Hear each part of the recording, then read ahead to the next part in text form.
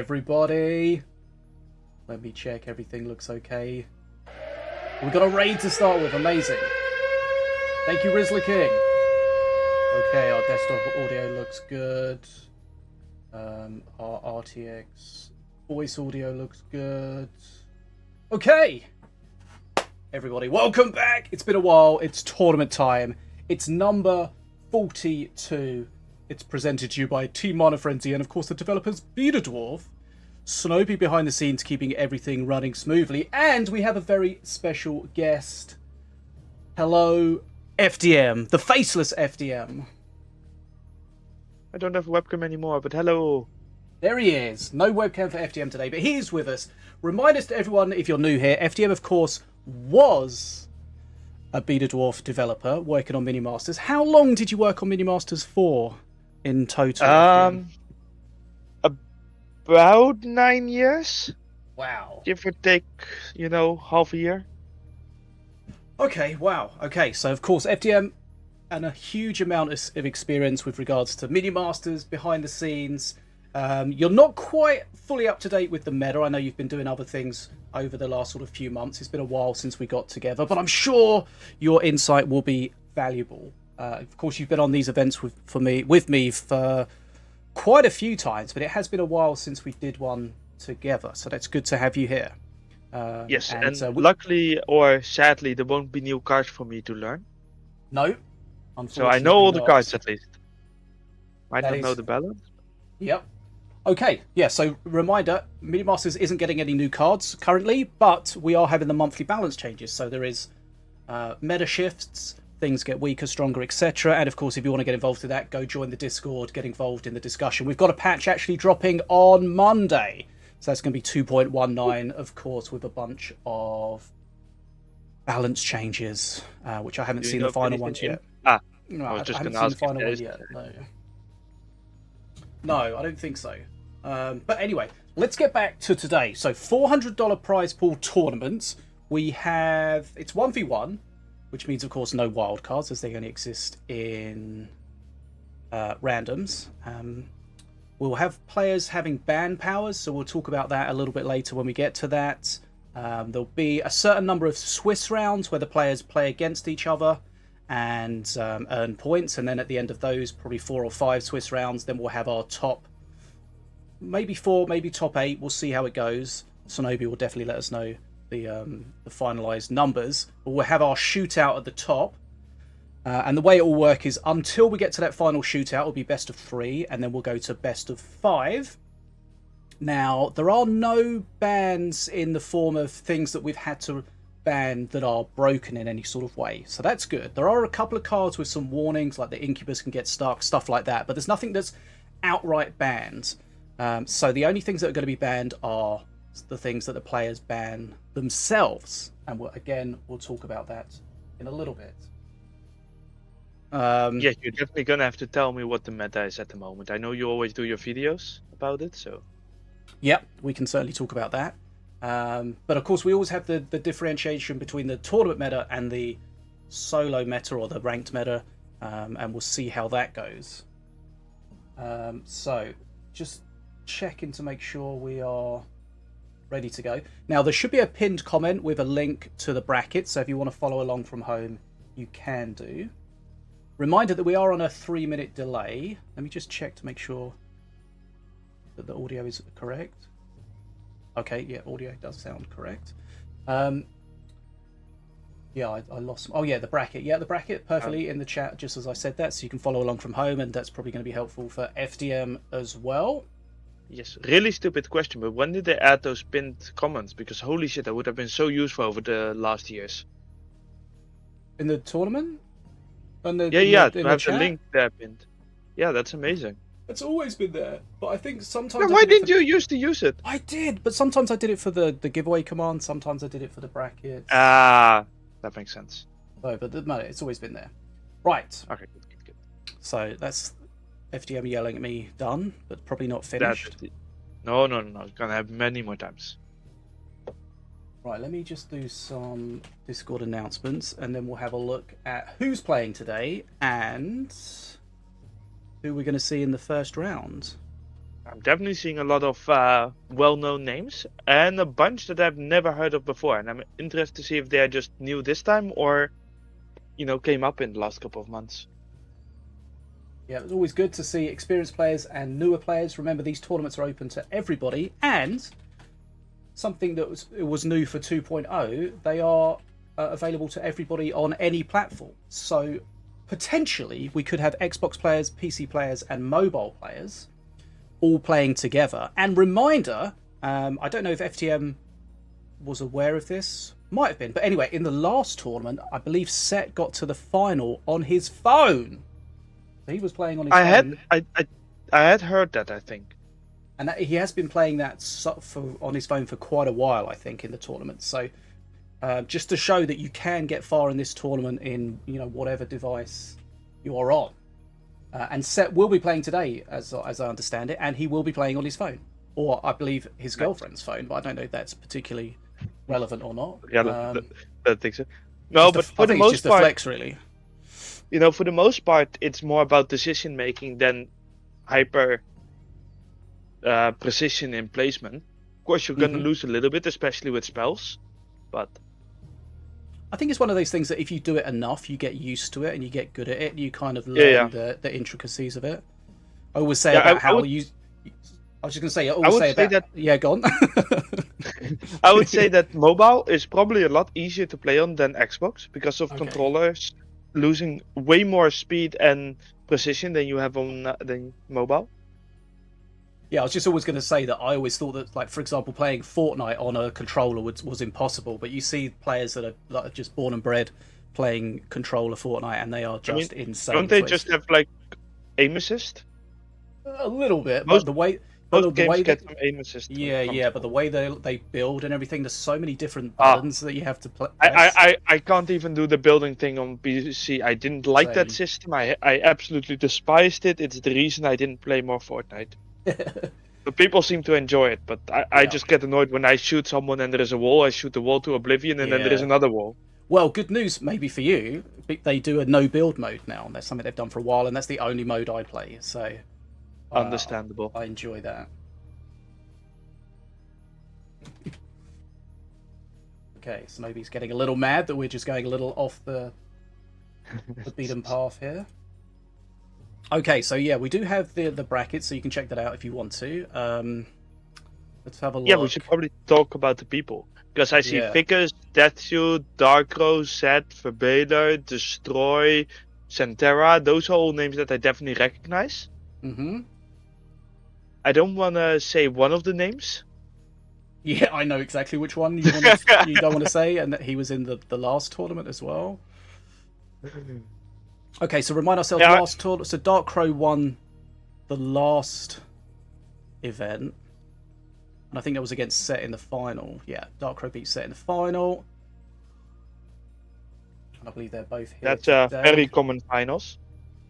DARKCROW did tell me that he has been having some internet problems recently, so we'll see if that raises its ugly head. With DARKCROW and Set, it's always a bit of give and take of the personal circumstances of those two. Yeah. Okay, so looks like we've got 5 Swiss rounds locked in, and as we go through, the players will play each other based on their record. So the players that are winning will play other players that are winning, and then vice versa. And then when we get to that, at the end of that, we'll have our top 4 probably. We'll see how that goes. But yeah, as you said, we've got Vickers, we've got DSOO, DARKCROW, Set, all previous event winners. VERBAILER, of course, very experienced player, as is Destroy, especially in the tournament. SENTERA, we know him very well. ANNO. And then, of course, we have some newer players. Some players that we've seen in 1 or 2 events, and some players we haven't seen before at all, so that's always good. And reminder, the way the Swiss event works, and one of the reasons we do this, is it means you do get all of your matches, regardless of your result. So even if you lose your first match, don't just run off in a huff and think you're eliminated, as some people have done before. That's not how this works. You have more matches. So if you're in this, then... in the hope that the people playing in the tournament are watching, If Oh, yeah. please add me as a friend so that I can actually spectate. Yes. Because I don't have everyone as a friend at the moment. What is your are you FDM in the game? Yes, yeah. I would not let anyone steal that name from me. Yeah. Ah, nice. I got someone for the first round now that we needed. Okay, so reminder, link in the chat for the brackets so you can follow along from home if we're not following your favourite. Or if you want to see what's going on in the other matches, remind yourself what's going on. Anything like that.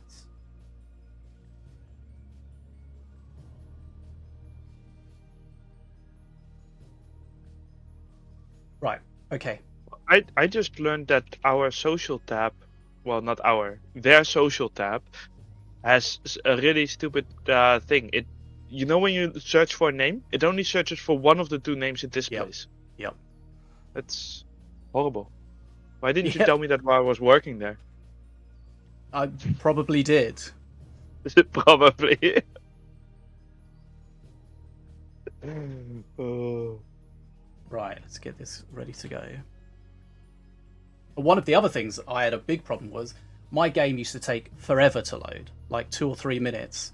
And it turned out the cause of that was because I had so many pending friend requests.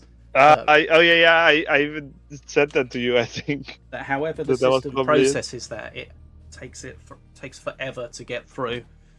So I just cleared all those. Yeah, I clear. I mean, I can't help being so popular. But didn't you also have just the amount of friends that you had already causing some issues? On Steam, I was always full up with friends on Steam, and now it's just in game. But I had so many friends in game, it took forever. And then I removed them all, and it took like literally 15 seconds to load. So that was incredible. Yeah, what I'm gonna guess is that it was. Is this friends or friend requests? Friend requests, yeah, they were pending ones. Yeah. It probably did something really silly where it didn't send it as one message but as separate messages. That's gonna be my guess, which would be really stupid, but I mean, hey. It was kind of stupid because it started off that DSOO and I were having a competition as to who could get as many pending friend requests. Come on, Fishy. And then it became a problem. Right, okay. Let's try to see if we can get some actual gameplay going. Yeah, it's possible. Yes. I've heard a rumor. I have heard that is why we are here in the first place. Yes. Okay. Right. So it looks like we're going to see GENKI versus VERBAILER as game 1. Oh, and we just got the bans. Okay. I'm a little bit behind right now. Okay, well then I'll just say it. So okay. VERBAILER banned the Berserker, Jezra, and Urclaw. Okay. And banned Morelia. And then GENKI banned Nervir, Rimmergal, Mardred, and Miluin. So GENKI really does not want to see big units. Okay. I will process that information in a second. Good. Are these expected bans? Are these meta cards? I have no clue at the moment. Just want to make sure that I've got these people as friends.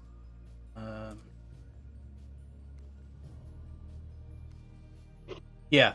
So yeah, as you say, you have the player's like Steam name, and then you have the player's Minion Masters BetaDwarf name. And when you search for them, as you say, only search it for one of those. So if you only know one of them, yes, you can't find them. Yes, like I just had that problem with one of the people. Like this GENKI guy. Yeah. Doesn't have GENKI in his Steam name, I guess. And then you can't find it. I would expect that it's looking for the BetaDwarf name, because otherwise you would have issues with cross platform. Okay, so his in-game name is Rampage then? That's what my guess is. I don't know, man. Right, okay. I'm just guessing here. We'll get to the bottom of it. I mean, there used to be... I can't remember if there used to not be a... If I remember correctly, there used to not be a search for it, and it was not in alphabetical order or something. It was... When it first started, it was just unusable. Yeah. He had a big friend list. I still have nightmares of the 2.0 launch. You got PTSD from it. Oh yeah.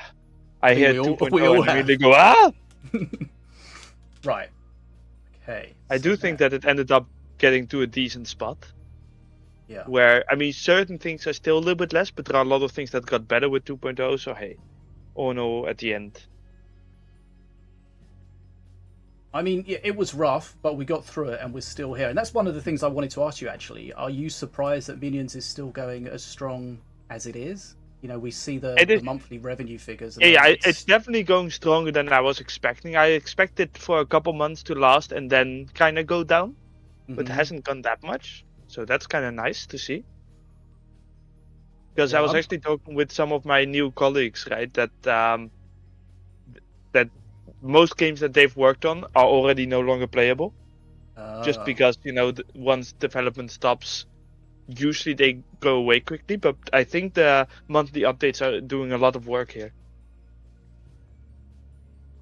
Yeah, I'm interested to see what the sort of the end game is, because if you followed the stats, we've been banking up quite a lot of money. So I wonder if anything's going to happen with that, or it's just going to be left as money in the pot for the future, and the game's just going to go on forever, effectively. I mean, so, that is currently the plan, at least, but yeah, who knows, you know.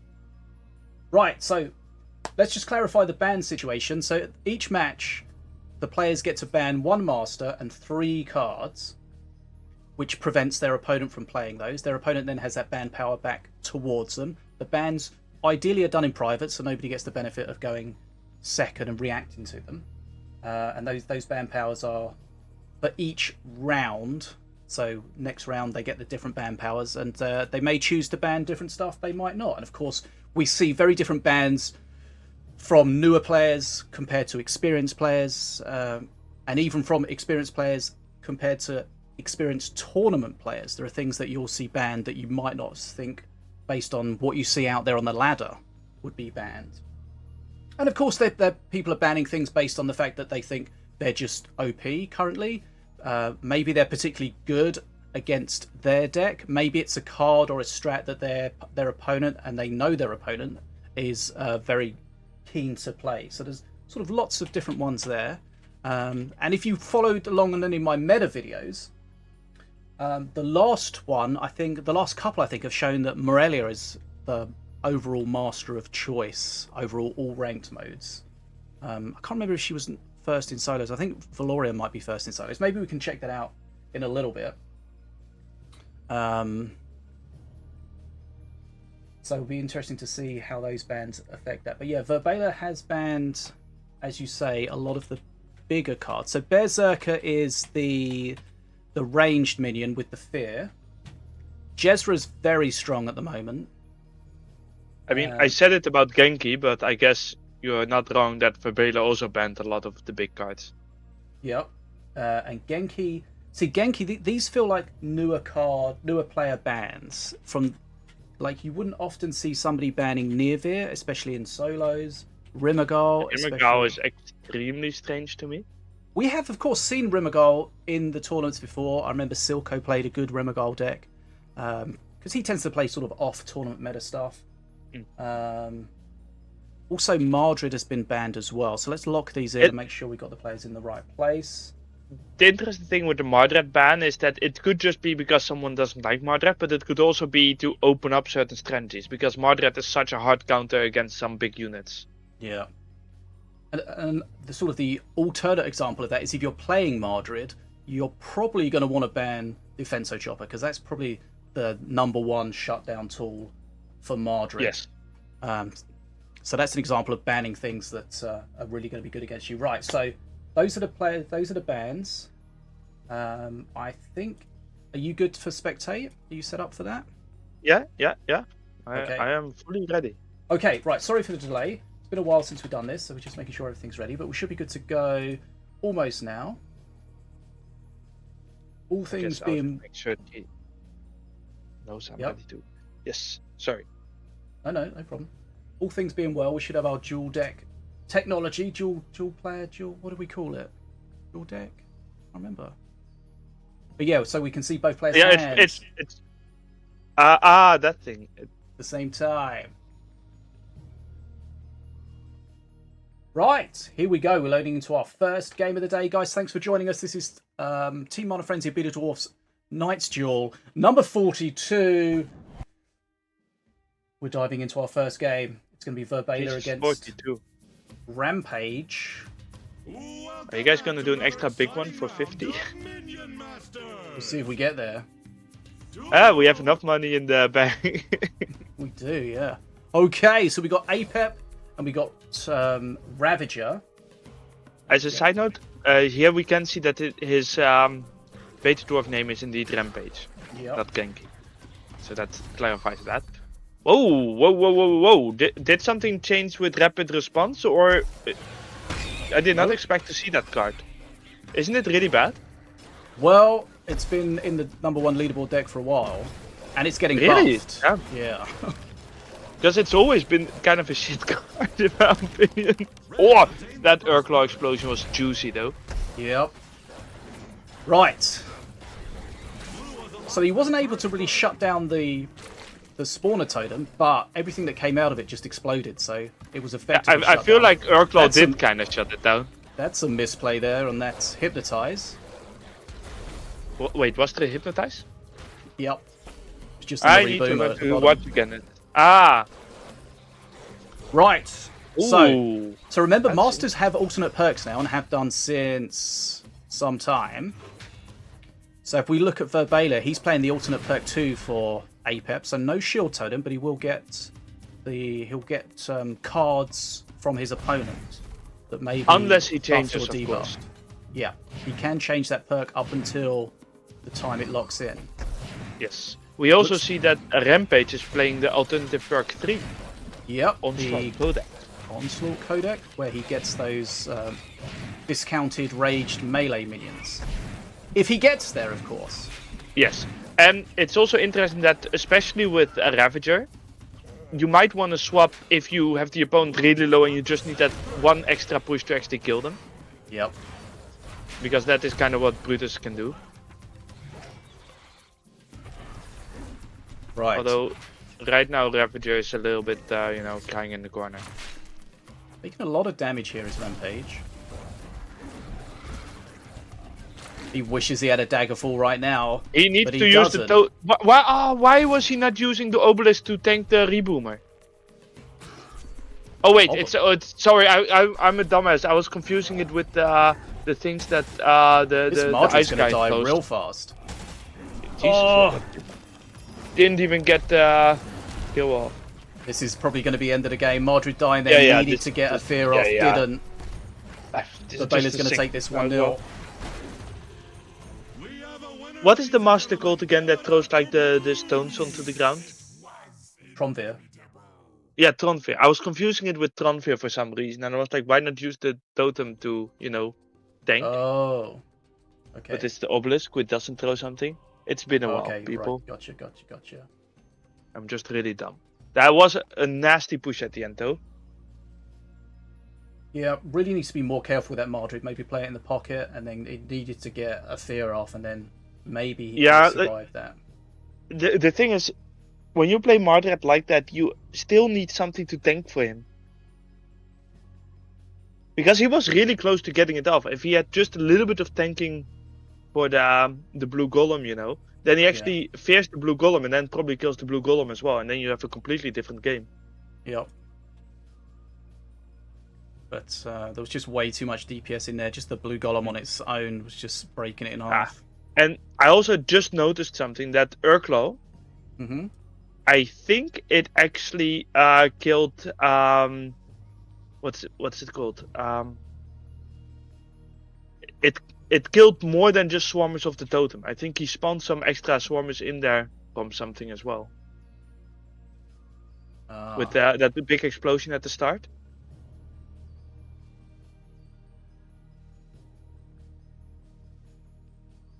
Yeah, it's very strong with that knockback. And that deck also struggled quite hard at dealing with what's the whip guy called? Herald Our Moon. Oh god. Yeah, Herald Our Moon. Voice crack. Just a couple months away from the game, and I immediately forget all the names. We'll get there. Yeah, but Herald is such a difficult card to deal with when you don't have the right tools. Yeah. It wasn't really doing much face damage, but it was just murdering everything that was being spawned to defend. It's very awkward as well. You can really make misplays against Herald and get absolutely shredded. I mean, did it not? I'm trying to see how much face damage it did, but no, you're right. It just slaughtered so many units in front of it, and then even then it still got a hit on face, and then a heal, and then another hit. Yeah, 2 hits. It's really nice to watch the game after it's finished. Yeah, see what you missed. Yeah. Oh, we go into another game. Okay, here we go. Game 2. Remember, at this stage, we're best of 3, so first to 2. VERBAILER's halfway there. Can he Fun fact, close someone out? in the chat just says, do we know who VERBAILER is? Yes, VERBAILER is VERBAILER. He's a pretty VERBAILER, old player that plays under the name VERBAILER the entire time, as far as I know. Yeah, very long-term member of the... Did Ravenous Swarmers get changed? No. Did they not have Rage? They always had Rage and Haste, right? Yeah, then what's the card that gives 4 Swarmers with just Haste? They might have been getting hasted from... No, they have full Ravager. HP. I don't know then. Well, this is going to be problematic here. This is That is a murdered lot of- Yahoo.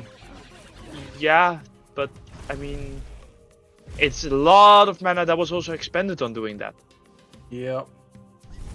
Jungle Jumble in an already heavy Also, deck. that Not priest a is- massive fan of that. Okay, he spawned some healing for it. Healing. Oh no, the Hypnotize is messed up again. We saw a messed up Yeah. Hypnotize in the first game, and now... Oh, that might come back to haunt him. That priest is not dying is really painful. Yeah, getting some nice heals at the bottom there. Remember, we're going to see a freeze on face if necessary. Going for the Oh, Spawn of Fury. Well, That's there's the interesting. freeze. Because they also get raged. Trying to remember the name of that, the freezing one. Oh, the vampire lady? Yeah. Nazara. Yeah, it's something like that. Let's just call it vampire lady. Okay, here comes the counter push. Yeah, but The Rampage is playing a healer, and he has, I think, an extra healer from Adventure Party. yeah, Adventure he's Party? also playing. Oh, the healer! Yeah. That's ugly. Yeah, this might be over real fast at this rate. Because especially with that Urklow being ready to tank for Herald and Moon. Yeah. And how many priestesses are being spawned? This is not how the game works. Sorry, you cannot just spawn a priestess as defense. Okay, now this Herald Moon is doing a lot of face damage. It's going to survive as well. The Highland Huntress doesn't get her big shot off. Jesus Christ, that's nasty. And another priestess. Okay, priestess is not a card to defend with, people. Okay. That's tricky. To be fair, new or experienced player alike, Herald Moon is tricky to deal with, and you can see there why, especially with the revive. Okay. So VERBAILER takes that 2-0. Remember, that's only the first game for these players in this part of the event. They will have more. So Yeah, I would say that first game was, I wouldn't say super close, but at least it was, an interesting matchup. mhm. The second one, I mean, with the priestess being the main defense, that was kind of, Yeah, that was just over sort before it of, started. sort of panic defense. Right, Ficus has got a victory against Adapted, who's been disqualified, probably didn't turn up or something. Deathshoot has beaten Narju by 2-1. So Deathshoot dropping a game I early. do see that some are still going on. DARKCROW is a game up against Beneloff. Should we jump into something? We can do. You want to have a quick look at DARKCROW and see if it's worth joining? Yes, I noticed I didn't have DARKCROW, but I do have Beneloth. Oh. They are not in a match at the moment. Oh no, DARKCROW, because he has a stupid name! Warrior Meme Lord. Ah. Brilliant. Oh yeah, I see. Right. Get back to the DARKCROW and BetaDwarf. Oh no, it's over. DARKCROW's won 2-0. Okay. We tried. Okay. An attempt was made. Set's beaten Electrifying. Remember Set playing on his phone. We know that for sure. For VERBAILER, we're waiting for that to be locked in. 2-0. Destroy's beaten Epic Crimson. 2-0. SENTERA's got a victory. 2-0 against Unove Sate. Hopefully that's not a bad word. Okay, Helric, name I'm not saying, are in a match a bit over 2 minutes in. Okay. They both still have over 2,000 health. I don't know.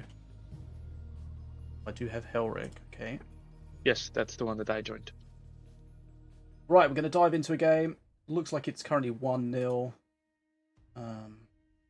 For Helric, who just managed to create a really strong push. Are you ready? They just pull you into a game the moment it suddenly ends. Yep. Brilliant. Wow, Oh. what an end. Brilliant. Glad we got to see that. I mean, at least you got to see a lot of spiders that aren't spiders because they have 6 legs. Yeah, I kind of didn't actually see any of it because I was just Still loading. sorting something out, yeah. And you know when you load in and like everything that's happened in the game Oh, yeah, happens yeah. in a second? Yeah, I was And does that mean that was a 2-0 as well?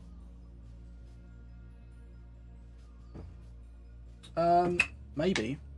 Or is Yeah, I was that a try- 1-1 now? I was trying to sort out the score and the player names on Oh, the it's overlay. 1-1 now, so we should get another match.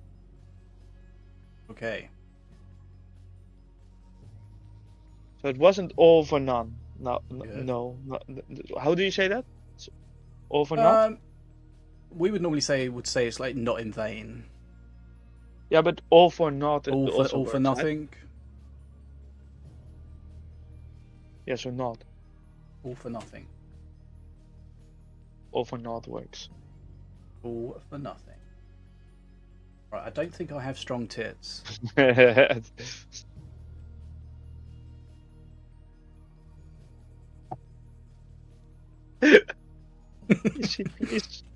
What? At least finish that sentence. I did.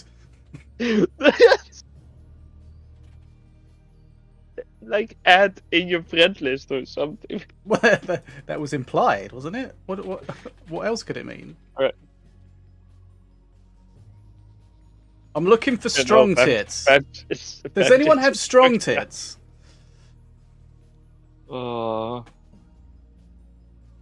I would like to point out I do not associate with Bishy. I don't know this person.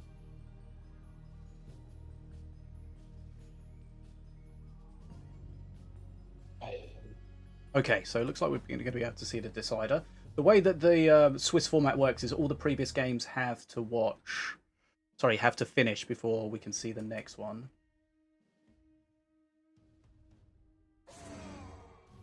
Oh, apparently Deathshoot has been coaching Benelux. Oh, If the okay. Twitch chat is to be believed, which it really is, but hey. Okay, we get Tronvier versus Valorian. And okay, I was not expecting the bombs to show up. It's a shame when they don't really get much value, don't get the bridge. Yeah.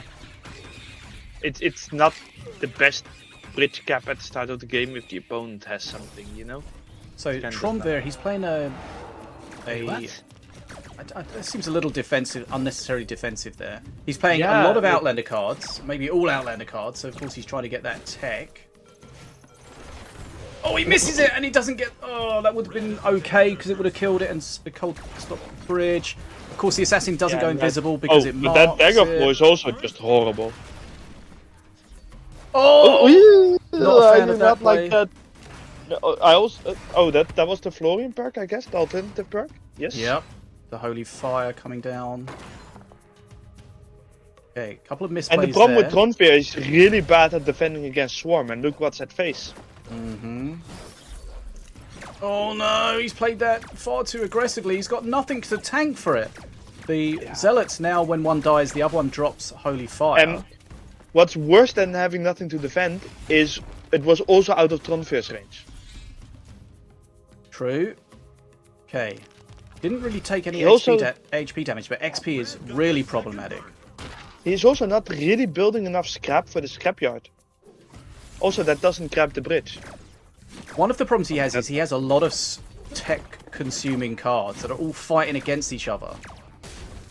Yeah, and this deck is not working out. No. And that just barely not dying is also painful. We've got an assassin coming at the bottom there. He needs to be very careful with his placement here. ATG drone will clear this up, but it'll take a little while, especially with the hill coming in also, from the Holy Fire. Was it an Avea or was it the Fervent Warrior? Oh, yeah, that's probably Fervent Warrior. I just saw a warrior with like the Armor of Light shining VFX, and I was like, oh, that's an Avea. No, you're of course right. Oh, I don't like that placement there. He's absolutely dying on XP. He had a free bridge grab there. And he just to be fair, at this point, he's not going to catch up on XP, so he kind of has to try to kill him. I don't think he's going to kill him with 2 Ancestors, though. I mean, I don't think he's going to win either way. You know, when you're this far behind, it's such a struggle to come back. Like, yeah, I think he's going to tick. Yeah, I think one of the main issues he has is his deck. One of the issues. His deck is all about tech, but you can't have every tech consumer in the game because they're just going to fight against each other for tech. Yeah. You want all of your tech really for your scrapyard, but if you're playing it and your aimbot's taking it, or your wrecked walker's taking it, then you just have no value. And again, that's such a bad positioning.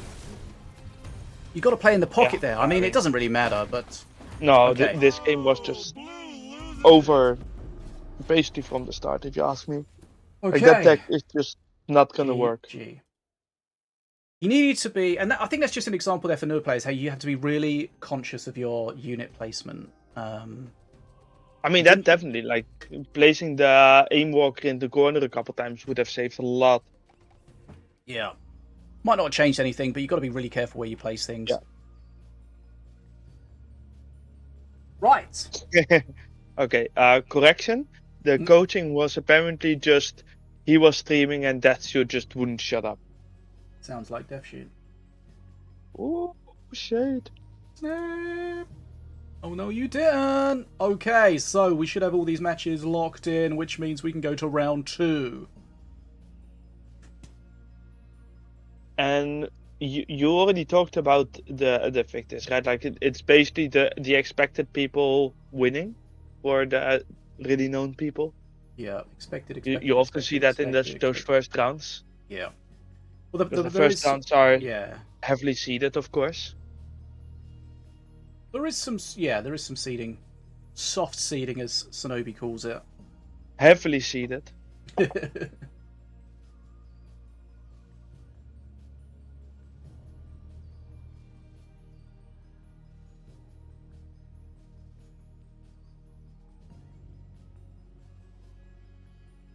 Right, so we'll wait for that final match to be locked in, and then we'll be able to see the next matches.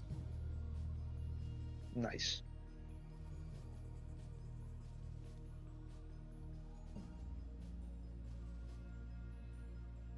Yeah, having to type /1 space to get back to general is insane. The fact that /general doesn't work is insane, but what can I say? I didn't make this chat, damn it.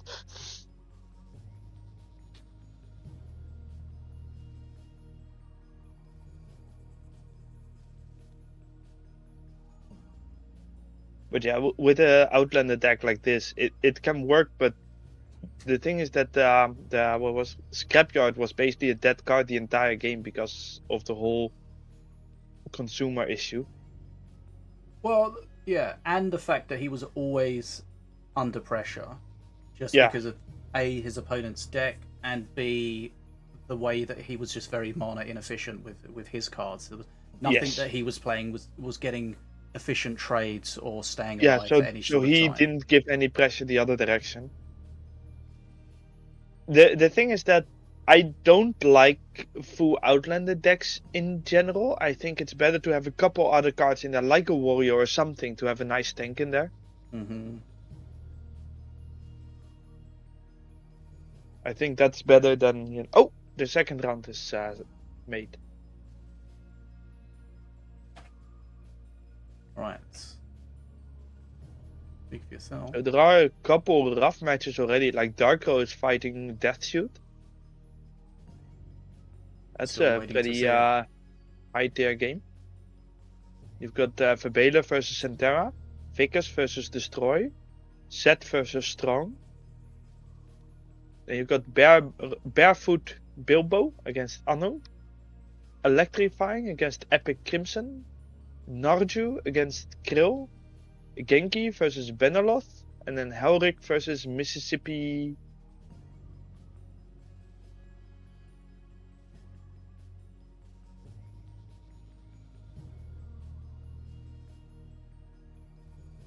Right, so yeah, we'll see the players that won in the first round play against other players that won in the first round and vice versa. So we're going to see DARKCROW against DSOO in this round, which is going to be very interesting to see because these are both very experienced players.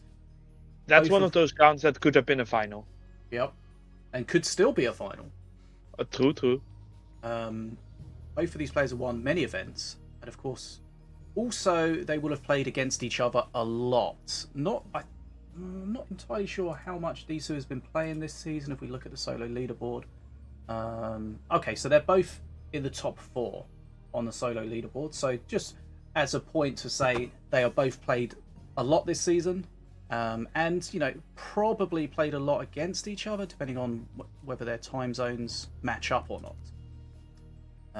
I do enjoy that. I see that DARKCROW has Kamikaze Zeppelin in there. Yeah, that's definitely a card. If you play it and your opponent doesn't have a chance to shoot it down, it can get a lot of value.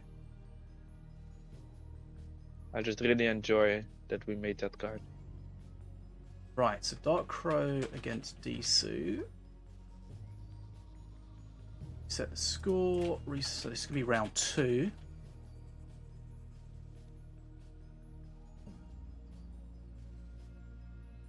So the next thing we need to wait for is when the bans come in. Reminder that DARKCROW's name is Warrior Meme Lord, if necessary.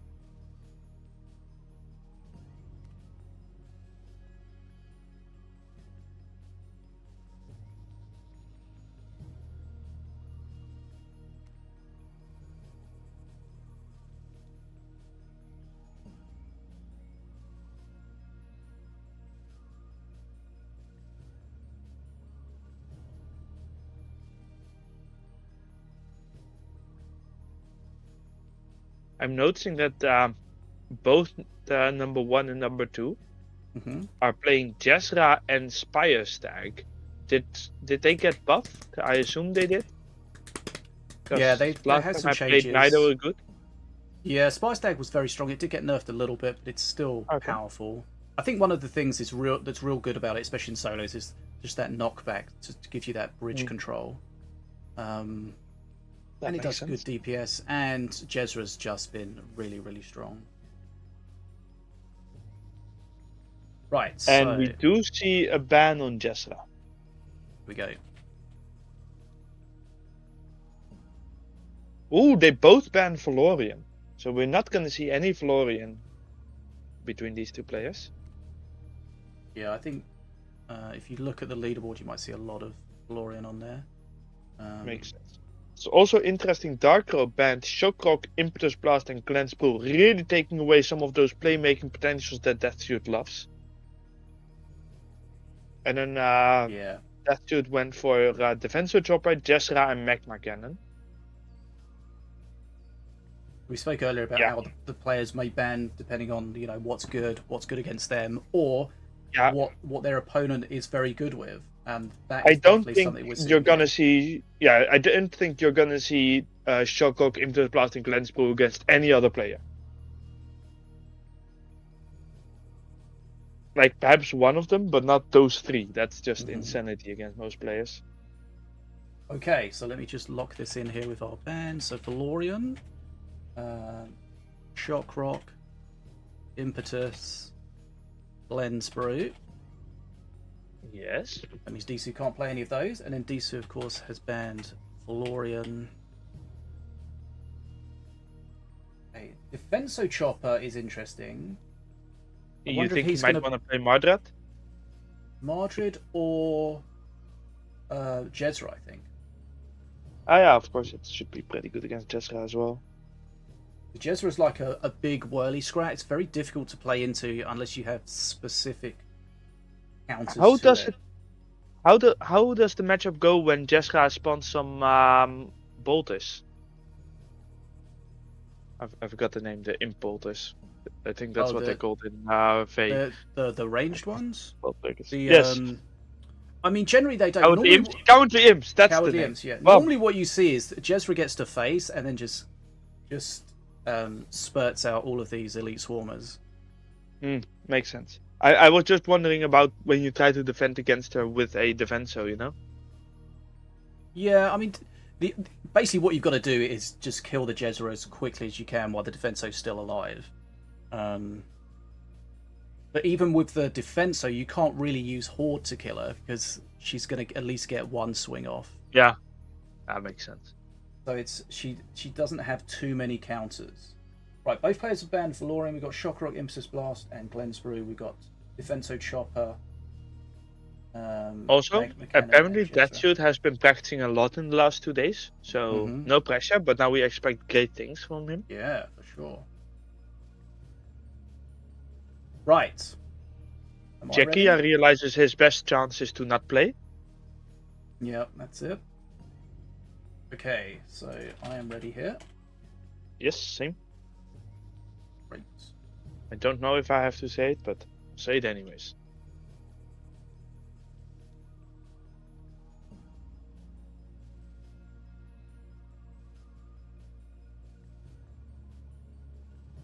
If you want to see my meta video, it's of course on YouTube. You can go to my website, baddestfish80.com, and you can find it all on there. If you want to see what's strong in the current season. And to remind myself, if we look at the... So we're talking about here solo ranked leaderboard. So this season, Valorian has been the master of choice. And Milloween second. So it gives you an idea. And it's kind of interesting because Valorian was played a lot more than last season, but it didn't receive any balance changes. But I think it's off of the back of balance changes to units. The warrior got a buff. There should also be the stats update so you can see what it is outside of the leaderboard as well. Oh yeah, we can check that. Thanks for the heads up. Yeah, so the devs, helpfully, which is something they didn't do for many years, have started giving out the win rate and play rate data for cards, masters, and perks. Again, you can find those on my website or various other places. And that's something that we use partially to help us with our balance suggestions to see what stuff is being played a lot and winning a lot. It's especially helpful to see the perks, the alternative perks, because it's very difficult to know why a master is strong and why a master might be bad if people play the alternative perk that's actually bad, but then a different perk is actually doing better, but people are not playing it, stuff like that. It gets complex when a master is not just a master. But it makes it more interesting. That's why we did it, baby. Oh, I didn't think you were going to call me that in public. This is public? I think so. Not my problem. I'm just trying to bring up this. Oh, we're loading in. Okay, maybe we'll look at that a bit later. Spreadsheets can come in later. Right, here we go. If we're actually loading in. Oh, yeah, there we go. We're in. Nice. Are you in? Milloween versus Morelia. It's the sisters fighting. The good and the bad. And right. It's a quite spell-heavy Morelia too. I'm seeing a Blind Date, I'm seeing a Bearlands, I'm seeing a Frostfeather Flyby. You would almost feel like the decks are reversed. Did I mess something up? I can't I can't see the Middlewing deck, but I would definitely say that the Morelia deck felt like a Middlewing deck in that first hand. Is that going to be fast enough? And it is. So Flyby comes in. That, yeah, keeps the it's bridge. not doing an amazing amount, but no, but it forces him to play the Wogasaur Pup, and the Wogasaur Pup didn't get its spit off, so just a little bit of value Did there. the Battles Jihu get the nerf that was talked about? Where he has a lower maximum speed? Or was it lower range that he gets the... Yeah, he got a lower range where he gets attack speed, right? Yeah, and then it was too low or something, and then it was changed a little bit, I think. Not a card we see too much, but that Warrior's getting a lot of face damage. Yeah, but you... Warrior? The Warrior wearing a the Cleaver... Ah, okay.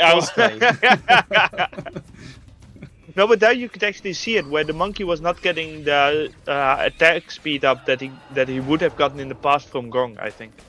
Yeah. Gong! Right, Ravenous Swarmers. Defenso's going to chew through everything there. Ravenous Swarmers doing massive DPS there. Not many players play Ravenous Swarmers, but they are going to get blasted there, though. We've seen DSOO murder dragons in seconds with it. And this is quite a strong push, especially with that... the Spirit dropped on an assassin there. What is that? Yeah, but it's the special assassin. Oh, that, special assassin. Jumps around. Like this one. Did it come out of a box or something? Was he actually playing it? Okay. Margaret, not Margaret. We know the names. Malshar. That's. I mean, okay, honestly, DSOO has won this basically. Yeah, that was just twice that the Cleaver gets to face with some other stuff. That's rough. I feel like I haven't cast you for a while. I've got to rewire my brain to come up with all these card names quickly. Have you not casted in a while? I mean, we only do these like every 3 months. So. Really? I feel like you guys did it more often. I mean, previously we used to. But yeah, I know the feeling. I'm also sitting here with every other card. Like, what was the name? Like, what was the assassin called? Malshar. Yeah. Malshar Shadowfork. Shadowfork. When you said Malshar, I did know the entire name. If I remember correctly, wasn't he added to the game because players voted out of Yes, there were 3 different cards, and I don't remember what the other 2 was, but he was initially supposed to be a lightning assassin, but then that design didn't really work out, so he became a shadow assassin. Which, seems kind of implied in assassin, but... It was him, the Taurus, I think, whatever that was. Ah, the Taurus. I don't think we ever knew what that was. Well, there wasn't a design yet when they were offered, I think. I think it was literally just which unit do you guys want? It was just the picture. I remember the picture for the Taurus. And then there was But we figured out that the stud assassin was actually way too annoying. Yeah. And then I think there was also I think it used the Harmful Souls image. I can't remember what it was called. I have no idea. It might have been called Harmful Souls back then. But that was like when we had the house events, remember? Was it called the house? Yes. Tri-Team Tourney. Yes. And you could choose which ones you wanted by the masters that you played. And of course, it gain eternal glory. Yes.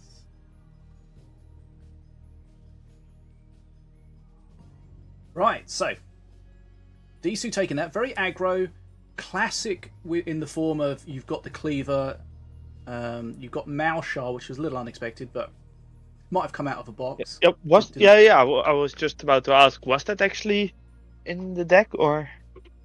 I couldn't tell you. I'm looking at the stream now so that we can actually know it. And then I think it came out of Blind Date.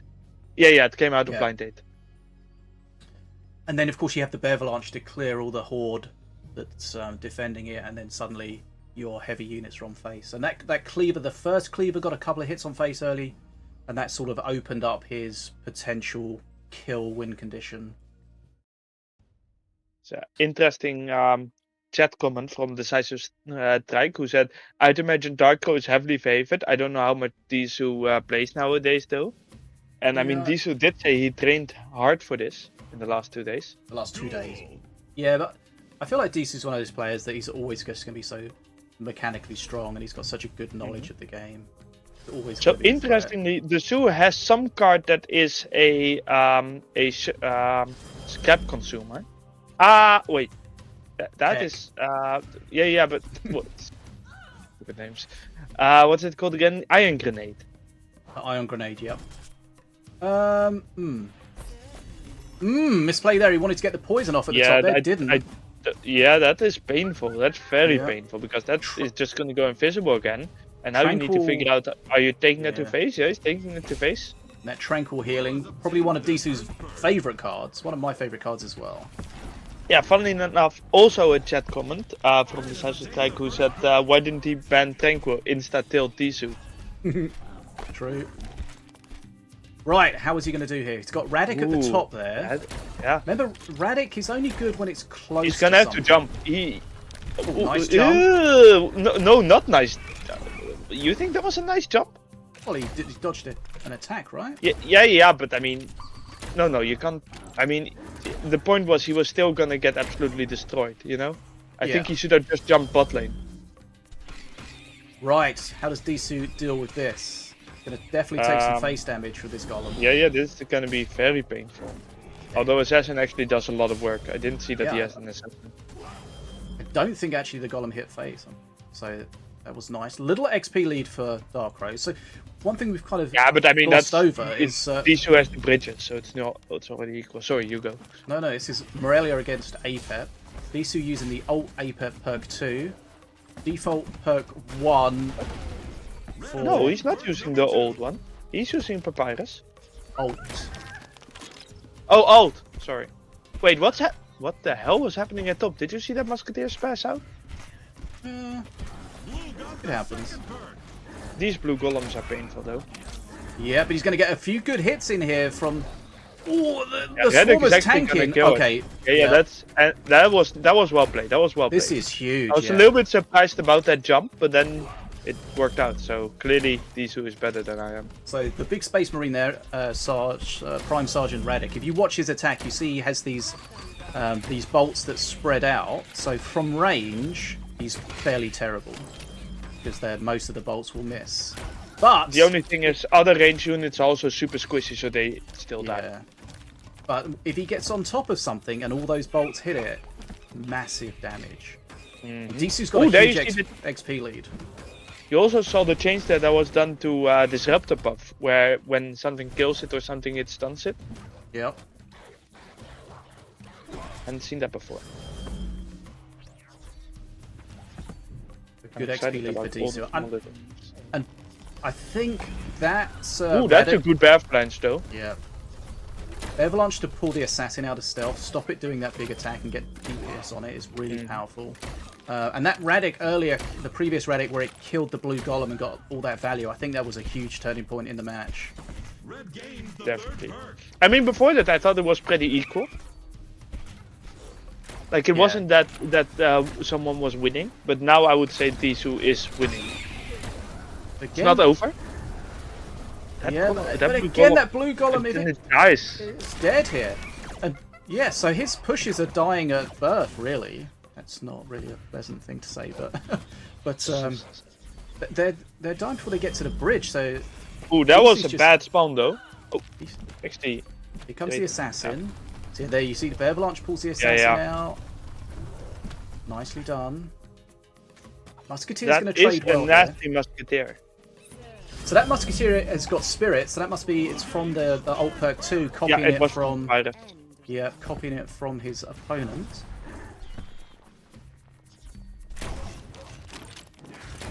Somewhat surprised there wasn't a Bear Flange at top, even if it's just to get the scrats out. But yeah, we He's get going the to tank scrat. with the Scrats there.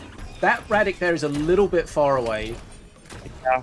You can see like sort of half, maybe even more than half of the bolts are missing it, but it's not really worth it. The taunt though. Okay, this Radic is getting huge. That's lead. nice jump.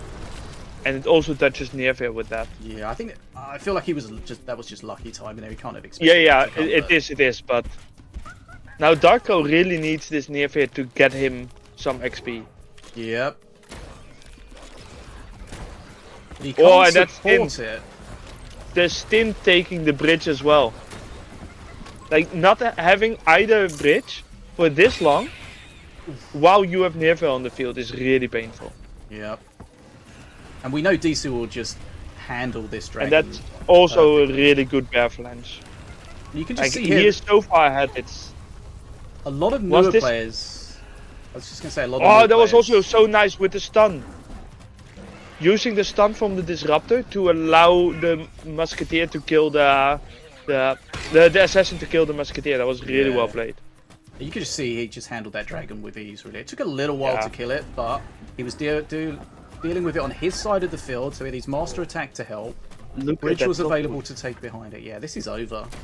Yeah, DSOO winning 2-0. That is kind of surprising.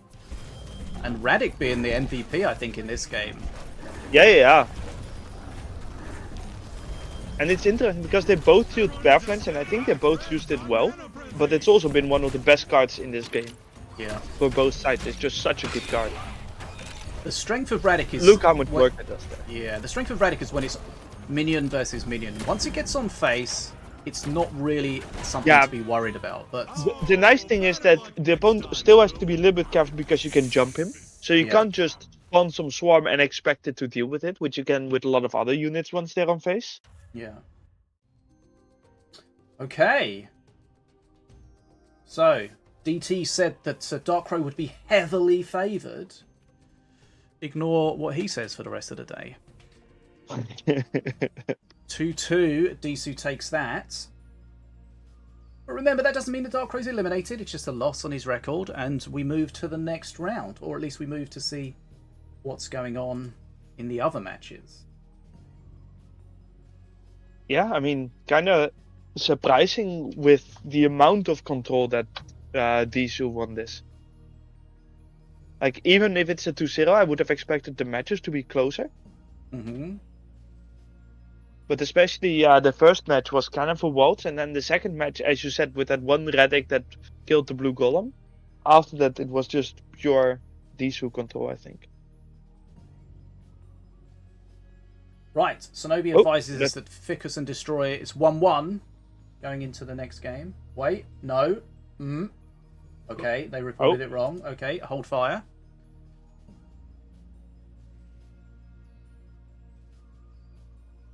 Also, apparently we missed something with a Tranquil. Yeah, I mean, there's probably a Tranquil healing up from nothing, but in a DSOO match, I mean, they were both playing Tranquil as well, so I'm sure it happened.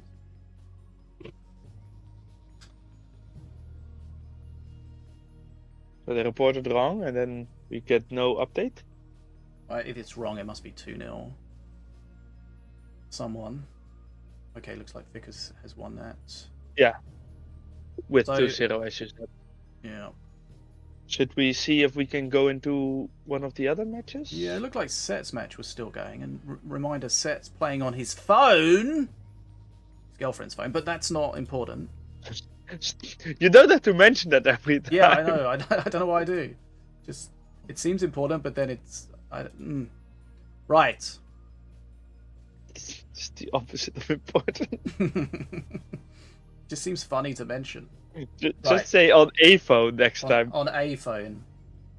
Do we need to mention that it's not his phone? No, you don't. Okay, just a phone, right. Yes. He does not seem to be in a match. Perhaps he had to charge his girlfriend's phone.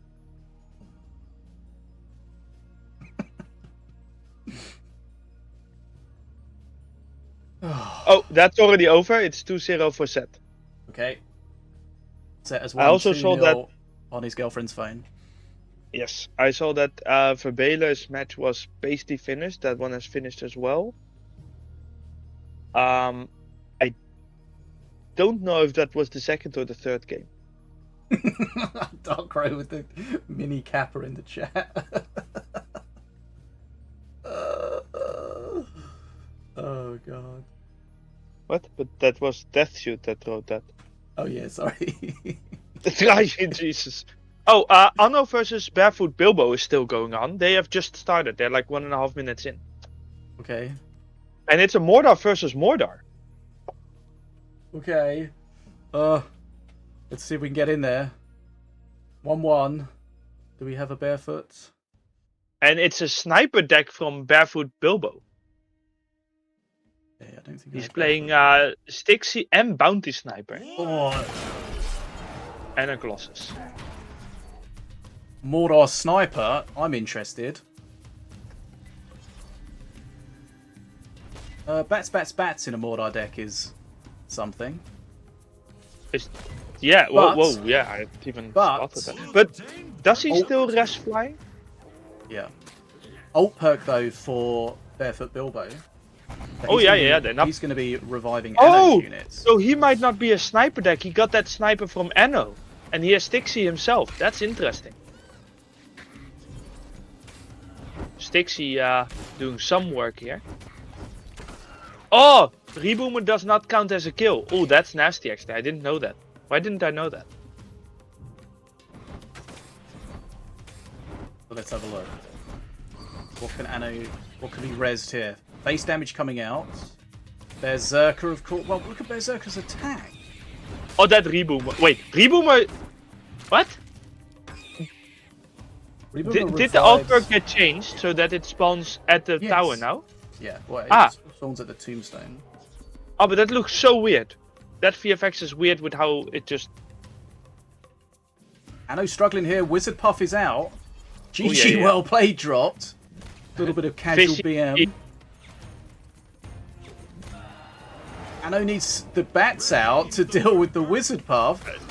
But he needs something's dead here. More than this, because Stixie is also still on phase and is slowly killing it. Yeah, Tombstone might have been the best thing to die there. Yeah, but I mean, Stixie only needs 4 more attacks. Oh. Okay. That is a mark. That might actually work. Okay. The shit. Oh, he's going to die to the face. Oh, yeah. Also, the alt perk Tombstone does not always face the... No, it doesn't. Imagine that ever getting fixed.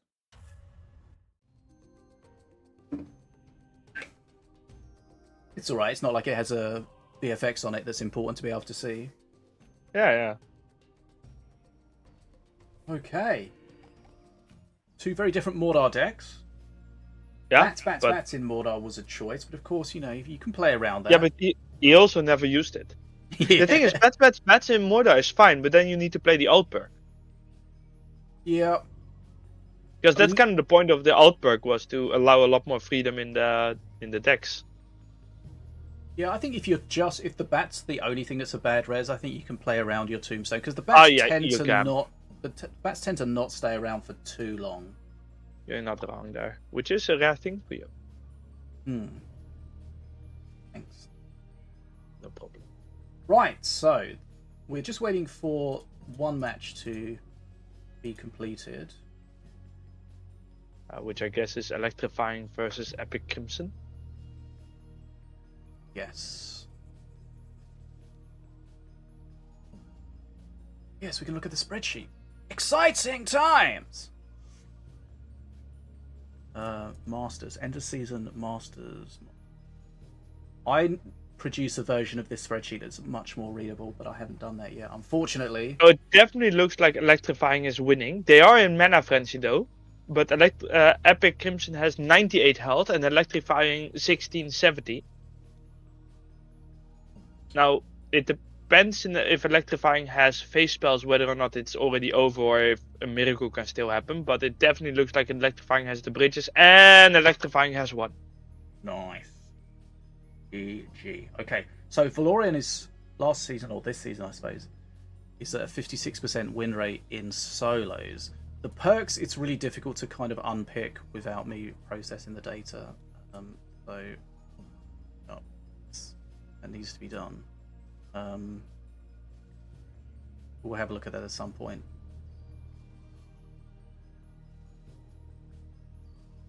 I agree with DSOO, by the way, that I feel like Stixie used to count Reboomer as a kill as well. Yeah, I mean, there was some weird stuff when 2.0 came out, like if you fly by the reboomer, it wouldn't die, because as soon as it popped, they would stop targeting it. So there was definitely some weird things that changed with the targeting. That's annoying. I think they got fixed, though. I think you fixed that. Nice. Anno says, this was a suboptimal deck pick by me. Well, the good thing is, you still have 3 rounds to pick optimal decks. Yep.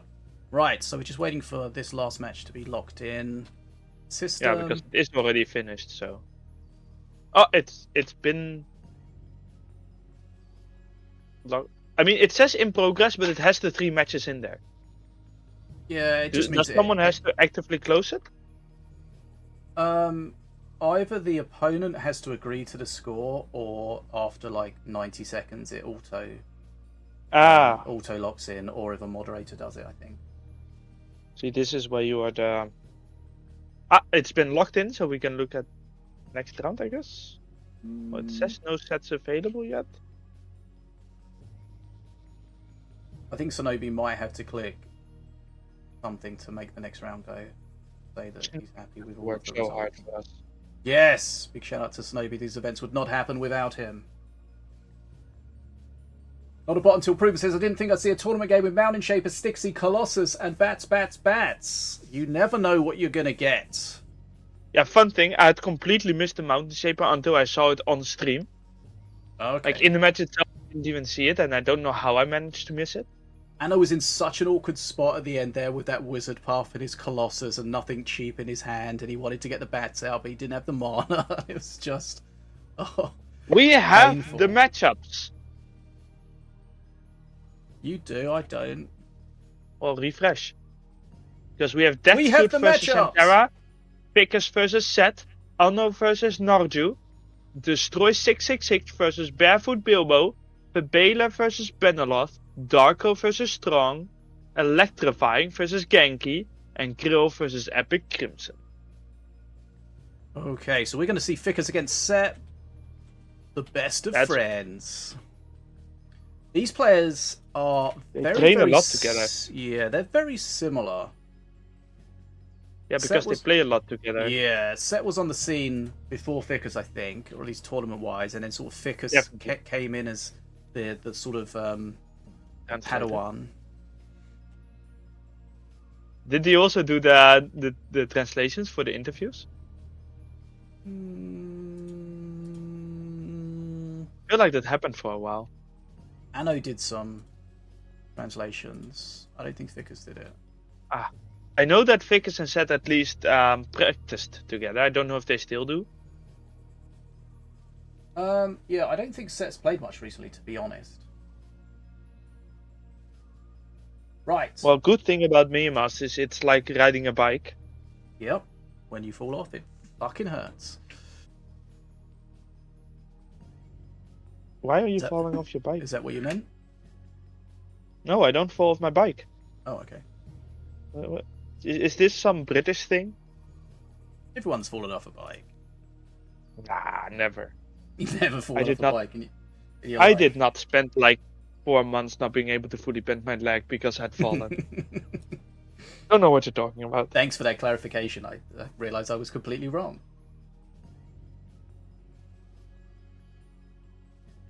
Right. In my defense, though, yeah, there was something broken on my bike that cost that. Yeah. The thing that was broken on the bike was you. No. What was broken on the bike? The chain went. The chain flew off, which meant that suddenly there was no pressure against me biking. So you know. Biking. Yes, if you need me, I'm going out biking on my bike. Well, yeah. How would you call it? Riding. Yeah, okay. I mean, pedaling. Okay, there was no counter push on my pedaling. Oh god. So did you like hyperextend your knee or something? Something like that. It hurt like hell at least. Did you come off of the bike? Yeah, I fell to the ground and everything. Nice. And Were you wearing a helmet? I could stand up. Fuck no. God damn it! Why does no one wear a helmet? Well, my head was fine. It was my knee that needed protection. I didn't say wear a helmet on your head, did I? I mean, here in Denmark, you see quite a lot of people that have those airbags. Oh, really? They wear like a collar that's an airbag that like shapes around your head if you fall. I think those things are illegal now, though. It's just like going around with a bomb. I mean, I would say that this is sort of the opposite of a bomb. You know, it explodes to protect you, not to kill you. Yeah. Oh yeah, should I write ready? I don't know if I have to. We're still waiting for the bands. Wait, relax. Yeah, true.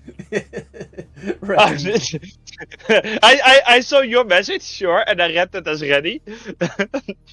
I was distracted. I'll delete the message. Panic! Panic! Sinobie's on top of things, don't worry.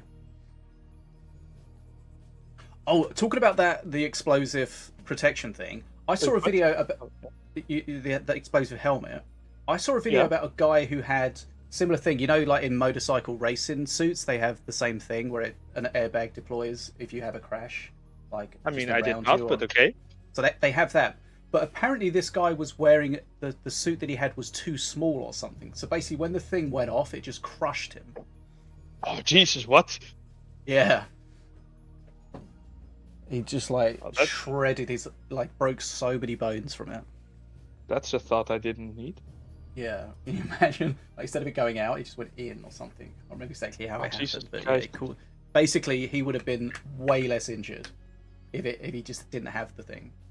So, the lesson you should get from this, boys and girls, is not that you should not wear protection, but wear the proper size protection. Exactly.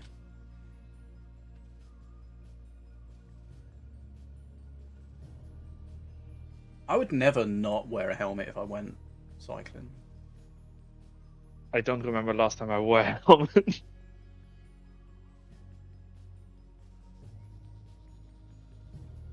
The thing is, when you drive on your bike in the Netherlands or Denmark, it's probably safer than in England. Because the infrastructure is made a little bit more for it. Money says, Minion Masters is like riding a bike. If the balance is bad, it's painful. I mean, fair. Accurate. So it's never been painful, baby! Untrue. Wartrack Dreadnought. I don't know what you're talking about.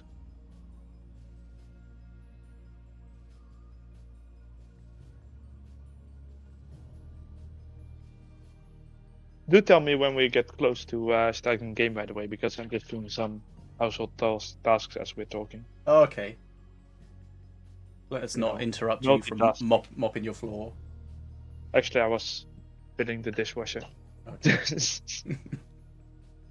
Right, we've got the bands in. Oh, nice. Then now I'm back at my computer. Is it something interesting? Ficus has banned Jesus, that's confusing. Okay. I would like officially to ban Set for the order of his bans. Who puts the master in the middle of the card bans? Okay, so this seems like a very specific ban against Ficus, because we know that both Ficus and Set like to play Slither stuff. So Talakan. You mean the Denver ban? No, the Talakan. The Musketeer. I mean, they both banned Talok, which is interesting. So, and we have seen Talok before as well. It seems to be just a good card. Lorian being banned by Set, also banning Talok again, Snake Druid, and Denver. For Denver. The lost dinosaur. He's my Entropy friend. is now crying in his bed because Denver got banned. And a whole lot more. Why? He loves Denver. Oh. I haven't spoken to him for a while. How's he doing? Pretty good, I think. Last time I spoke with him. Nice. Right. Let's have a look if we are ready. So, this is round 3. We've got Set against Ficus. Nearly said ready when I'm not ready. That would have been awkward. Oh yeah, I would never do that. Yeah. In my defense, I was ready. Learn from the worst. You learn from yourself? Rude. I would like to clarify that I do not agree with Sinobii who says helmets are for losers. Wear your helmet. Hell no! Don't be like me. Yes, yes. Do as I say, not what I do. Yes. But also, I'm not wearing a helmet. Right. Set Vicus. I'm ready. Have you ever seen that video of Gordon Ramsay doing his spiel about wearing a helmet? No, I don't think so. Car crash. Well, he was on a bike, but he got hit by a car. And he's doing a thing about you should wear a helmet. And then he lifts his shirt, and like half of his side is just completely purple. It's Jesus. I've never seen anyone being that bruised. And I'm like, yeah, a helmet is not going to protect you against that. Jesus. But yeah, he would Remember- probably have died if he didn't have a helmet. Always use protection.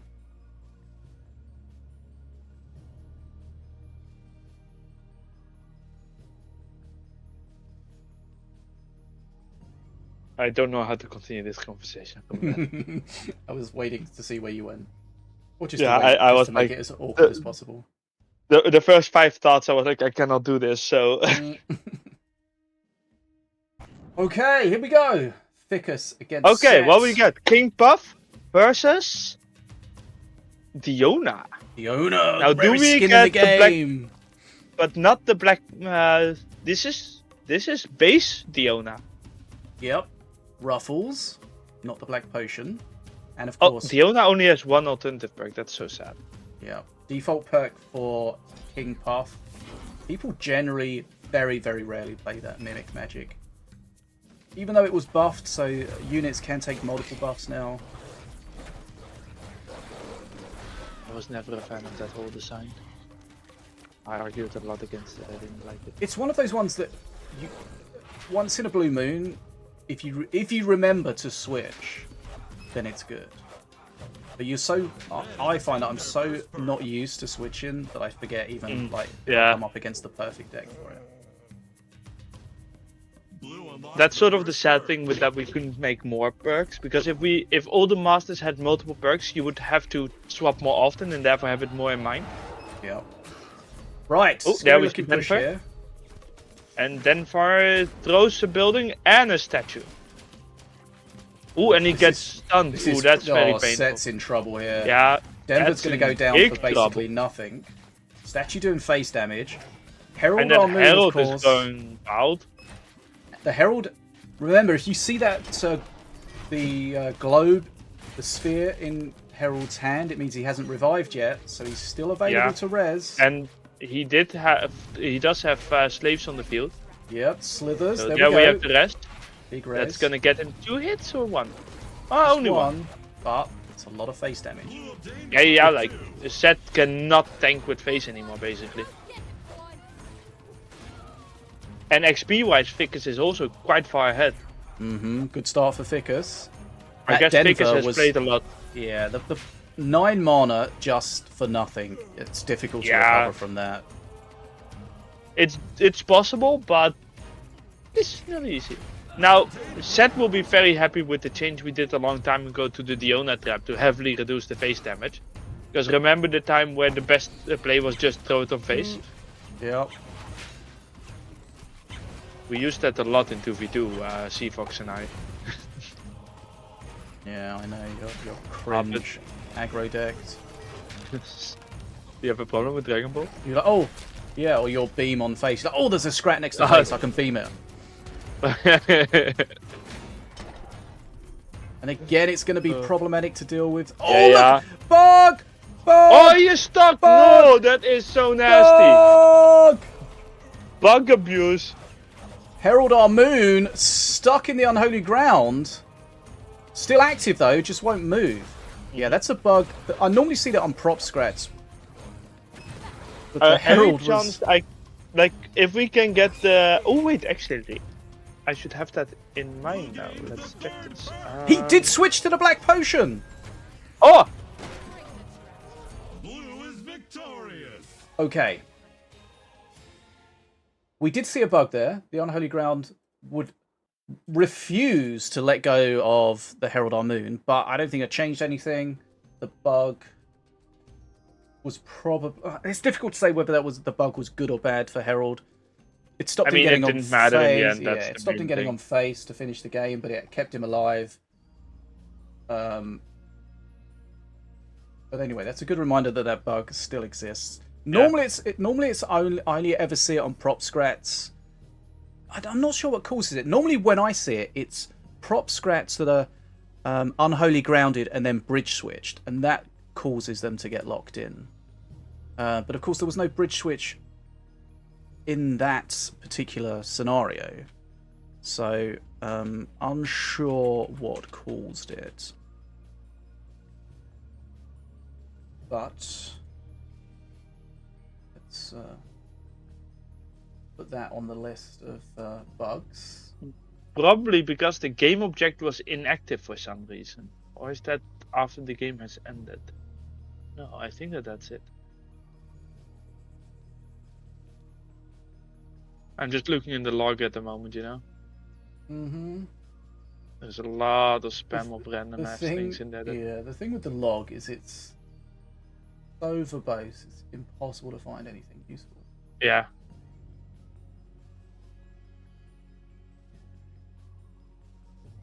I'm just gonna write the relevant lines to you. I think it's likely to be this. Unholy ground permanently. It feels so. It feels like the unit is not permanently grounded, but it's permanently locked in place. Yeah, what I think is that an exception happens, and then he never goes to the end of the function where he gets released. Okay. I'm just wait. What? Oh, do you not get replays from spectating? I don't think so. Or do you? Damn it! No, that's another stupid thing, right? I wanted to check in the replay, and then I went into replay and it was a 2v2 game, and I'm confused. Oh, okay. And of course, Set doesn't have a replay because he's on his phone. So we'll have to ask Fickers. Yes. For that replay.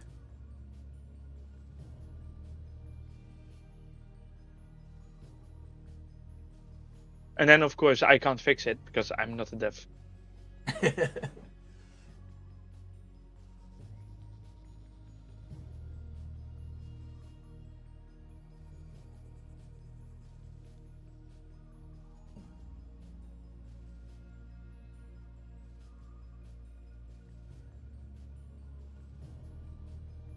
Right, just making sure we get that reported before I forget about it.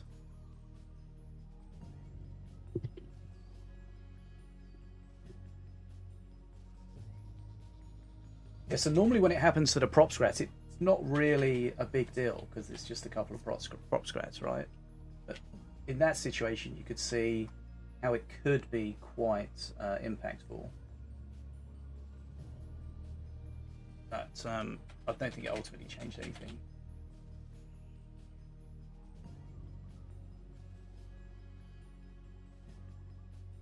I mean, considering that he's the one that won, no.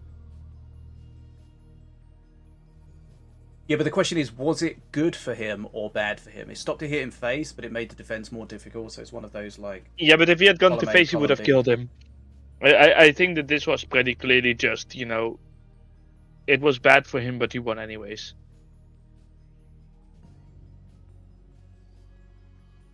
Right.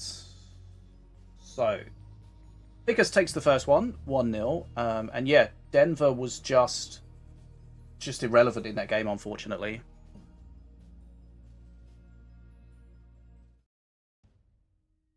And the Herald Our Moon was not.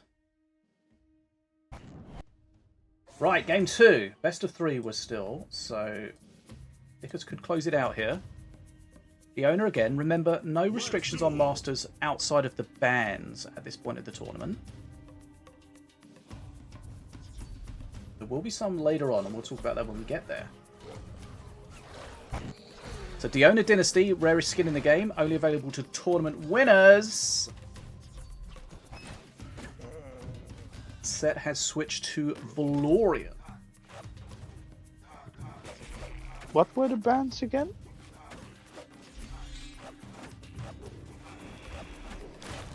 It's easier for you to check. Because had banned Volko. Yeah. And that had banned Florian. So There is no breaking of rules. Yeah, the Volko ult perk 3 is, I think, still disgusting. It'd be interesting to have a look at the So, stats Jesus, on that Musketeer got pushed far. Because Yeah. I guess he also jumped back at the same time or something. Must have been the knockback and the riposte at the same time. Yeah.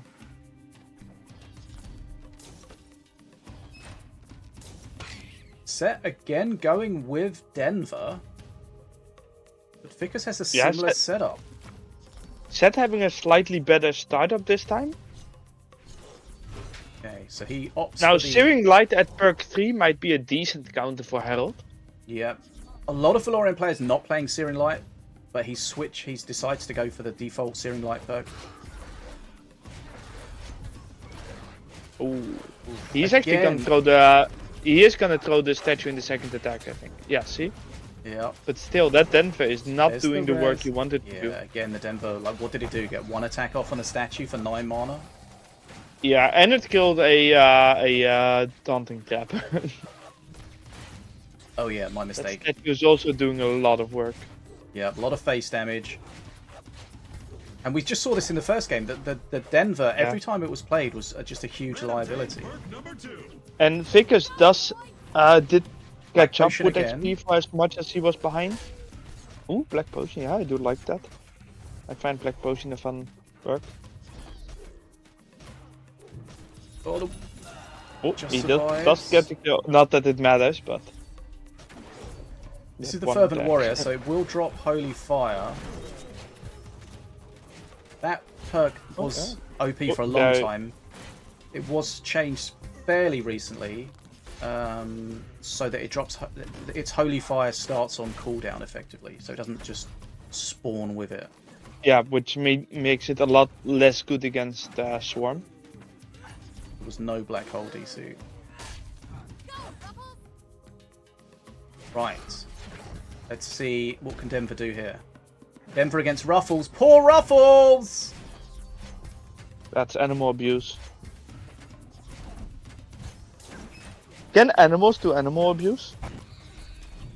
I mean, I assume so. Humans can abuse humans, right? Yeah, but I mean, the question is animal abuse something unique to humans? Is it called something else otherwise? You know, like brutal nature or something. Did he just... did he Unholy Ground and then Morgul's Mark? I don't know, I was too Herald obsessed Army. with the philosophical questions. Okay, XP still level. This game is much Yes. closer. Yeah, Seth actually getting quite a lot of work done here. And getting those two warriors there. Whew. Was there two fervent warriors next to each other?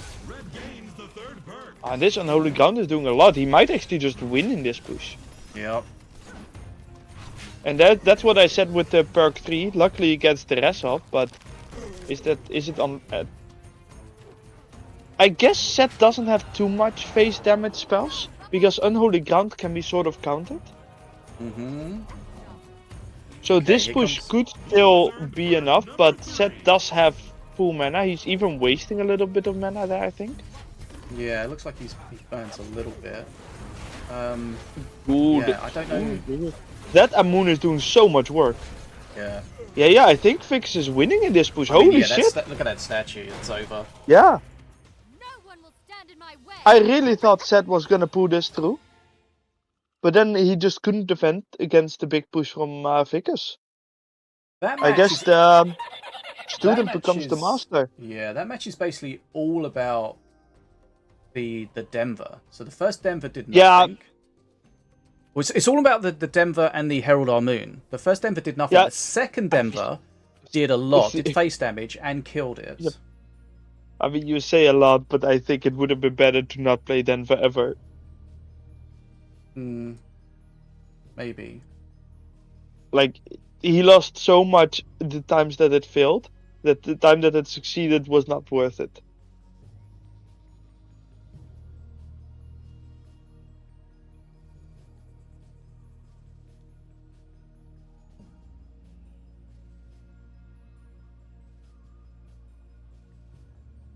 Okay, so Ficus takes that 2-0. Yeah.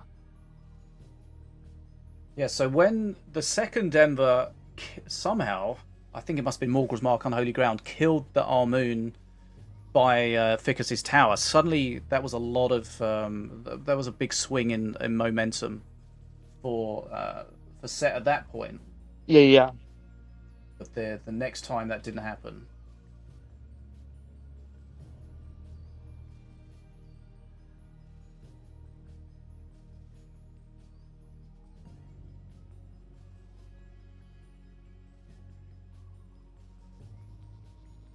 Right.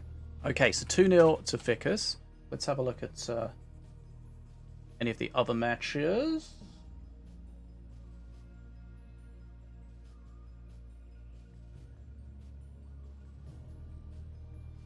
Yeah, I'm just kind of surprised how that went. I'm surprised that we didn't see some tech to deal with Herald Armoon in the second game from Set. Just play a beam and stop worrying about him. Because often the strat is to just get the Herald on top of a statue or something and just be awkward. DARKCROW won 2-0 and Ficus just won 2-0, and that looks like those were the only two still going. Okay, so let's just remind ourselves where we're at. So DSOO beating SENTERA 2-0. Ficus, we saw 2-0 there against Set. ANNO beating Narju 2-0. Destroy getting 2-0 against Barefoot Bilbo. VERBAILER loses to Benelov. That is a bit of a surprise to me. A DSOO stream coaching, I guess, helping out there. DARKCROW beating Strong T 2-0. Genki Bunny getting a 2-0 win against Electrifying. Wait, are there only 2 zeros this round? Seems like it. 2-0 there. Yeah. Epic Crimson. Surprised to see so many washes. I mean, it's quite possible that the matches were close, but...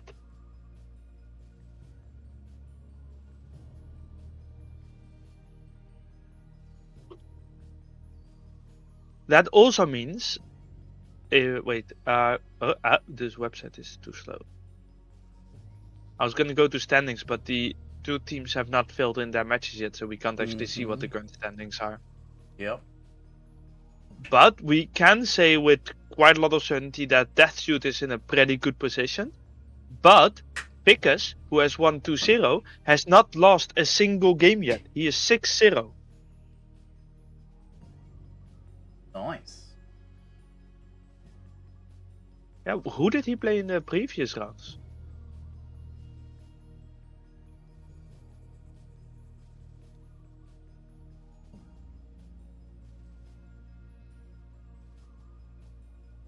Let's see. So in the second round he beat Destroy, and in round 1 he beat Adapted.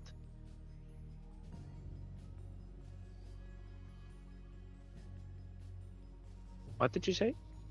Hold on, I'm seeing. Did you say DSOO hadn't lost? I'm seeing. No, I said that. No. I said Ficus hasn't lost. Ficus is 6-0. Oh, okay. Because DeathSuit has lost 1 game.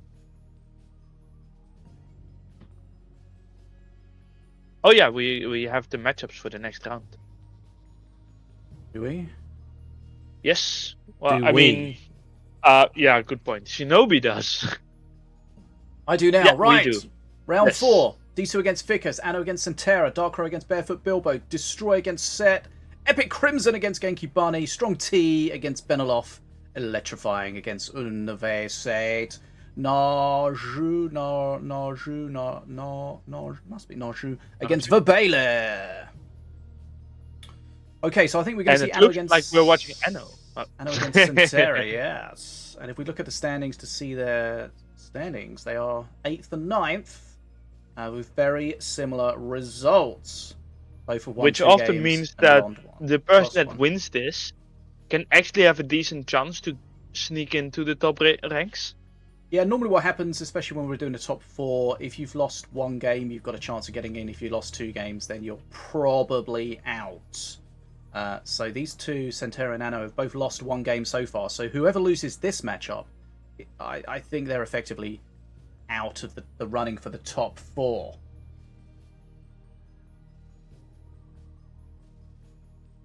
Right, so I'm going to get set up here for the match, and then we're just going to wait for the bans to come in. Anno historically liked to play a Herald Our Moon deck, and we saw in the previous round how strong that can be if you don't have the tech for it.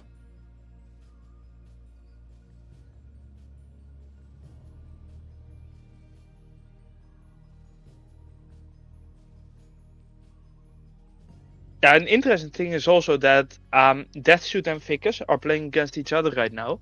They're both 3-0 in sets. They are the only two that haven't been beaten in a set, right? And Vickers is the only one that hasn't been beaten at all. Something is wrong here because it says that Vickers only won 4 games. Oh, perhaps one of his opponents didn't show up? It's possible.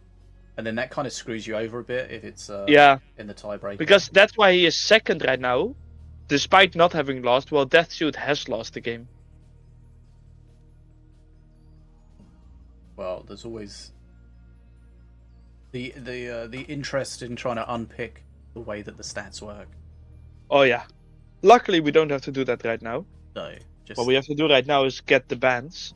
and we don't have to do that at all. Actually, the system does it, and it is what it is. And if you have any questions, ask Sinobii. Yes, ask Sinobii, who's also typing the bans right now, I think. Any predictions? I've got the prediction that we're not going to see Tronveer. I wouldn't be surprised if we see Herald Our Moon ban. I was just quickly looking at the stats for this season. Denver in solos, not very heavily played at all, and only a 47% win rate. So we have the bans. Very strange pick. Right. Yes. We have the bans. I know. Right. Anno has banned Tronveer, Wizard Puff, who did a lot of work against him in a previous match, Defenso Chopper, and Zips Zappinator. And then SENTERA has banned also... Wait. Yeah, also Tronveer. What are we looking at here? Tronveer card bans. Yeah, so there we say Blastmancer, Herald Our Moon. We watched that last game. And High Marshal Rystar. Right. So those are the bans. So both players deciding to ban Tronveer. Yeah, a little bit of a surprise, but perhaps they know something about each other or something. I don't know. Rystar is not a hugely played card, I don't think, in solos. Definitely had a season that actually had a few seasons where it was very, very strong. But yeah, if we look at the stats, it's standing at a 44% win rate in solos on the. I'm gonna be honest. I never liked the Legion mechanic. I hate it. I despise it. So therefore, I also hate Rystar. Fair enough. Right. So anyone that plays a Legion deck, be ashamed of yourself, please. Why don't you like it? Just to... It's very frustrating to play against because a single Legion is very difficult to efficiently counter for the deck, for the bridges. And then you kind of have to be lucky or unlucky with which bridge they go for, and yeah, I don't like it. Legion, of course, is where you get a Legionnaire spawning at your tower. Gets shuffled into your deck. When you get to it, it spawns at your tower for free. Various different cards that have the Legion mechanic that was, I think, introduced with Rystar. I think it was introduced with City Watch. I think it was introduced with City Watch, but I don't think it was called Legion at that time. That is quite possible. But the thing that was introduced with Rystar was the armor thing. The Centurions, the upgrade. Yes, Centurion. Legion. Yes. The Legionnaires, yes. Right! We're ready to go here. Anno against SENTERA in the 4th round of 5 Swiss rounds. Both players have won 2 matches and lost 1, so whoever loses this is unfortunately going to struggle to get into the top 4. I mean, more than just struggle, I think. I think it's basically mathematically impossible at that point.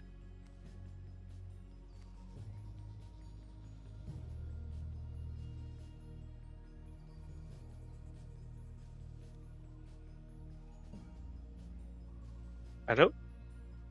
Hello! Sorry. I really thought that my headset had died.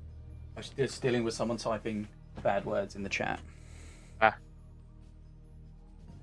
We cannot have that.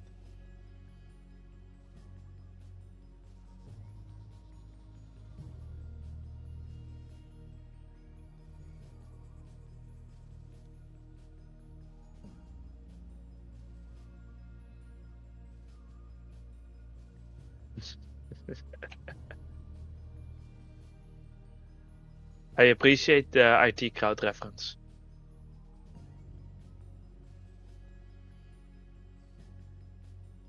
Okay, so we see a very slithery ANNO deck. Wait, with, are you in a match? Yes, ANNO and SENTERA have started. Oh. Okay. I'm a professional. You said you were ready. I was ready, but I don't know. I thought I added ANNO as a spectate, but apparently not. Well, what we're seeing is a Ravager versus a Milloween deck. Right, sorry about that. And Milloween is playing Rapid Response Reserves Response, whatever the name is. Yes. But also Dragon's Nest, which can get a lot of value. But let's see if he can shut it down. Look at the DPS, though, on the Brutus. Yeah, that Absolutely Brutus is not doing a murdering. lot. Playing a Horde in front of a Soul Stealer is a bit questionable, though. Yep. And remember, Soul Stealer now has... Oh, and the Living Statue is going to tank. Yep. And Soul Stealer now has Vampiric, so it will heal itself. Yeah, that's a wild change. Does it? It is still only on kills? Only on kills, yeah. Okay, good. But it can get massive heals on big units. I remember that someone was trying to push through that it would just be on damage, and I was like, then you have to remove it from buildings. Because that's just insanity. It is really awkward to play against sometimes. Slithering Summons is also always an interesting card.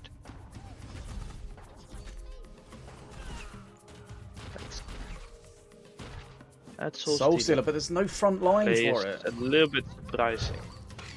Okay, let's see. I guess you don't need a front. Oh, yep. Okay. Oh, he missed two. He missed two. Yeah, but it's okay because he's gonna heal himself. Yeah, Vampiric. Yeah. Oh, okay. Oh no, he's just gonna die. Oh, and that's gonna attack a Scrat and not jump. Oh, well, I guess it jumped, but on a Scrat. Sometimes SENTERA really having careful. some decent control right now.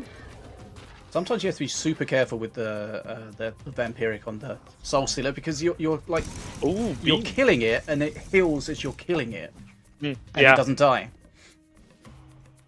Right, let's have a look. ANNO using the default perk, so he's just looking to do a big Terra Brutus push. SENTERA here. Remember, health is a resource. Let's see this. I just don't like this Soul Stealer with no front line. Yeah, and especially when there is counters. And Milloween seems to have a lot of counters. Oh, that is a good sucky suck though. What's it called again? Vortex. Don't quote me on that.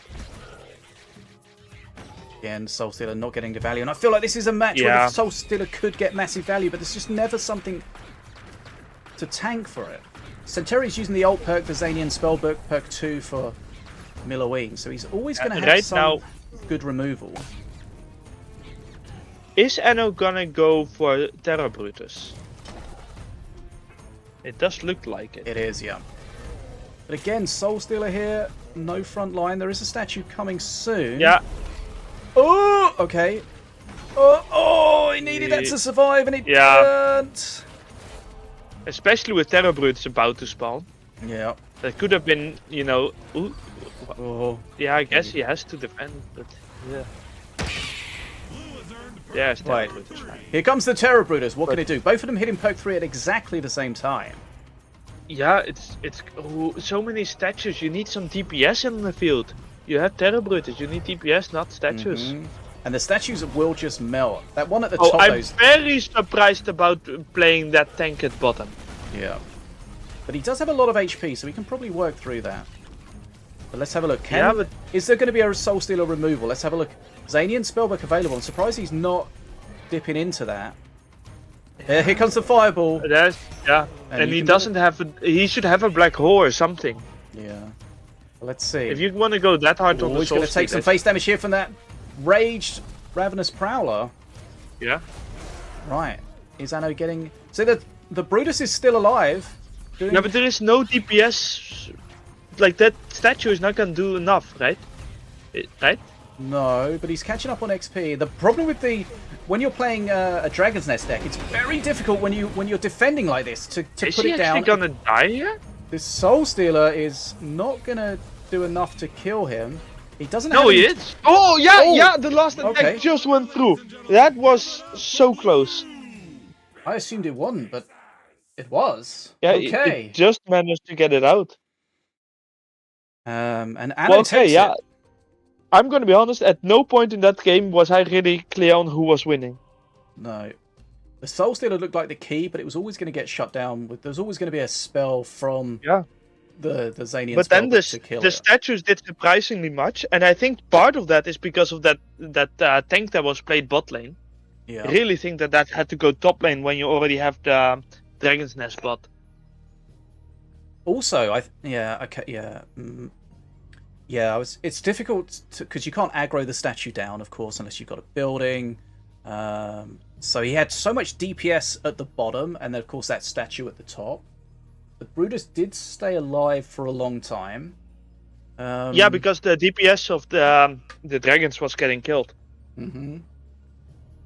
So yeah, I don't think the tank did a lot there. Anno he knew he just had to stay in it until perk 3, and then that was his window, and we know that that perk 3 for Ravager is always with that. Like it's your last chance. If you get it with that, you can win. But if you don't get it with that, you're probably dead. Yeah. Because you're losing 2 perks at that point.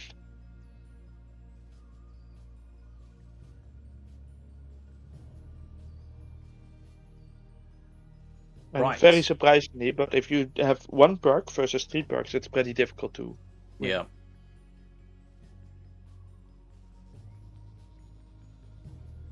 Oh, I know why I wasn't spectating, because I had to deal... Okay, god damn it, this guy needs a freaking ban. The guy I told him to naughty things. Yeah, I told him to stop, and then he immediately carried on. Right. I hope that wasn't Ficus, because I saw Ficus get a message deleted.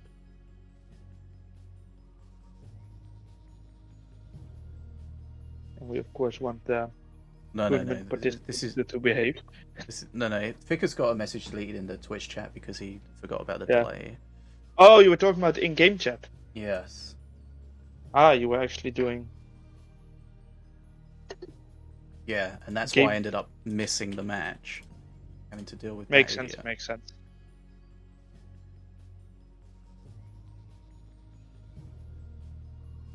Thank you for your service. No worries. Now we're of course waiting for match 2. Are we expecting some changes in the decks?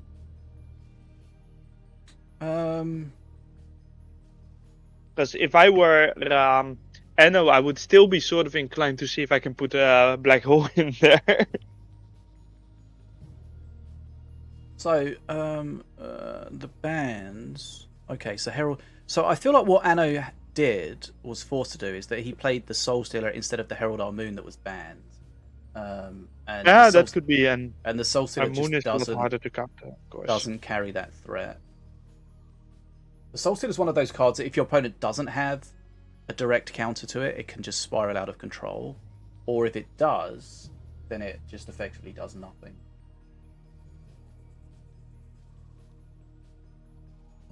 Yes, that is true. Wisdom hour with Fishy. Right. Oh, apparently I managed to unban that guy yesterday by giving him a 1 second ban. Nice.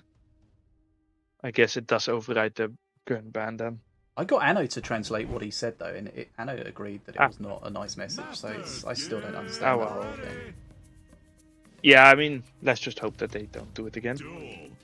In the meantime, the next match has started, and it's Mordor versus Middleween. Mordor. So Anno did change. It looks like it's base Mordor. Yeah, base perk Mordor, so looking to revive his own units. And did you know that you could do? I don't know actually. Did he sacrifice and then spawn? He must have done because they were active. I didn't know you could do that. Okay. Right, Anno doesn't have any horde here to deal with this, so it's a little bit annoying. But he is running a red golem, so... Yeah, I was just about to say it. Oh, that werewolf, though. And I don't understand why... Oh, wait, it's him that's playing it, of course. I was like, why would you give a blue golem there? But it's his blue golem. Oh, that stun cancelling the taunt was huge, this, actually. Yeah, but also just, I mean, the stun still. Right. Tombstone and then just whirly bottom. Yeah. Then just whirly bottom. Hello. Then hello. Okay. Oh, he wants to. Wait. Oh, how is that already red? It's always red now. It's always red. Oh, it's not oh, Jesus. Oh, yeah. I remember when that was made, and I was so unhappy with it. It's always red, but when it's activated, it has like rage and spirit or something. Ah. Good res for Anno. That is a good res. And he has Ting Tang Tung. And that is in range. Right. What does SENTERA have to deal with this? Yeah, I would not have been surprised if Anno would just... Oh, that's a shotgun. Yeah. I think he might just die here. Oh, that's a beam. He didn't do black hole. He has... Yeah, but he had black hole in hand. With the mana. Wait, who? Nobody has a black hole. What am I... Oh, sorry, that's a vortex. I'm a dumbass. I'm a dumbass. Are you watching a different match? It was a pink colored spell, and therefore I was confused. Okay. That blue golem is bonking. You know it's called a black hole, not a pink hole, right? I wish I hadn't said that. Yeah. Oh. Right, what does SENTERA do here? Another beam? He's doing well. Those spirits not landing anyway. He had stuff in his hands. Yeah, and Ting Tang Tung was also just killing him, even if the blue golem didn't get there. Okay. He was waiting for the iron grenade. I think he would have been better off getting those ravenous swarmers down. It's also possible that he had kind of already given up on that one. Okay, so we saw Anno struggle with a Mordor deck earlier. This time, did much better.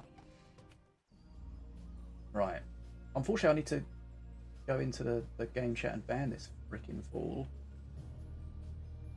Oh yeah, I would have helped, but my game chat was just disconnected at the start, and you know. Okay, chat ban.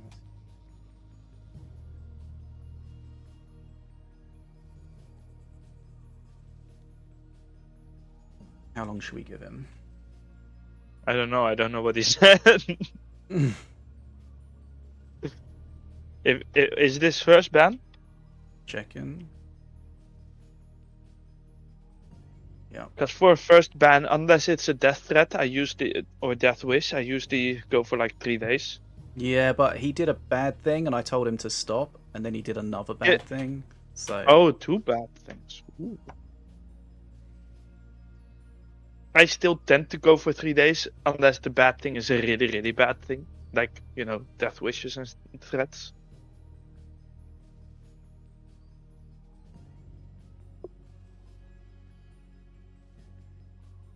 Oh, we are swapping over to watch DSOO and Ficus.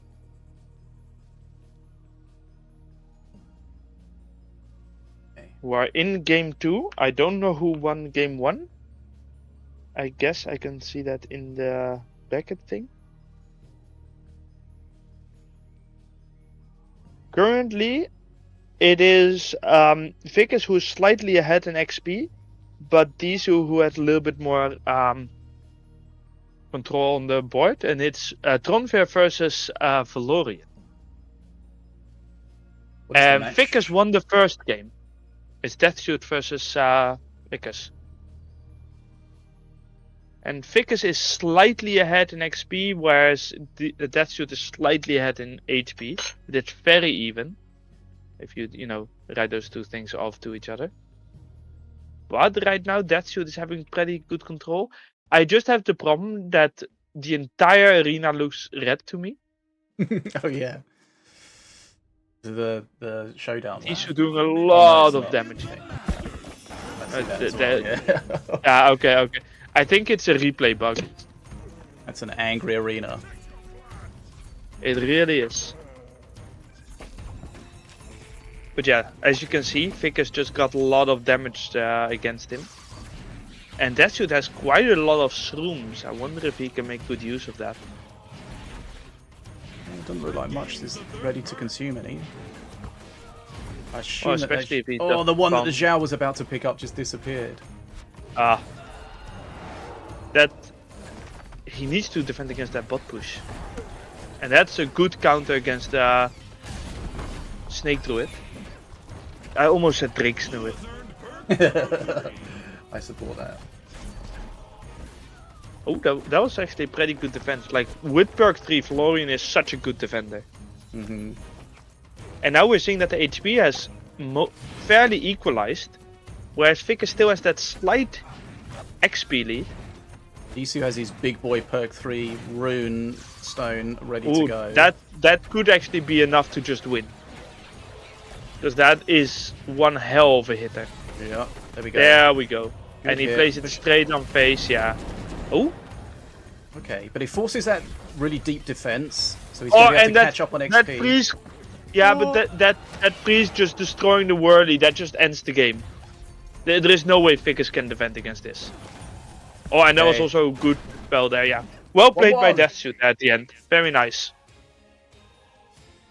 It's so difficult to defend when the opponent has that perk 3 with the freeze that happens. Yep. Because that whirly would have actually dealt with a lot of that top push, I think. The thing is, whatever you spawn is going to get smacked by the wind rune, it's going to get frozen by the frost rune, and you're going to have the ancestors there as well. Yes.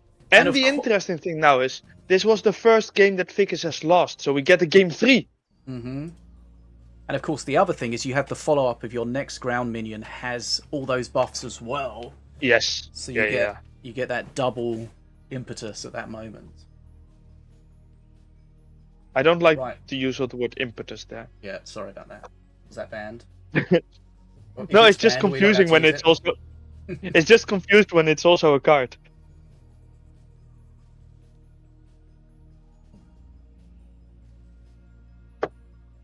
My first thought was, wait, impetus?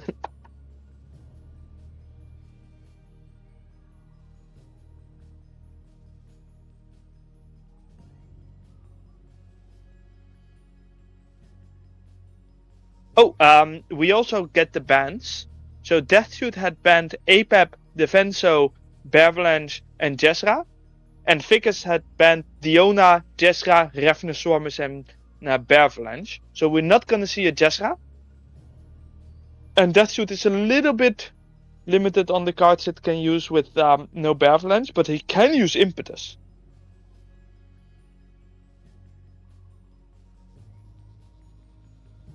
Right.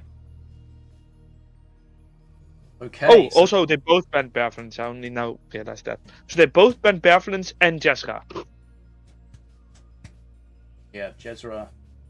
As DC mentioned a little while ago, Denver, and this was talking about Set and playing Denver. I think maybe Set hasn't played for a while, and Denver used to be really OP in solos. But we don't And that really he got see that replaced anymore. by Jezra, basically. Yeah. So he was like a few months behind on the meta there. Which makes sense when you don't play for a little bit. And then, after a couple days of playing, you kind of catch up with it. Mm-hmm. But if Seth decided not to practice for this game, or didn't practice enough to see the full meta. But we're loading in. Right, we have a decider. What do we get? we get Diona versus Tronfear. Wait, is that what we just saw? No, we had Pretty sure this is Gloria. what we just had as the matchups. We? Oh yeah, Florian, you're right. You're big brain. Right. Is DC playing the same deck? Maybe. It looks a lot the same at least. Because I'm seeing the spiders, I'm seeing the salads, I'm seeing the pincer. Yeah, I think he's just playing the same. Yeah. Can't blame him. No. Both players playing very heavy control. Ooh, that's a nice. Oh, that was a nice one. Oh, he takes the bridge And as well. How does that bridge stay blue? I guess that Talok was still doing the taking over animation. And remember, it takes, I don't know, what is it, half a second now to take a bridge? I don't remember the time, man. It takes X amount of time. Check it on the wiki. I guess the bridge must have been blue before they both ended up on there. Yeah. And then they weren't on there long enough for him to... Actually, it didn't have to be blue before they both got on it, because the moment one gets on it when it's neutral, it immediately gets captured, right? Yeah. So the boomer instant captured it. Oh, that fear actually being enough. And look at that massive damage that those spiders are doing. Holy shit, that did 16 damage, people. 16. Count them. I love how absolutely, impotent the spiders are against this. Yeah, but the poison though can be insane. Yeah. If you're running, especially with a Talok or a Gong, or more specifically the mother spider. The mother spider is not a spider. Yes, none of them are spiders. They're spiderlings. Desert's Doom. They're ling spiders. Onkahesh. There, I dug it out of my mind. Very impressive. Okay, decent XP lead for Fickers here, but has done some decent damage to DSOO. Yeah, and that was a nice pincer again. Yeah, and it calls to basically... Right now, Fickers is just ahead in all metrics. Yeah. I mean, not in having the bridges, but you get what I mean. That reboot. The pincer was nice at the bottom. They totally burnt. Oh, but now look at top. The bridge was actually captured by the other one, the sentry, when the reboomer did boom. Oh. I'm kind of surprised about that. Slightly different timing, I guess. I guess the explosion happens a frame after the boomer dies. That almost has to be the case. And that's probably done to make sure that when boomers attack each other, they both do the explosion.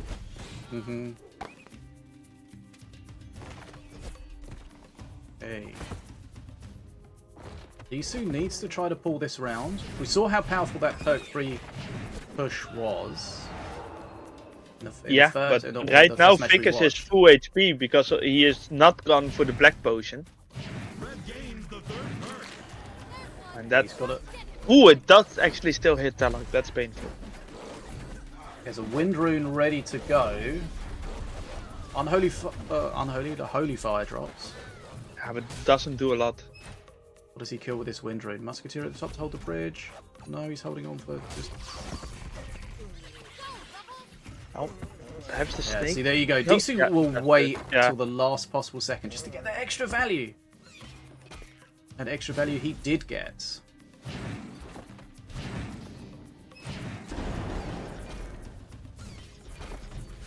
Doesn't really have many spells to just throw away to juggle that Jing, try to keep it alive. Also, I didn't even realize, but he's playing the alternative perk on Tronfear. Is that the normal perk now? The main played one? I'm not sure. So it's now he has 2 wind.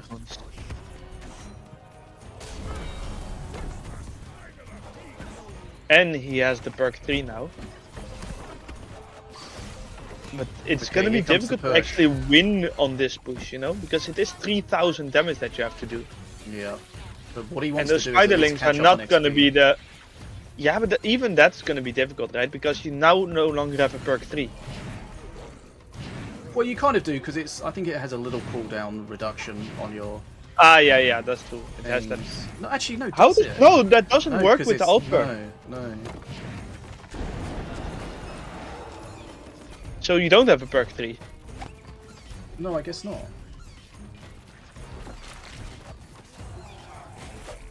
Rune carving cooldown reduced by 5. He's using runic Yeah, but that's attunement all. though, so it doesn't do anything. Yeah.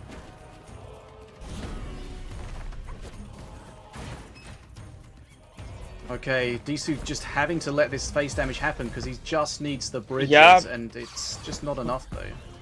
Yeah, I think that Figures is gonna have this one. It's very difficult to see how Deathshoot is gonna push through with this. Especially because he gets wind runes, you know. Which, you know, it is a good spell, but it doesn't really give you that I'm gonna kill the opponent right now when you don't have enough push in your deck. And I don't think he has enough push. Like, he has the salads, but that's about it, right? And he's not gonna get a lot of the ancestors. No, I was getting a lot of ancestors when I was playing a curse deck. Lots of spells. Yeah, but with this That deck, was- he's just not. No. Yeah, I'm Wind Figures Rune- being in Mana Frenzy. He Yeah, clearly it's just- cheated because he has 203 XP. I'm sure it's the buildings give you the wind rune unless they change that round.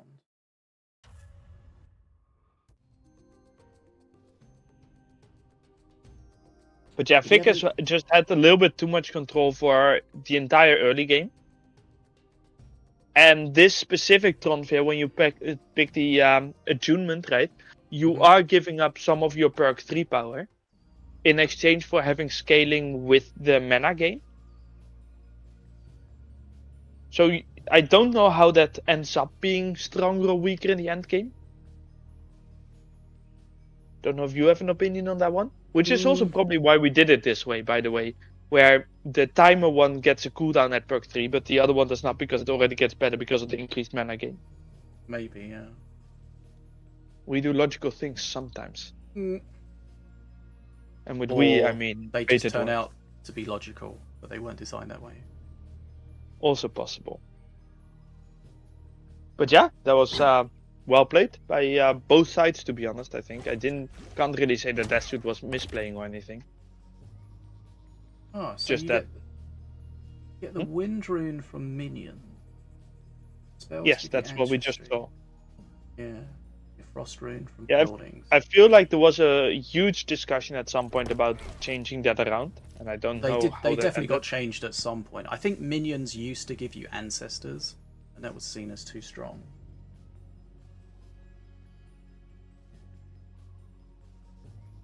I feel like that seems unlikely. I would have argued at least very hard against that because it's no fun to give a thing itself, Yeah. you know? Right. I'm just going to take a quick break and then we'll have a look what's going on. Yeah, not a bot until proven says if only the alt perk images were any use. I mean, the Tronvir one's the one I struggle with the most. I also, recognize it just because that orange streak. and also it was difficult at the start to get used to because the runes are so similar as well when you're looking at them in your hand. I do not have that problem at all. Are you colorblind? No, BRB. Serious question, because that could be a reason why you have trouble No, with no, it. no. See the colours. Saga, do you hear that? He thinks he sees the color, but actually he doesn't. He's really colorblind. Yes, you're all missing the opportunity to see Saga because I don't have a webcam.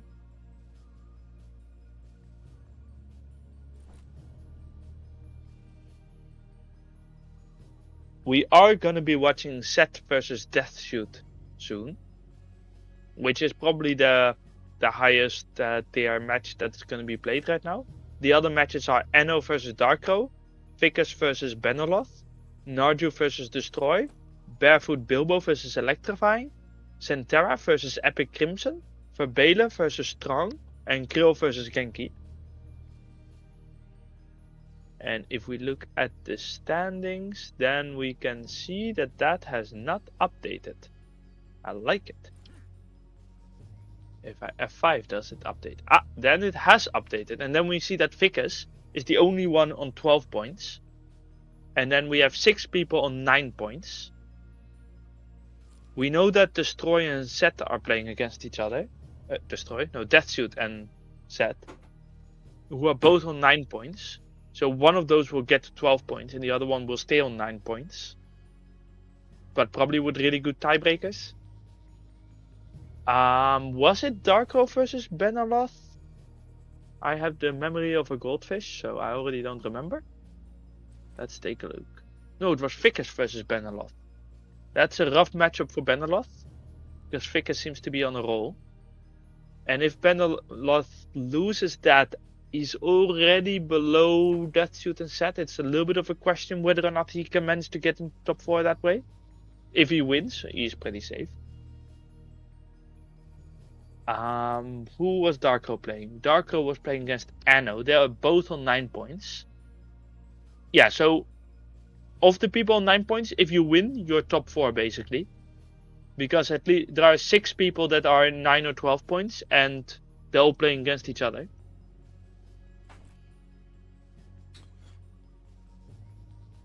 Hello, Fishy. Right, I'm back. You talking to yourself? What? I was just monologuing about the standings. Nice. Okay. About how we have 6 people on 9 or 12 points, and they're all playing against each other. So whoever wins there is automatically in the top 4. And then one person with 9 points will be in the top 4 as well. Okay, so round 5. This is the last of the Swiss rounds, so last chance to get points and get into that top 4. Anno against DARKCROW, Zet against DSOO, Vickers against Benaloth, Narju against Destroy. I did already do that. Okay. Well, I'm not doing it for anyone else. I'm doing it for myself. Okay. I mean, if you were showing it on screen, that would also help because I was just... I am doing it, yeah. Barefoot nice. Bilbo against Electrine. I was trying to do it before I was so rudely interrupted. Yeah, that's why I'm here. SENTERA against Epic Crimson, VERBAILER against Strong T, and Unve Say against Genki Bunny. But remember how you earlier said that with 2 losses you basically won't get in? Unless I misunderstand it, I think one person with 2 losses is gonna get in. Because the top 6 are playing against each other. That means that 3 of them will have 1 loss and 3 of them will have 2 losses. Unless Vickers loses against Benaloth, then he would have 1 loss and Benaloth would also have 1 loss and 2 others would have 1 loss. But if Vickers wins, one person with 2 victories will get in the top 4. Okay, I listened to all of that. Nice, good job. We're very proud of you. Okay, so point is, Vickers is definitely through. And of all the others in the top 6, if they win, they're definitely through.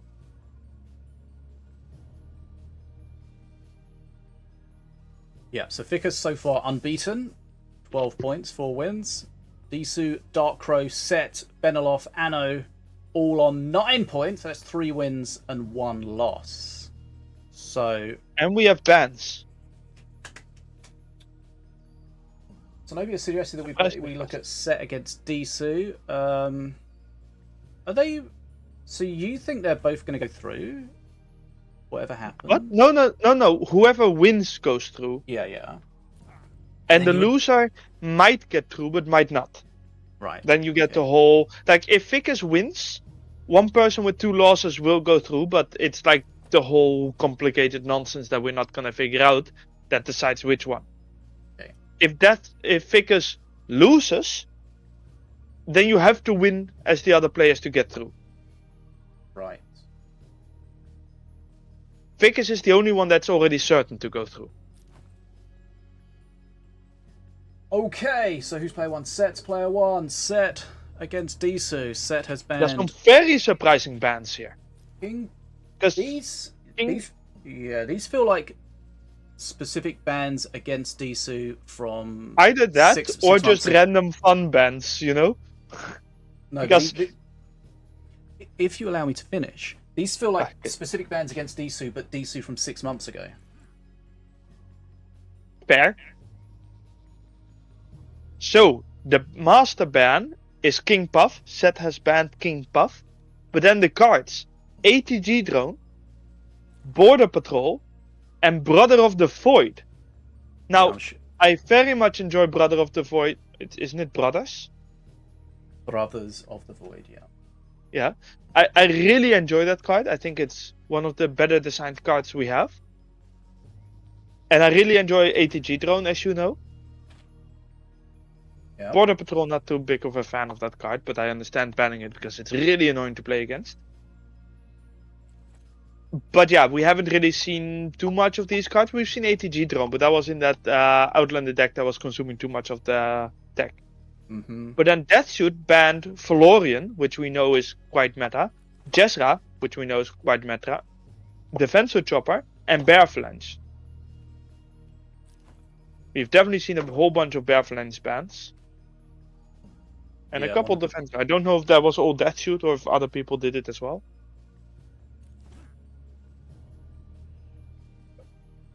Right. Okay. Yeah, so I feel like that King Puff, DSOO had a King Puff deck that had all those cards in it.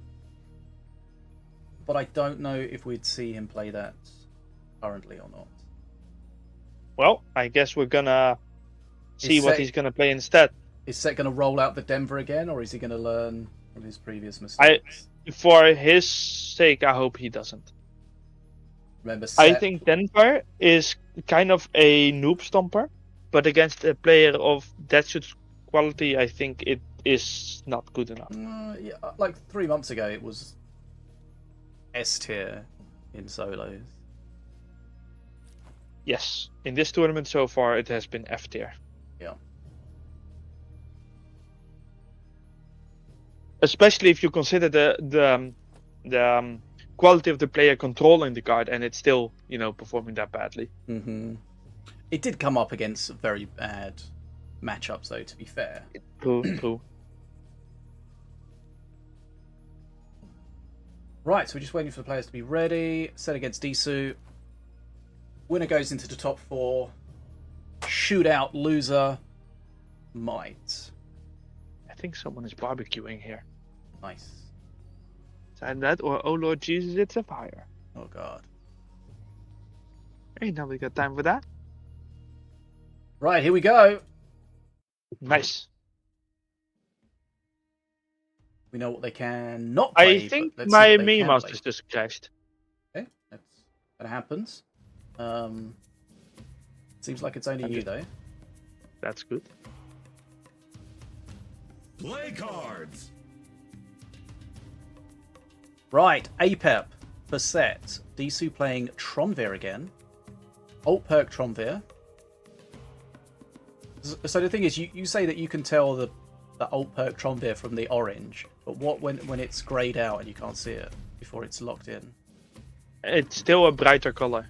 Oh, and the other thing we noticed, I think you mentioned this. Do you remember like where the XP fills up? It's blue for both players instead of red for player 2. Yeah. Set burning mana to start with. Not a fan of that.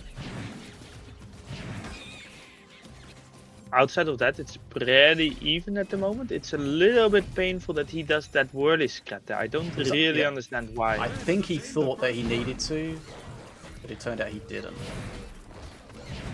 Right, Was once that bitten. once bit? It was indeed. The Drake Snuit is not having fun. That was not Right. intentional. Oh, he didn't quite get the shock rock on the musketeer though. That is painful. That gives Set a little bit of pressure time lead thing, something. Mm-hmm. Or Defenso Oh, says, Defenso hello, is very you're strong. all dead. Yeah, because luckily it was Deathsuit that banned Defenso, so he's allowed to play it himself. Have you ever considered doing it where if you ban it, you're not allowed to play it either? No. Okay. I love the lack of clarification. Did I stutter? No, you were very clear. That's what I thought. Yeah, he's actually winning that top bridge. That was awkward for the Musketeer because he like riposted upwards, so he was off of the bridge. No, but there was also a spider that survived. Yeah. And if it's neutral, you insta grab. So perk it's 2, more just that there were enough. APEP perk 2 for Set is using the alt perk, so he will be copying cards, choosing from 4 from his opponent. There we see he's in the book, grabs the Defenso, gets it for cheap, but it is slowed and poisoned, unfortunately. But it looks like it might do just what it needs to do. Right, we're going to see the werewolf again here. Yeah. DSOO's really good at using that once bitten. It kind of surprised me that that actually worked. And now you get the thing where APEP is spreading his attack, so even though he's good at dealing with Swan, he does sometimes have the problem where he actually kills things slower because he spreads it out. Mm-hmm. Wait, what? What happened with those spiders? So I think, okay. Oh, I know what it is. They spawn with poison on, but because the poison like ticks immediately or something, they just immediately die or something like that. Okay, that because that was weird. Yeah. I hadn't seen that one before. There's another one where if you get slithers, the standard slither bound from your opponent as the first option or as the default option, they sacrifice themselves to rage themselves, but they're dead, so you get nothing. That's just beautiful. We're here, so we're angry, we're dead. They just are so angry they instantly commit suicide. Yeah, but they didn't get angry until they died. They didn't die angry. They were angry after death. Anyway, okay. I mean, I would be pretty angry if I have to kill myself. Right, perk 3 for Set means he gets a free form on a card. Oh, but that's that. Ooh, that's a nice one. Remember, DSOO's going to have that power word stone. Yeah, and Set, of course, using the alternative APEP perk does not have the power of just ignoring some of the damage. Yeah. But has plenty of HP. Yeah. And has a small XP lead, so he can actually give up a little bit of XP without it being a huge issue. Also, the word stone has already been used. I don't think it's come yet. There it is. Oh, there it is. Okay, I was confused about it. Like, because you don't get it until your next one becomes the word stone. So oh yeah, that's which how can it be works. like depends on how it works out. It can take you ages to get it. Yeah, I kind of forgot it wasn't like the other cards where you just get it, you know. Like if you've just used a rune yeah, stone. especially because he's using the alternative perk, so it's sort of reliant on you playing cards. Yeah. Right, only 10 XP behind for DSOO at the moment. Yeah, and Set has actually lost a lot of HP. Yeah. And the defensive chopper is doing work. Kind of makes sense that that should band it if you see how strong it is. Yeah, and that werewolf. Nice wolf. That shot's so smart. It's not keeping the bridge though. He knows that the minion versus minion interaction so well that you very rarely see him make a mistake and not get his wolf. Yeah, when that happens, it's usually because the opponent did something extra afterwards. Yeah. He is also keeping that Jing alive. Yeah, that Jing's... That's Jing, right? It's a Jing, or is it a Zhao? Who knows? What color is it? It's hard to see. Exactly. See, I'm not colorblind. Okay, DSOO thinking about the win condition here, that he needs to get that face damage in, so he's trying to do everything he can to get some. Just as a side note, you not being able to differentiate the colors is not a good sign of you not being colorblind. Listen, you're asking me to differentiate between a dragon that's green and a dragon that's green. Yeah, but I mean, I'm just saying that you going, see, I'm not colorblind was not a good argument there. Right, XP Set hits Mana Frenzy. DSOO doesn't have any direct face damage, so he can't close this game out. I mean, technically he does, but not I mean, he enough. has the shock rock, but it's not going to do anything. It's going to give him ancestors. Oh, that werewolf, though, doing a good job. Oof, okay. Yeah. I mean, it's still mana frenzy, you know, like, Set will have control again. It's... Oh. Okay. DSOO's doing a great job holding on, but it's going to be unfortunately Yeah, but not the mana enough. frenzy is just... And don't forget, Set has Chain Lightning, right? We have a winner. Yep. Okay, Set takes it. It was close, but he was always sort of ahead on XP. And that was his win condition. DSOO did realise that he had to take the game to Set, try to close him out, but he just didn't have that face damage. When you're shock rocking like the opponent to try to get your defensor on face to do a bit of face damage, then you know you're struggling a little bit, because we know that defensor is not going to do much face damage. He was trying to keep his Jing alive as well. I mean, he realised that was his win condition. Yeah, but sometimes your win condition cannot be met. Right. And he did hold on pretty well against Mana Frenzy. Yeah, but runes that's were helping always out. a losing battle. Well, not always, but that's usually a losing battle anyways, Mm-hmm. even if you do actually work pretty well.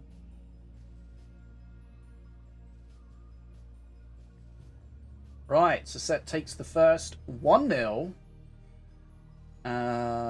Let's have a look. A cheeky little glance at what's going on elsewhere. Anno against DARKCROW. DARKCROW's a game up there. Set against DSOO. We saw Set take the first one here. Ficus has taken the first game against Beneloff. Destroyer's a game down against Narju. Barefoot Bilbo's a game up against Electrify, and SENTERA's beating Epson Crimson. VERBAILER against Strong T. It's 2-0 up, and that game's over. And it's 1-1 in Nevesar Sate against Genki Bunny. But back to our main event. Let's get ready to Minion. Oh, felt a bit cringe doing that. Yeah, I'm not gonna deny that. Right, game 2. Set APEP. APEP versus APEP. APEP, yes. The Mecha APEP skins meet. And I like how it's also red versus blue. Red versus If you blue. look from Perfect, the right side. yes.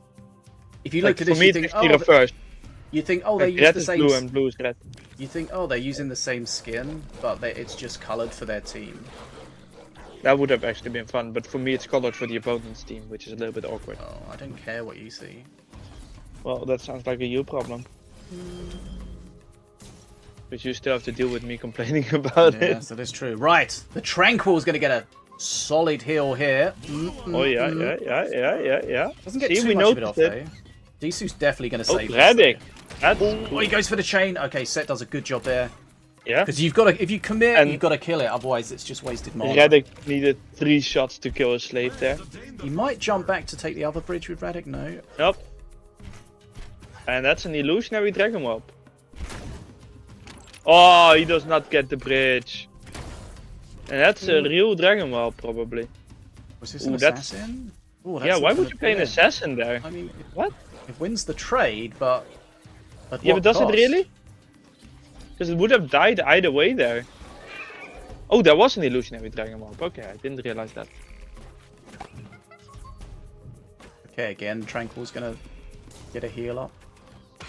Yeah, although this time it might actually... Oh, okay, No. it might actually do something. Disu will not allow it to die. But Set does have that XP lead to start with. And we saw in the last match that Disu was just behind all the time on XP. Oh, Yeah. Musketeer. Oh, there's a Oh, nice stun there. that's But nice!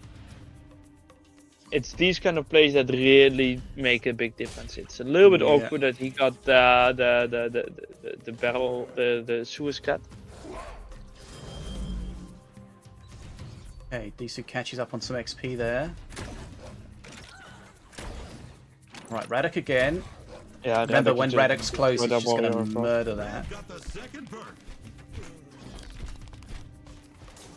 Oh, is he gonna walk bot lane? Yeah, he is. So you look at Radic killing this 2 hits there to kill a Grenadier that was basically already dead. Oh, Oh, the taunt Okay. did not get in range in time. Oh, look at that. 9 damage per shot, people. So much damage. Oof. Oh! Why did Nice he get jump, stuck? Ooh, that he got that extra shot in was pretty You say nasty. why did he or why didn't he? Why 'Cause he did he? was- I thought both stuntlances had already attacked him. I guess not.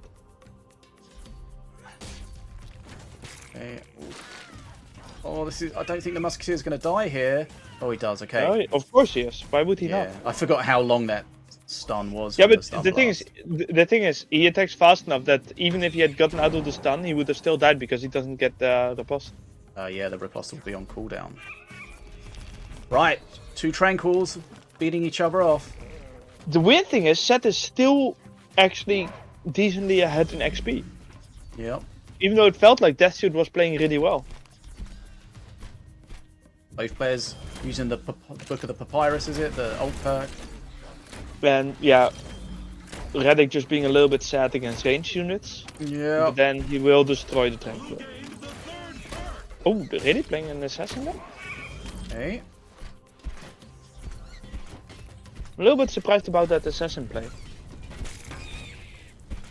A little bit surprised about that stun block. He really wanted to keep that Tranquil alive. Assassin on face, but that's not really Yeah. that important right now. Set has a lot of HP.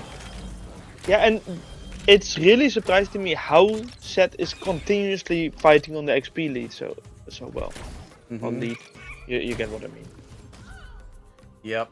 We saw in the previous game he was ahead most of the time, and this game he's also been ahead most of the time. Yeah, and I honestly am not entirely sure how. Because I feel like DSOO is winning the trades, but apparently he's not.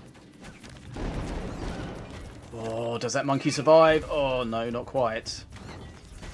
Right. Oh, look at that. Crossbow It's the Clubhouse. guild, clubhouse. Yeah, just out of range, unfortunately, but we'll spit out. I mean, Some unfortunately, dudes. depending on who you are. Oh, sorry, we're boring you. Assassin bot lane. Oh, again, a nice shock. Oh. That monkey might heal, though. Monkey's going to heal. Oh, okay. No, he's not. And the spectator just joined. Nice. 20 XP. That shot needs to do something. Yeah, it's really surprising to me how Seth is winning this. I guess there is just something in the mana usages that allows Seth to just spend that mana on bridge grabs. Okay, what's Radic going to do here? Okay. What? What? That shot needs to be careful he doesn't spend too much mana on this Radic at Yeah. the bottom. Like, he's going ham on it. Did he give up? I don't know. That was weird. Because there was a lot of mana for nothing. Like, I guess the idea was not losing bottom bridge, but I do not like that. Ghost comes out. Ooh, he's going to get the Musketeer, goes for the chain, doesn't get it, and burns the chain as well, so I think he'll be okay with Yeah. that. Even if the I chain think has Seth has killed won this. it, you've got 4 mana value from that. Ghost. Yeah, but look Right. at the XP. It's. I think it's over. DSOO has no health, and is 20 XP behind. Yep. And 20 XP when you are at Mana Frenzy is a lot. Yeah, there's no way he can hold on. He's got no face damage to tank with. No shield to hold on to. Well, let's have a look here. What's Set doing? Probably Not too saving much up right mana now.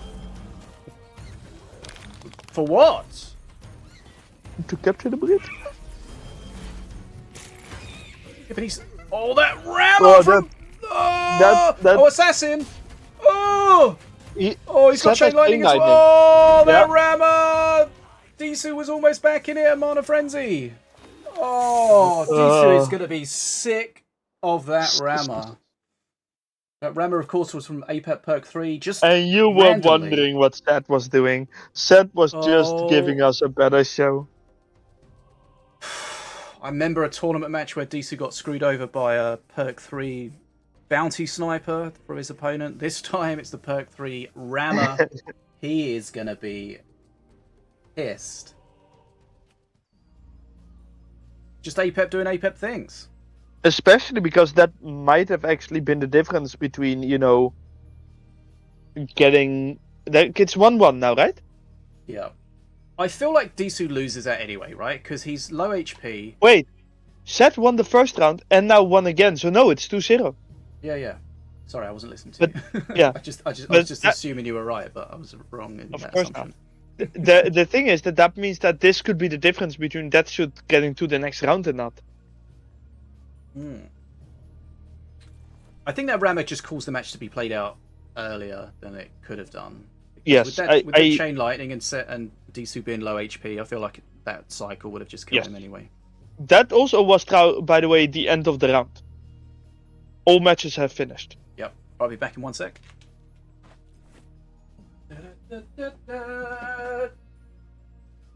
And that means we have our top 4, and it looks like it didn't matter. DSOO is through anyways.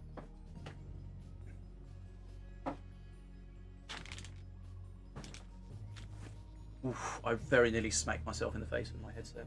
Yes. But DSOO actually managed to be the one person with 2 losses that got through.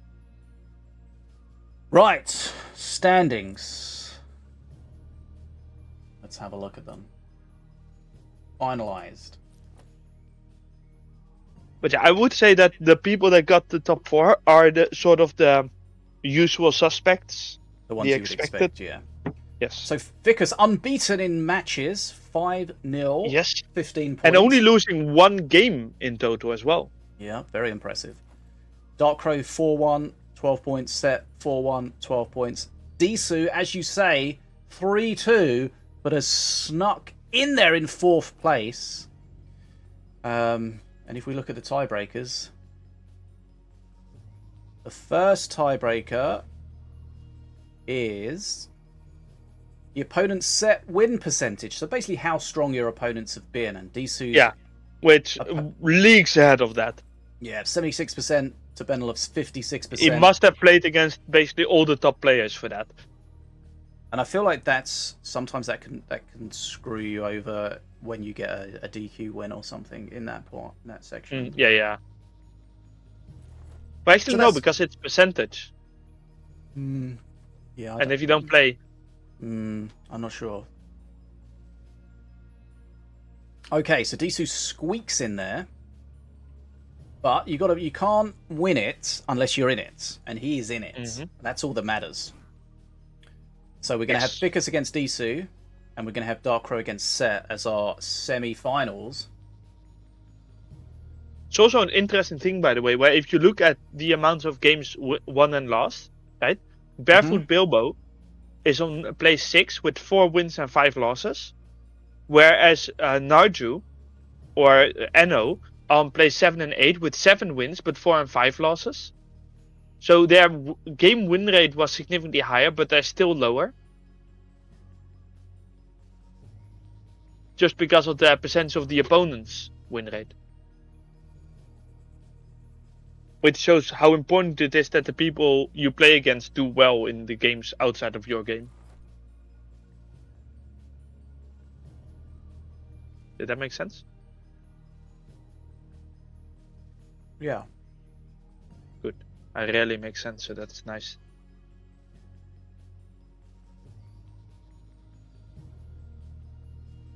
We also have the matchups, which is, number 1 versus number 4 and number 2 versus number 3. So we have Vickers versus DSOO and DARKCROW versus Set. Okay, so that is our top 4 decided. Thanks for joining so far, everybody. Of course, we're going to have our top 4 shootout next. But congratulations to everyone that's got this far.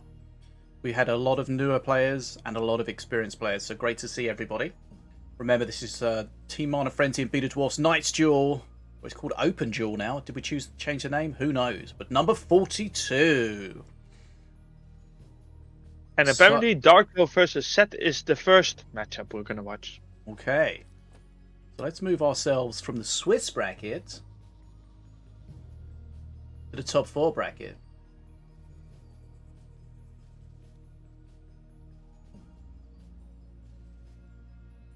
So, Vickers qualified first against DSOO, qualified 4th, and then DARKCROW, I think it was 2nd against Set, who was 3rd. Now,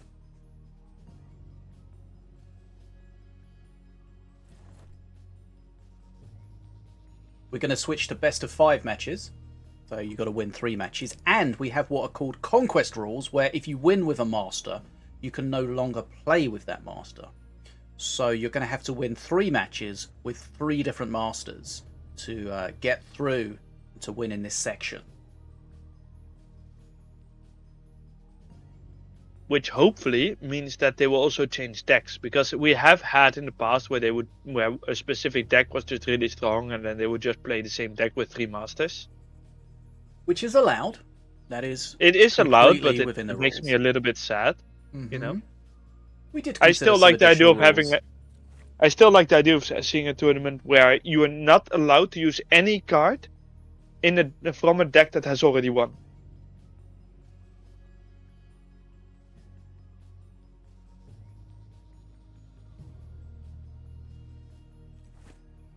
Of course, that would be sort of interesting. held to double check, you know, but it would create some. It would give the limelight to some less played cards, I think.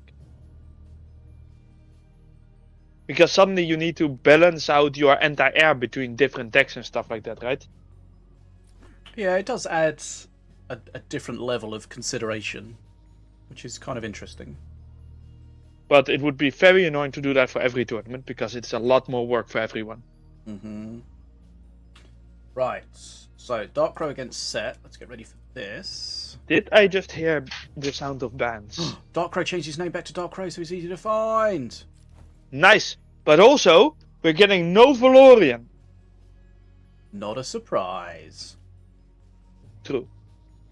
The other bands, though, are all different from each other. Set still thinks Denver is really good and has banned Denver, Harold Amoon, and Morgrel's Mark. And DARKCROW has banned Snake Druid. I almost said Drake Snoot again. Snake Druid, Jezra, and Whirly Scrat. And banning both Jezra and Whirly Scrat makes me wonder if DARKCROW wants to go a little bit swarmy.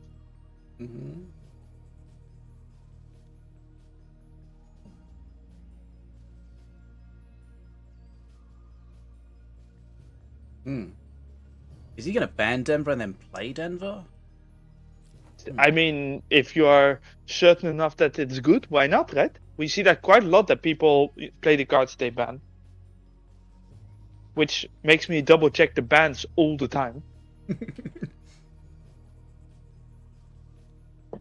And when I suggested, asked if you had considered or ever thought about, you just went, no!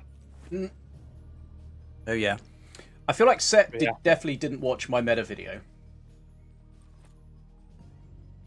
Did your meta video have a part in it where you said, Denver is not good anymore, you shouldn't play it, stop doing what you're doing? Not specifically, but if you read between the lines.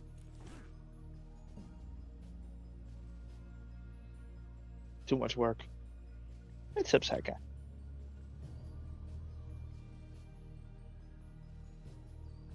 Are you ready? Almost. I'm just seeing you eat on stream. Biscuit time. I should make myself some food. Right. Semi-final time. It is kind of food o'clock, isn't it? Always food o'clock. Oh, that's how you get fat. Rude. But I wasn't calling you fat. I was just saying that if it's always food o'clock, that's how a person gets fat. Okay. Right, let's see if we can start a prediction quickly for this. I was really considering whether or not I had to add like you on there. Oh, hold up. Set and dark. I decided not to. I messed something up. I messed something up! Oh. So you're not ready? Right. No, I'm ready. Well, it's Set versus DARKCROW. That usually has some waiting time in it anyway, so you have time to fix it. Right, Set against DARKCROW. Right, okay. Set, DARKCROW. Set. Okay, Saga, I know I said it's food time, but not for you. Well, you have food. Made. What did you do? Oh, you mentioning food in front of your cat. Well, to be fair, she's deaf. She doesn't actually hear what we're saying. Oh. Can she lip read? No.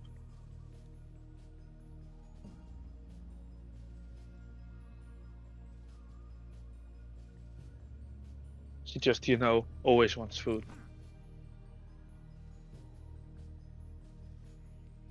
I knew a gynecologist who could lip read.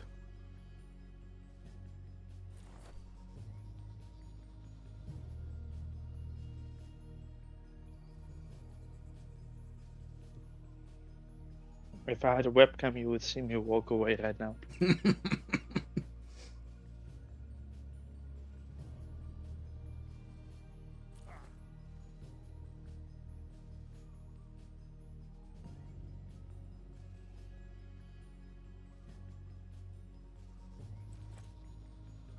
I have another joke, but it might be too bad to say.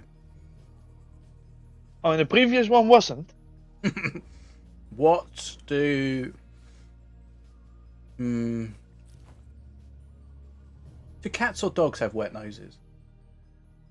Yes. What do cats and short-sighted gynecologists have in common? They have wet noses? Yes. Oh, you've heard it before? No! you cannot first say the punchline and then the joke! I'm still working on my delivery. You should work harder. Okay, At least the game has begun. Yep. And Volko versus Milloween. You saw how DARKCROW Already split his horde then, one to the top, the rest to the bottom to fight. That's a lot of spells for on Volko.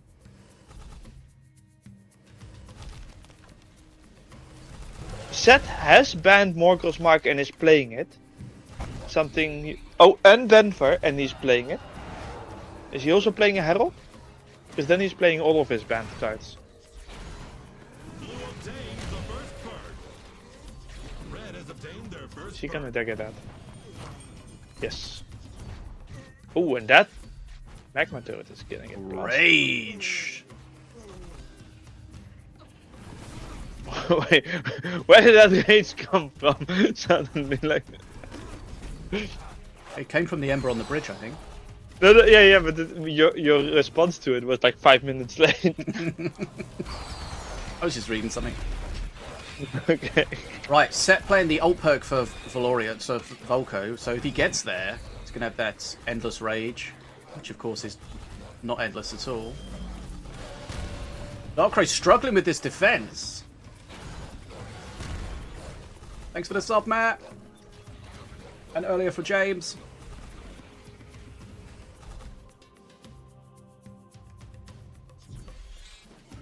A lot of face damage, and you've always got to be worried about that playing against Volko with those raged units. But again, Denver. Let's see how Denver does. He's really on the Denver train. DARKCROW has banned Jessica and is playing Jessica. Right. We're really seeing the banned cards being played over here. Yep. Okay. Let's see. So now this could be. Those elite swarmers did not do a lot. No. See, you just spray them out at the end there. It's going to hold the bridge for a little bit, but well, not really at all, actually. Okay.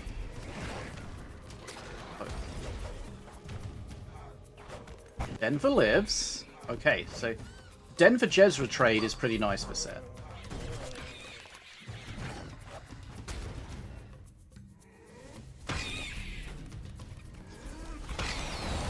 And the thing with Denver is often the way to deal with him is to let him get on face and then deal with him. But you've got to be careful. If he's raged, he's going to be doing a lot of damage.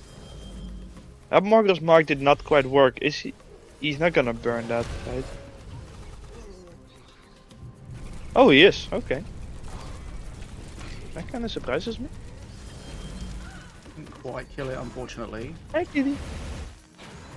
Okay, so Set getting close to perk 3, the Infinite Rage, where he's going to get that big mana Oh, he's playing the alt perk 3. Nice. Yeah. DARKCROW playing the normal perk for Milo.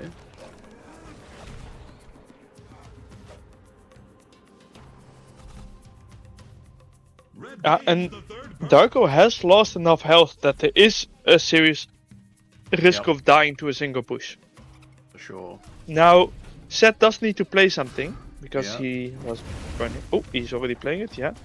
Yeah, I think he was very worried about getting slowed, but he ended up getting slowed anyway. Right. Yeah, that Denver's gonna be... that Denver's getting... not really doing too much. No, Jezra gets some and value here. Ooh. Genver... Morgul's mark on Jezra is also a little bit strange. Yeah, you're kind of feeding it almost. Yeah. Right. And that Denver is just slowly getting whittled away. Yeah, so you see here, you see the Jezra, just elite swarms Yeah, on it does. face. Yeah, Jesus. Like, how do you get through this? You can't play anything Luckily, little. luckily Foco has a decent amount of AoE. Otherwise, Seth would have just died there. Yeah. Okay, both players taking massive face damage. That Denver getting slowed is painful. Yeah, the thing is, there is no perk 3 for our Seth. No, it's come and gone. Whereas, of course, DARKCROW has the perk 3 still.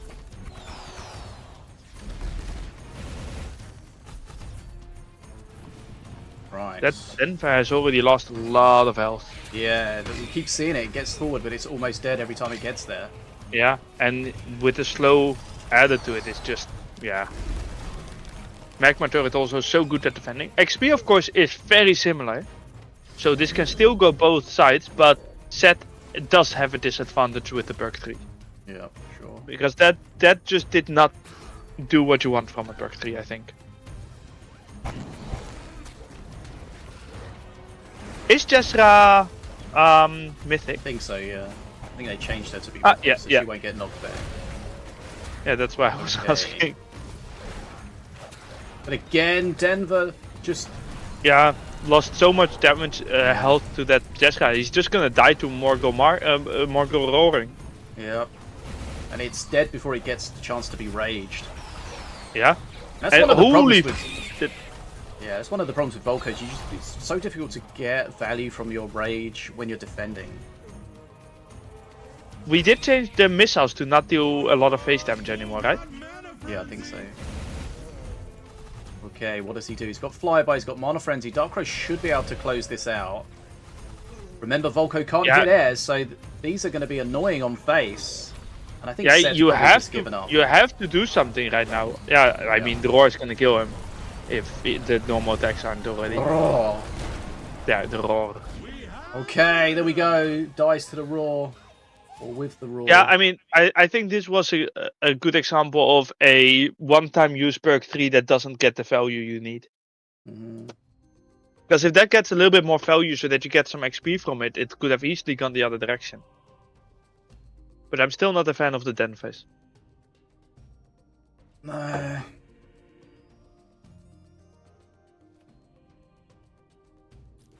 The fact that Jezra is mythic kind of shuts Denver down a lot.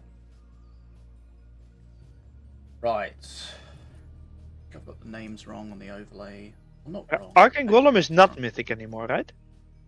No. But you can't have more than one because of the way it works. Yes. Except if you are Mordar. You can steal your opponent's one and keep healing it until you can steal a second one. Okay. Or you could split it, I guess. Ah, yeah. Okay, Good argumentation. so DARKCROW won that. Yes. The name Yes. back to front and it confused me. Right, DARKCROW 1-0. Remember this is best of 5. So DARKCROW played Milloween. Can no longer play Milloween. Won with Milloween. Could no longer play Milloween.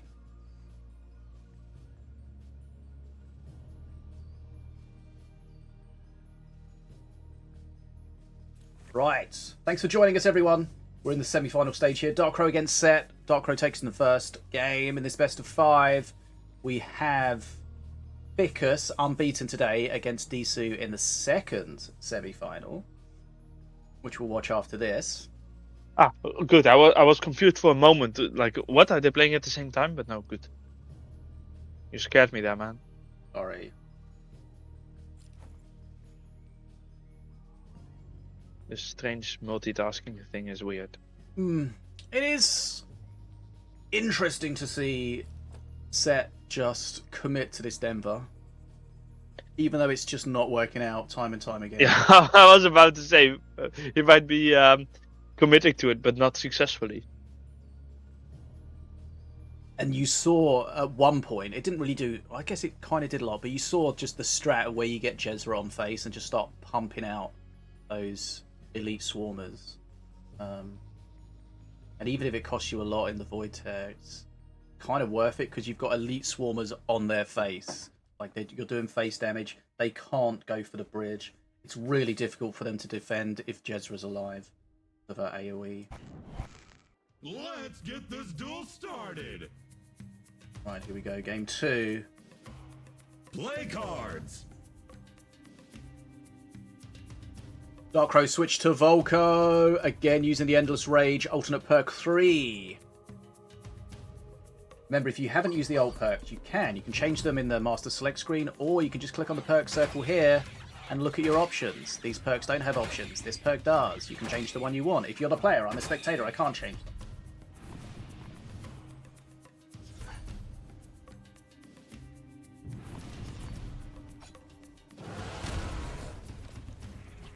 That's very aggressive information. Blue has unlocked their first perk.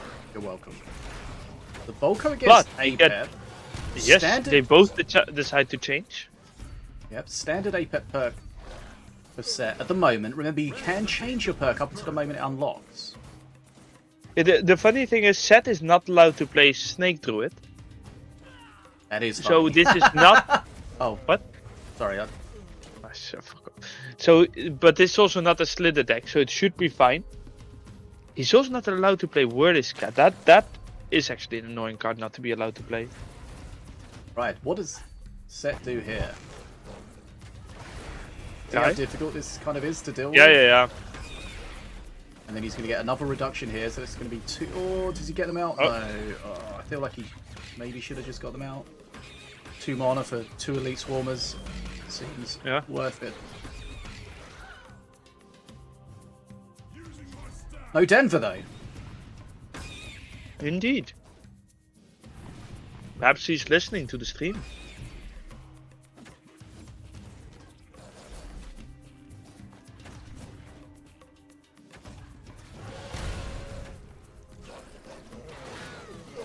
I mean, so far this is going decently for Zed, I would say. You know, he's slightly ahead in HP, slightly ahead in XP. So that might swap around here, the XP. Although,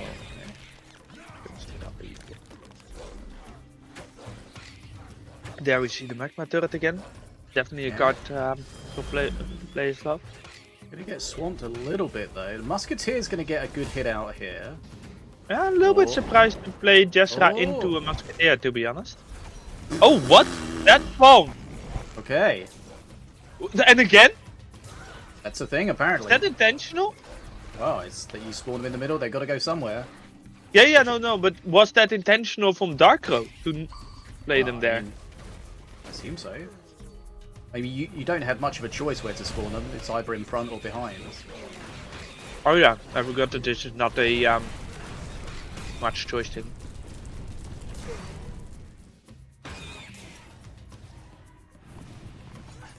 Oof.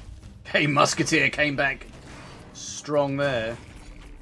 I mean, that is kind of what he does. Mm-hmm. Still, this is a good amount of damage that DARKCROW is doing here. XP, dead level. And DARKCROW is slightly at an HP. Like, this is very much a game that can still go both directions. We know DARKCROW and Volko, he's got that perk 3, Infinite Rage. Yeah. One time only. And he is playing it. It's called Endless Rage. Oh no, Endless Rage, yeah, sorry. Yeah, but it does bother me. It's not endless. Yeah, but it's also not infinite. Yeah, but neither is correct. Yeah, I but don't call it's about the dream. I'm not calling it infinite because I think it's more correct. I'm calling it infinite because it's wrong. Because I'm wrong.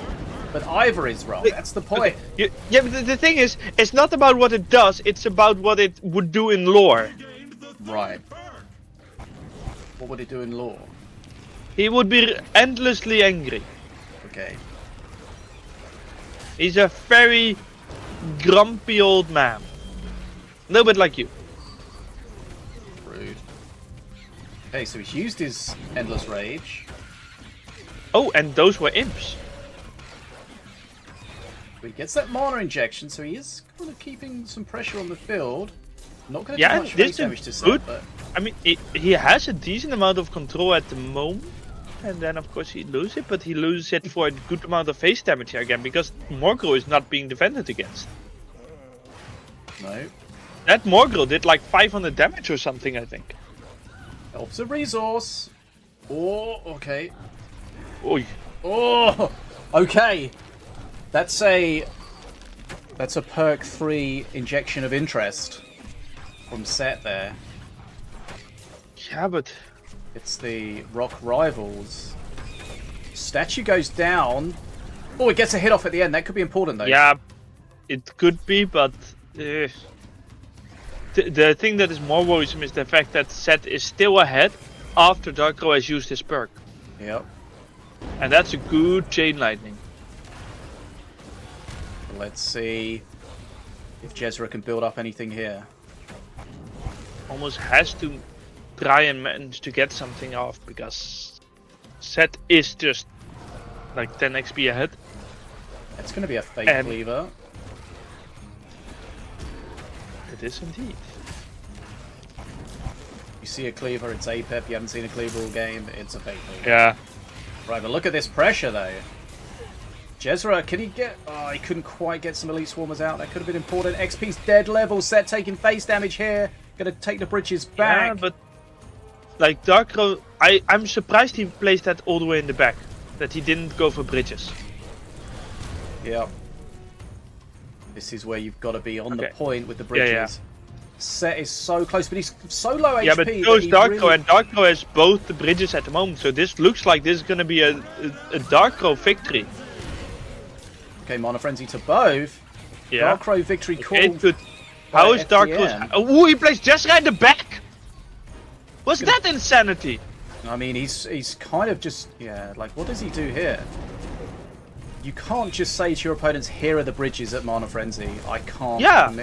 Can't... Like, it might have do been a little bit anything. harsh how I said it, but it's insanity to play that in the back. Maybe you know something you don't. Let's see.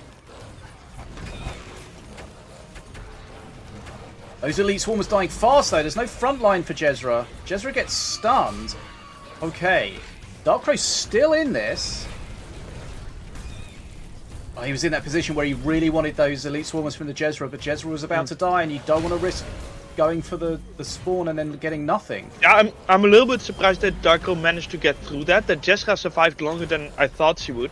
Yep. I feel like a chain lightning might have actually been worth it. And right now he is getting face damage off. Yeah. You it know looked how like- low he's set already. Yeah. It looked like Set. Yeah, now he Was plays it gonna on the win. bench. That I like. Yeah, it looks like DARKCROW might win after all. Oh, that is a nasty defense at bot though. Okay. K9 doing a lot of work, but Set is so low HP though, that makes it very difficult for him to defend. DARKCROW has enough HP to just take some stuff Yeah. on face. Oh, That's why I was a little bit surprised he didn't do that immediately, right? Just Oh, tanking that 1 a bit. HP Jezra though, still spinning, Yeah. still spinning. And he did. I'm not Okay. even sure to what. Yeah, DARKCROW managed to get away with that, but I really think that there was a moment there where he was risking too much by playing the Jezra in the back. He did play it very defensively, yeah. But wow. Right. 2-0 to That- DARKCROW. Yeah, Close game. with a very close game. Yeah, you're right, it did feel Denver like... is gone and immediately Set is there to fight. Yep. It did feel like he had committed way too deep. No, way too... Yeah, deep. It did feel like DARKCROW, as you said, was way too defensive at that point. And Mana Frenzy just said, right, you've got the bridges. I'm going to try and fight through. And somehow he did manage to do so. Yeah. I just don't understand it when you have that much HP, you know? Like, Yeah. I understand it if Set did it, because that was just, one small breath and he died. Yeah. You kind of Blow also the you want to be default. fighting on the bridge because you're going to get that rage at some point, right? if you're fighting defensively, you don't have that range. Yeah. And that was something I said earlier, how the embers are just so difficult to get value out when you're defending. It's just Definitely. just not helpful at all.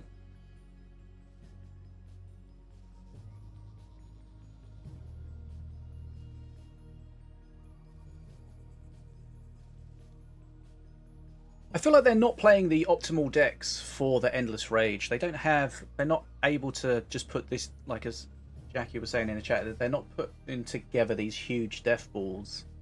Yeah, they really are Can't not. deal with. They're just like, it's just more little units.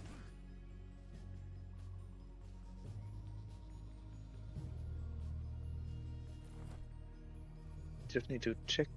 Like, what I don't remember is what was his. The other one is Berserker's Rage. Honestly, that would have been a lot more interesting to me to see that.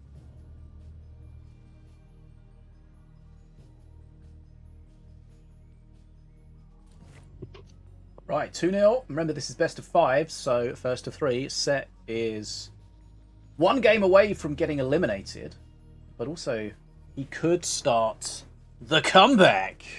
A reverse sweep, baby. It's possible. We've seen it before. Mm-hmm. Are we going to see it again? I mean, that last game could have gone either way. Yep.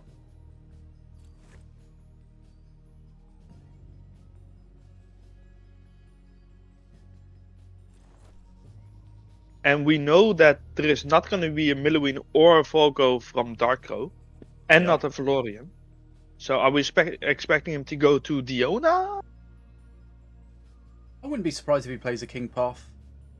That's also definitely a possibility. I haven't seen a Red Bow all tournament yet, so I don't expect that one. No. Ratbow's kind of fallen out of the meta. It was never really solo meta. It was definitely pre-made meta. He seemed to fall out of that. I mean, 5-6 years ago, he was quite solo meta. Well, 5-6 years ago, everyone banned APEP every single tournament. And they were wrong in doing that. Not sure about that. Remember the Mephisto deck? Yeah, with the Reconator and the Zeppelin. Mm-hmm. I don't know how many years that was, not 5-6 years, but No. that just worked on every master. Yeah, I was going to say that Jet was Boy, did one with of those. Zetsu. Just played it with everything. And then didn't he play against Set, and Set tried to play it back against him, and it didn't work? Or Yeah, something? yeah. So we get Milloween versus Let's APAP. go. Morelia against APEP. That is what I said, yes. Yeah, I'm just repeating what you said. Yeah, and DARKCROW really loving that Jessera. Oh, doesn't quite get that bottom bridge.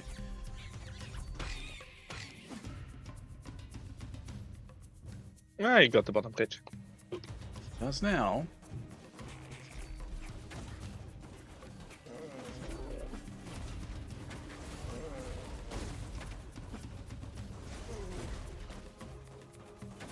Is he gonna spawn Elite Swarmers to tank, or? There they are. Obtain the first perk. Probably would have liked one to go at the bottom, but Their first perk. Defenso's going to be pretty good here. Actually, Defenso's gonna get blasted. Yeah, Defenso actually went down real fast. Surprisingly. Yeah. Here comes He, some more. yeah. Oh! He used like 3 or 4 spells on that. He's not going to get the bridge coming out of this, unfortunately, though. Those cowardly imps have run. Look at that one. He's Yeah, almost yeah. back at the Master Tower. They were very cowardly. Extra cowardly. Yeah. The cowardly imp that she told That you not to bottom worry push is about. pretty nasty. What the hell?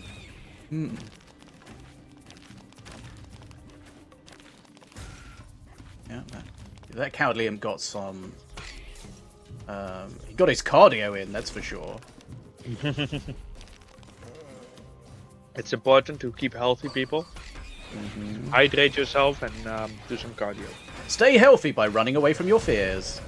Yes, and wear a appropriate sized protection. Yeah. Set.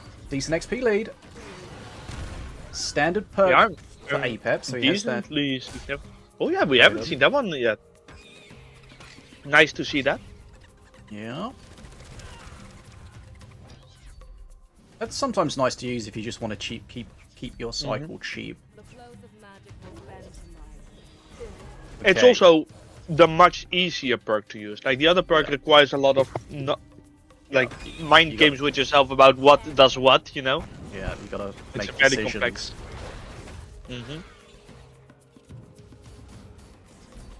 Whereas this is more the haha, no damage. Blue just got the second perk.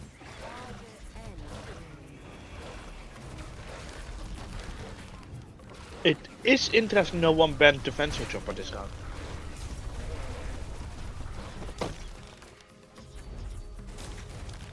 Big XP lead for Set here. Yeah, I mean, Zed is just winning right now. DARKCROW really is gonna need that perk 3 to do work. Once he finally gets there. Right. Does grab the bottom bridge. And of course, we've got DARKCROW. No, we've got Ficus against DSOO in the other semi-final. And news just in, DSOO has had a pre-semi-final dump, and he's feeling ready to go. Oh, really needed that information. Red gains the How many Curix was it? That hasn't been confirmed.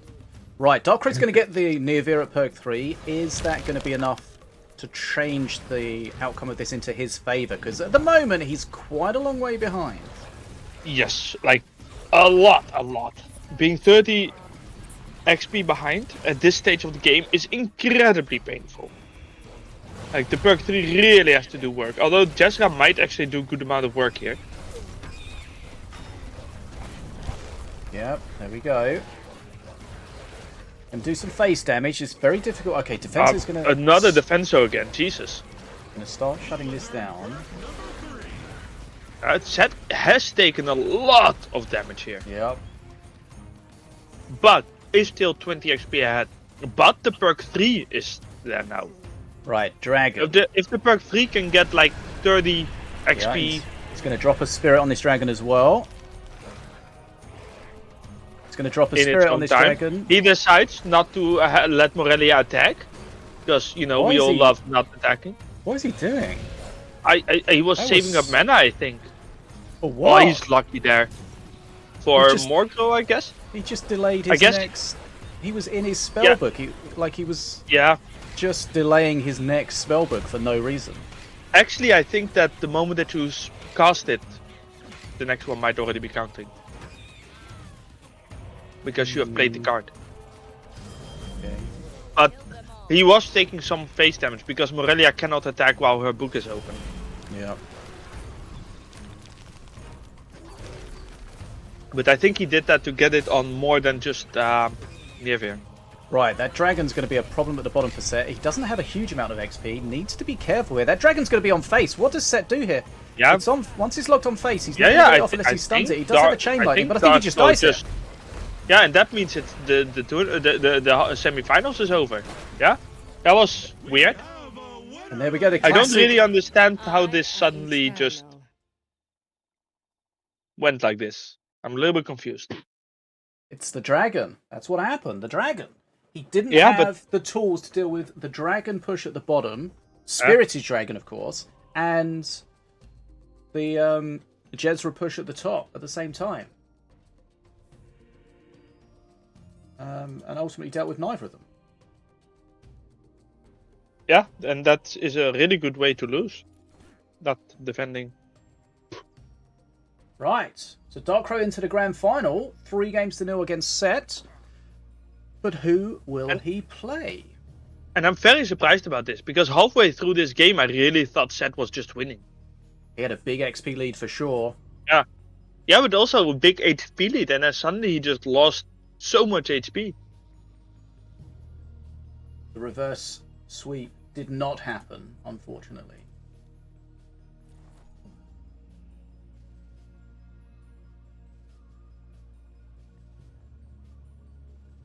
Nope, no reverse sweep, just a sweep.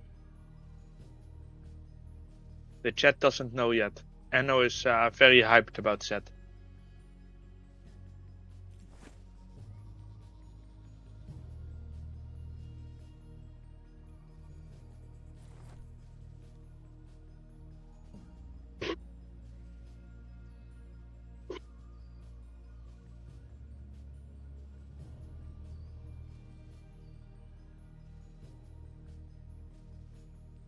Decisive Strike set still playing the same exact deck as a million years ago.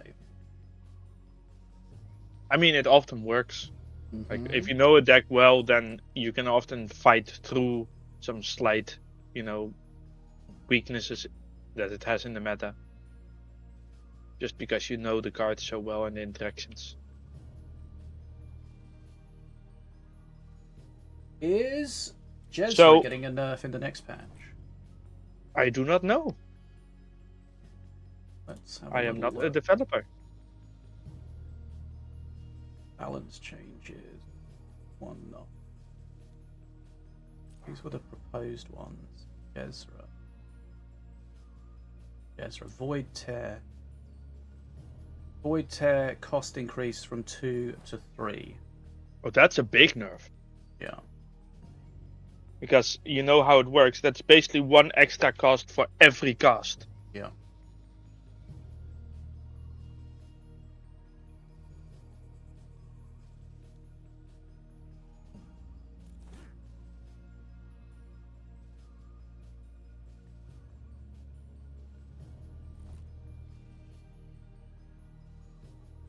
Right. Yeah, that makes it her value more about her than the stuff she's just constantly spitting out. And you're right, when you increase the cost of one of those abilities, you're increasing the cost of each time they use it. So it really adds up. Like instead of the 2, 3, 4, it's suddenly 3, 4, 5. 3, 4, 5. 2, 3, 4, that's 9, 3, 4, 7, 5, 12. So that's if you use it 3 times, yeah. I guess it's one more time each time. That's kind of... And we have bans. And not overly surprising, they've both banned Jezra and Bearavalanche. What? But- Shocking But behavior. Ficus has also banned Ravenous Swarmers and Diona. And Deathshoot has banned APEP and Defenso. Right. I wonder if he banned Defenso so that if Jezra wasn't banned, he could just play Jezra. Maybe. Right, DARKCROW, so Ficus and DSOO, right. Get this set up quickly. So player 1's going to be Ficus, DSOO's player 2. So these guys played earlier today, right, in Ficus 1. Am I correct in saying that? Nobody knows. What? They I was played not earlier, paying right? attention. They played earlier in Ficus 1? Deathshoot and Ficus? I think Yeah. so. I mean, Ficus has only lost, so if they played, then he has won. I think that was the one where where Ficus had one loss. Ah, so he's the only one that's taken a game off of him today. I will double check for you. Thanks. Oh. Bill had set up and he was in a solos match. They have indeed played, and it was 2-1 for Ficus.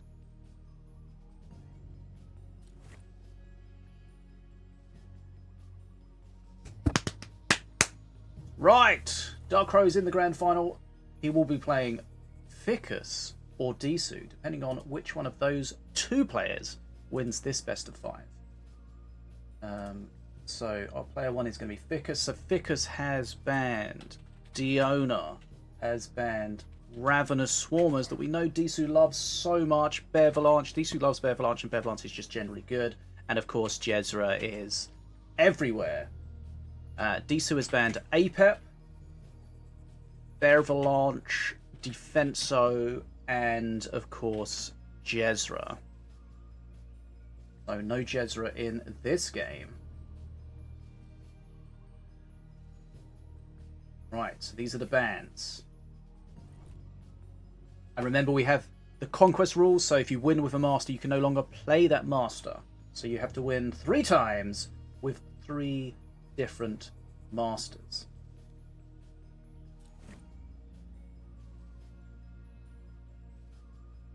So we've got Ficus here. DSOO. Right, Ficus and DSOO.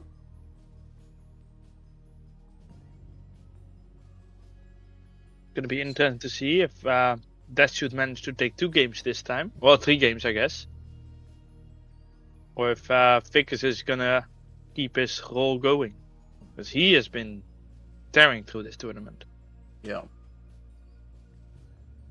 You think them having played before helps either of the players more than the others? I don't remember what they were playing at that time. No, but I'm sure they will. It could be useful. Yes, it could also be kind of pointless. Because we know Ficus is a little bit like Set. Not so much, but a little bit like Set, where he doesn't like to switch too much. He has a very specific type of deck that he likes to play, whereas DSOO is somewhat more unpredictable. Yes. The thing is, Deathshoot's cards are not banned. You know, his standard picks. Yeah, like DSOO doesn't feel like he would be a Jezra player. No, No. but I mean, his like microcontrol cards are Yeah. not banned. That's right. So it's going to be Impetus. interesting to see if he goes for those. Yeah.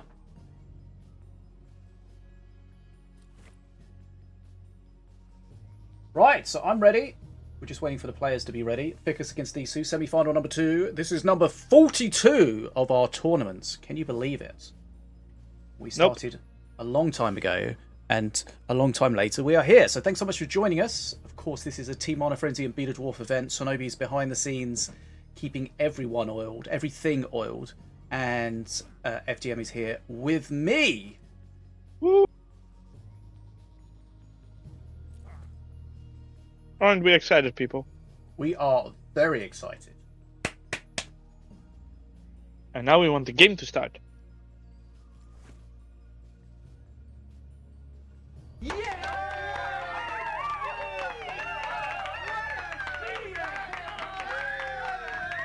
We do, and your wish has been granted. Right, we're loading in now to the first game of this semi-final. Best of 5, Ficus against DSOO.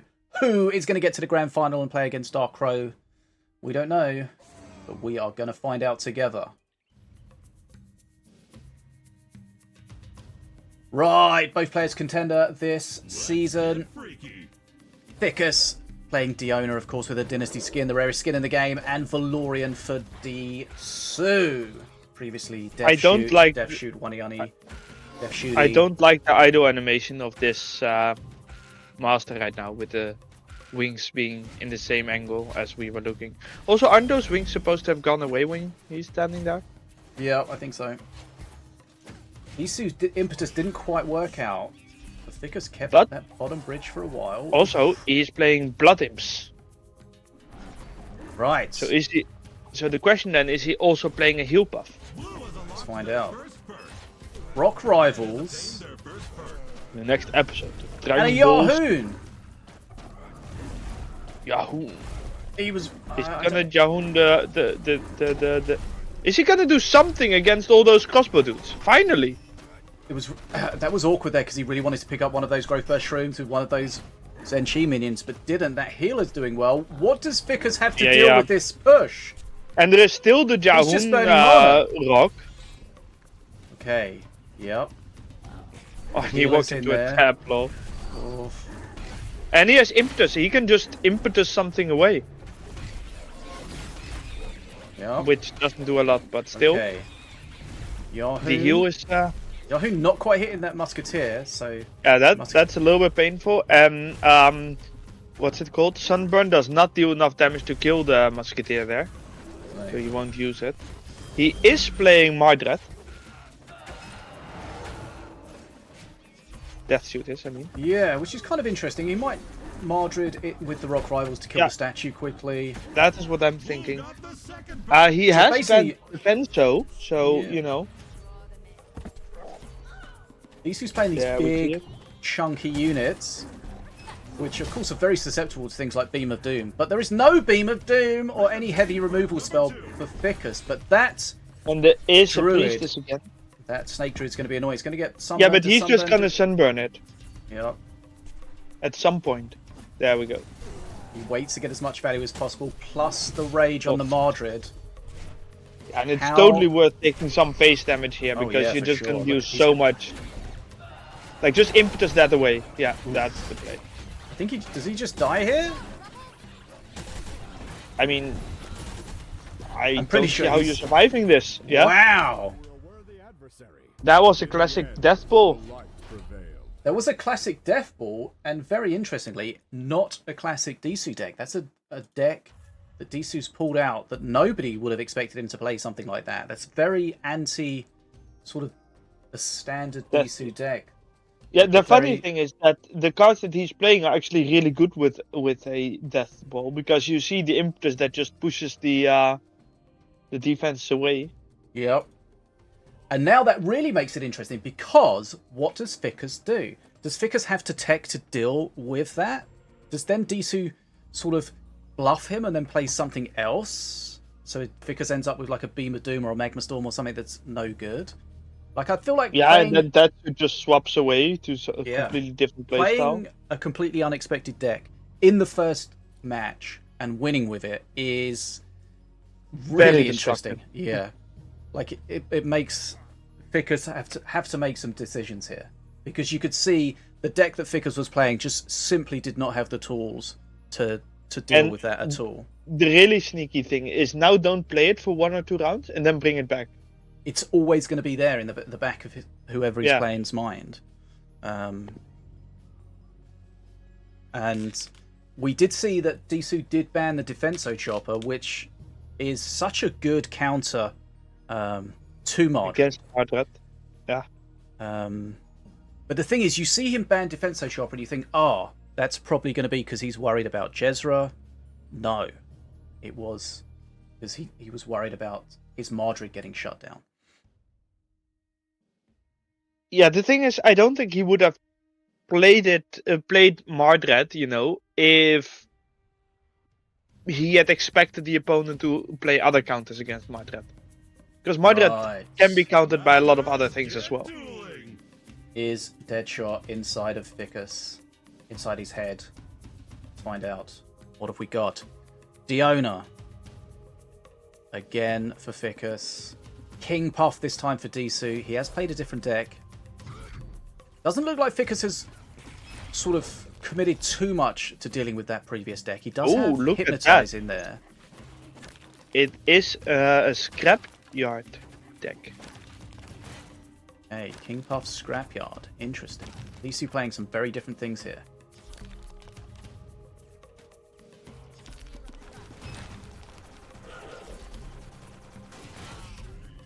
Blue obtained the first bird. We did see an ATG drone Red has obtained earlier the first get bird. Yeah, a which set was... bandit against him. I mean, we have seen ATG before in that other scrapyard deck, but that deck had too many other consumers. But here we see Stint consumes it, but what else? The aimbot will as well. Is he playing aimbot? Oh yeah, he is there. Yeah. I wonder. I mean, he did manage to build up quite a lot of scrap actually. So 125 at the moment. And Stint can actually play around the consumption because it doesn't consume when the bridge is already taken. Yep. I mean, he's got 155 tech or scrap, whatever we call Yeah. it. So it's he's definitely ready for a scrapyard when he wants it.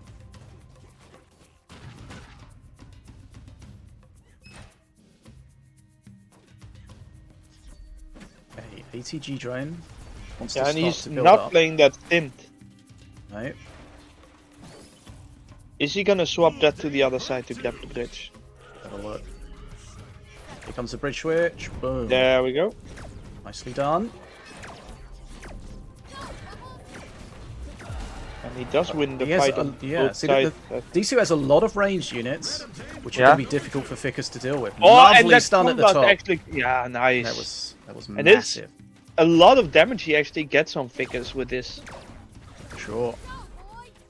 But he did have to play around it so that he wasn't consuming too much tech. Mm-hmm. But he did it, and see, that is not aimbot. That's the normal drone walker. Does the drone walker have a nat with it now? Apparently, It does. Yeah. Okay. Makes sense. does it? I mean, it makes sense why he's playing it in the deck. Ah, yes, with yes, yes. the scrapyard. Scrapyard.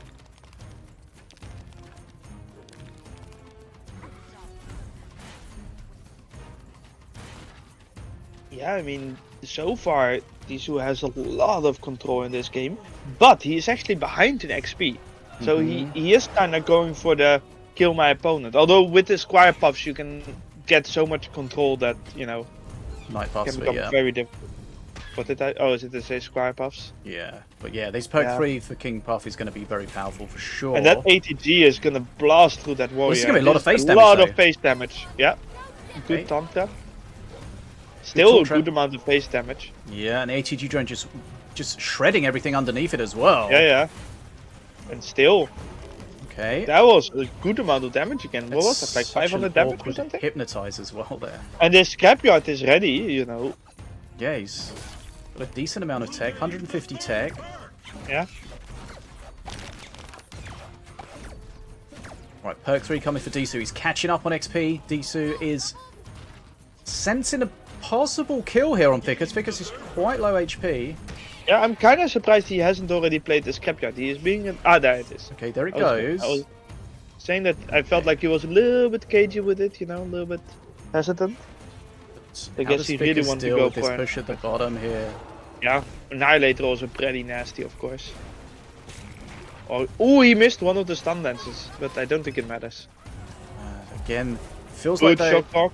yeah, it just feels like the Hypnotize is just not getting the value that it needs. Vickers did use heal a little bit, otherwise he would have been even lower. Yeah, XP But is the ATGs level. are doing so much. Yeah. The way the And ATG attacks, it makes it just very difficult even to use the taunt trap to save And things. now the night buffs are coming into play, and that's so much Yeah. extra damage. Like that warrior is just not gonna do much. No. Okay, DSOO's Yeah. going to take the second game, Yeah. 2-0. And very convincingly, like he might have been behind in XP, but he had control over the match, I'd say. Yeah, he'd done a lot of face damage, so it was always going to be a concern for Vickers. Okay, so that's two very different decks that we've seen from DSOO. Yeah.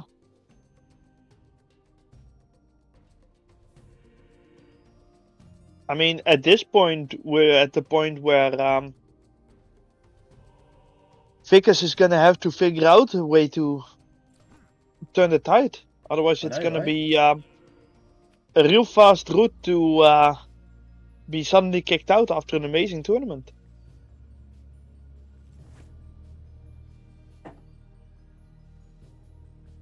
Right. DSOO 2-0 up.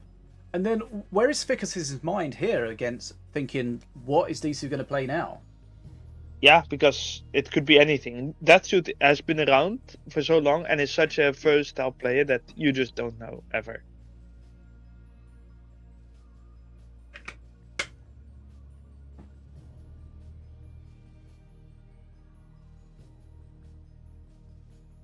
Right, so DSOO 2-0 up in this best of 5. Waiting in the grand final for the winner of this match is DARKCROW, who beat Set by 3-0 in semi-final 1. And right now it looks like it's gonna be in D&D final. D&D. DARKCROW and DSOO. Yeah, good job. Not Dungeons and Dragons. And also not do not disturb. That's what I thought of first, to be honest. It's like, are they both set it out on Discord or something? Like, where's the joke here? I struggled looking for the joke because I made the assumption that it was going to be funny. Ah, yeah, that it wasn't intended to be funny. It was just Yeah. intended to confuse you. Okay, well then. That's where Mission all my succeeded. mission life comes from. Mission failed successfully. No, mission successfully failed.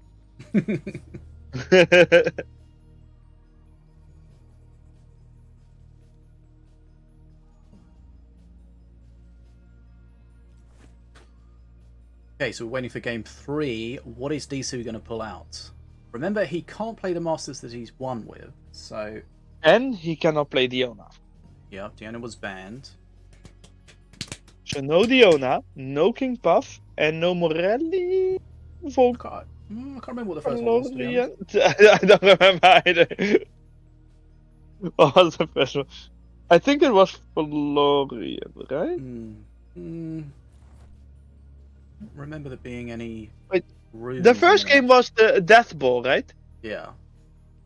So it was the Jezra. Yeah, it was Florian because he had the healing fire, the holy fire thing. Oh, yeah. Right, here we go. Are we going to start the reverse sweep, or is it going to be all she wrote for Ficus? Well, Ficus playing Volko, I think. And that's you taking the APAP. Volko versus Epep. Interestingly, both very fiery skins. Yeah. Because And looking... Deathshoot had banned APAP, so he thinks APAP is quite strong, I think. Yep. Ficus looking like he's going to go for the Infinite Rage perk at perk 3. And DSOO looking like he's going to go for the alt perk 2, the Papyrus, Black Papyrus, Book of the Black Papyrus. Oof. It does look like that. Oh! What? Oof. Hey? Hey, what? What? What That was happened a there? bug? It's like it hit its You charge, still did- but it was... It's like still Yeah, I charging. think it... Yeah, I think it was still charging despite being feared. That looked like a bug. Yep. That's very painful because that was actually a nice play from Deathshoot. Mm-hmm. That's annoying. Yeah, Report it! your job.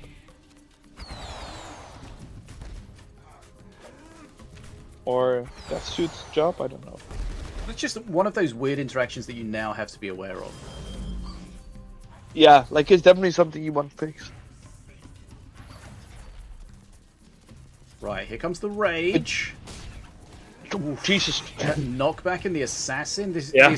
I think it gave the he did assassin that enough point. time to re-stealth as well, so it just went ham.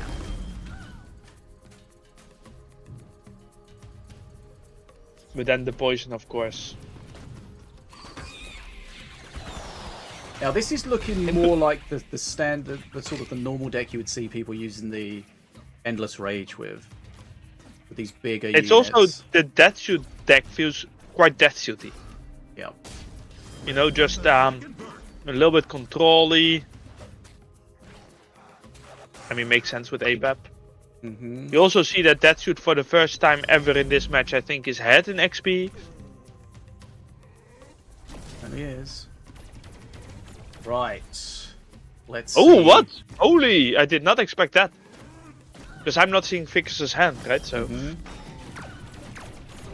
Oi, oi, oi. Oh and my it's getting- goodness. Oh, Oh. but there is an assassin on both sides. Yeah. The tank survives. The tank survived. That could be big.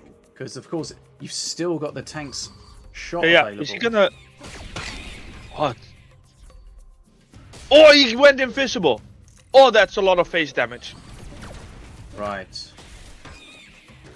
Deathshoot is not gonna be happy about that interaction there. Oh, he's going to allow this on base. Could have stopped it, but it's not going to do too much damage in the end. Right. He does get some hits back at Fix as well, but that's, you know, insignificant compared to what the assassin just did.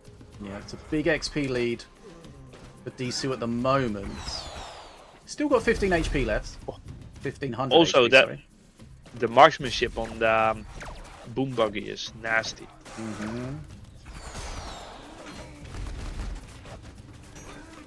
Oh, that assassin there. Yeah. What? Huh? Huh? He burnt his own What the thing. fuck? Pardon? That was very strange. It did Oh, seem and there's an strange. a rammer. Yeah, that's got to be a perk 3 ram Oh. up. Oof. Impetus. And then assassin Okay. tanking the hit, I guess. Yeah. Assassin And creating just some survives extra. though. It did survive? Yep. Okay, good. Not anymore. Nope. Another assassin at the bottom. And that assassin, yeah.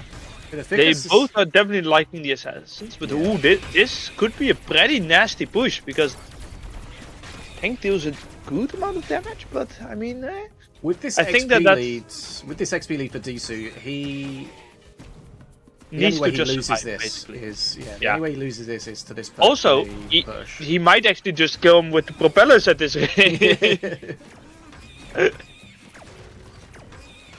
But what Ficus wants to do here is save up as much mana as he can, then uses Endless Rage and just spunk out, for want of a better word, Yeah, everything he but can. that dude knows it and is keeping his mana. Oh, well, now he's spending it.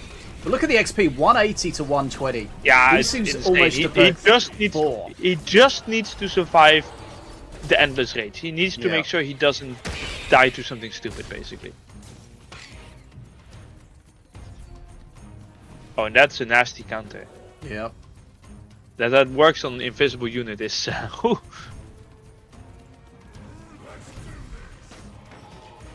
Yeah, this is over. This is... He's got the Prowler out, but his Prowler's going to fail. I mean, he's almost dead here. He's got to pop the Endless Rage at some point. Yeah, he. At some point, it's against Mana Frenzy.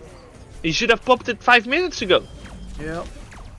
Admittedly, that would have been cheating, but He's still waiting. What is he waiting for? He I don't desperately needs it understand now. either. Has he already given up? Why is he still playing if he hasn't given up? Yeah, but I mean, come on. Like, if you don't use it, then you're just giving up, right? If you're going to give up properly. That's so weird. He just hasn't used it. What's the point? His whole game plan was to hold on until that perk 3 and then not use it. Well, I mean, he held up till perk 3. Yeah, but for what? For no purpose. But yeah, that's... Because that perk 3 can often change things around.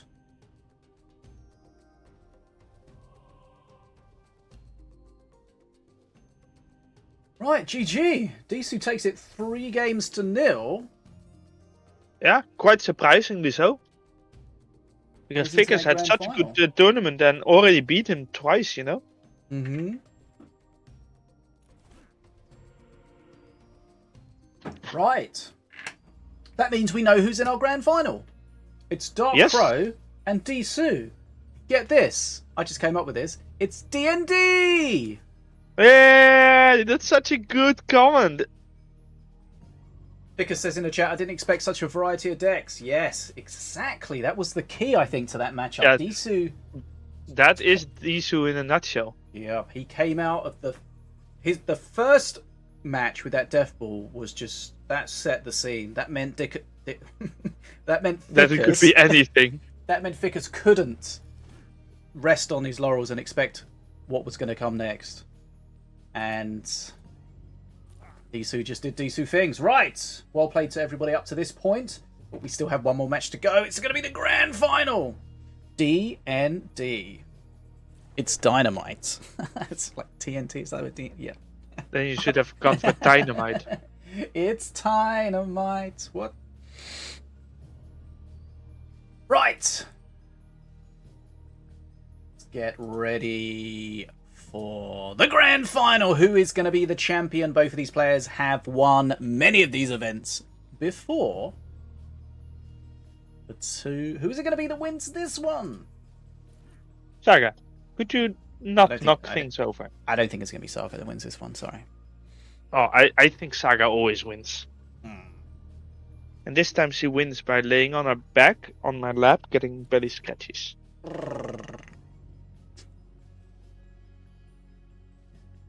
Right, DSOO, DARKCROW. We're going to reset the score to 0-0. We're going to reset the round from semi-final 2 And we're waiting on bans. to grand final. So, I expect Jezra to be banned again. But again, Bearflanks... again I mean, the thing is, DARKCROW hasn't been too active in the Jezra bans, actually.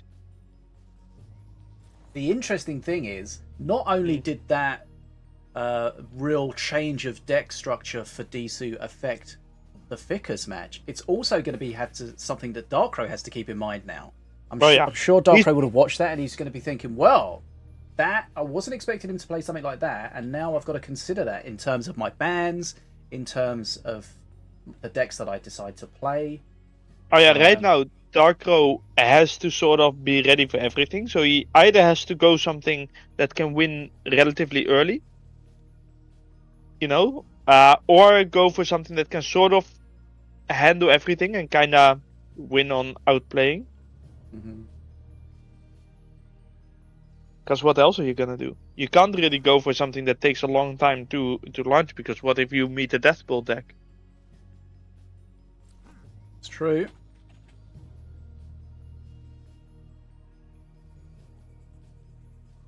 Of course, you can just ban Mardred and Jezra.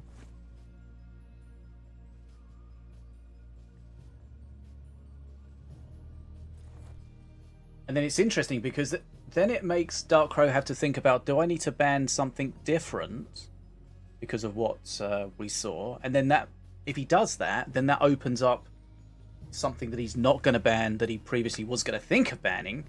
So there's a whole lot of moving parts to that.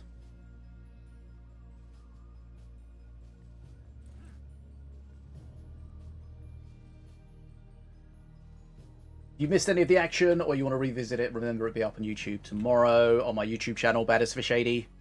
BadAsFish80 everywhere, of course. Right. Okay, so let's have a look. We've got DSOO against DARKCROW. So DSOO is going to be our player 1.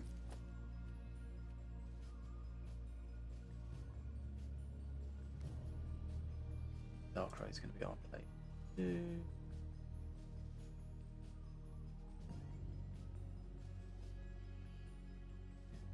Okay, so the bands.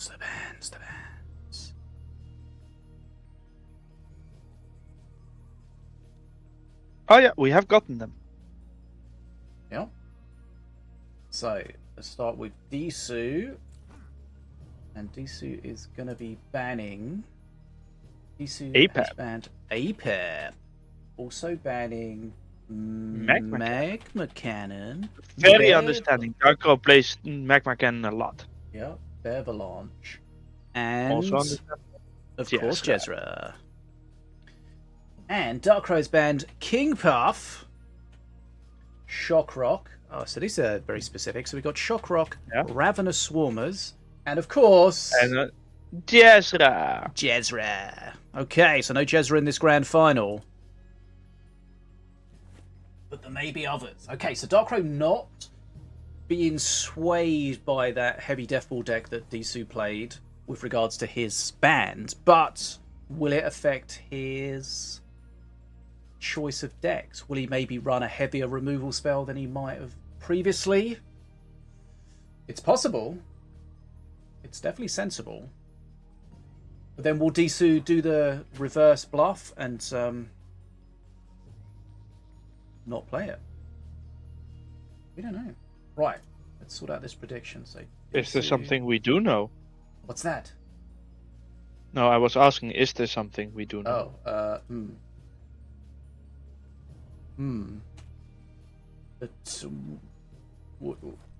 we're having a great time. We know that. Are we? Yes, you are having a great time. Okay, good. Good to know.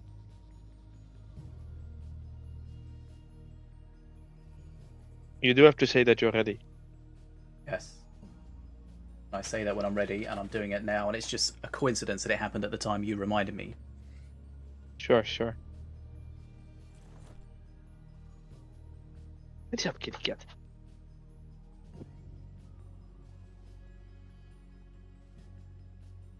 Oh, hey, my chat actually, after the crash, my chat started working again. Yeah, nice. Good job. So basically you turned it off and on again, and you fixed it. Yes. I mean, that seems to be the general fix for everything computer related. I went to university to learn that. You went to university? Mm-hmm. Yeah, what did you study? Computer science.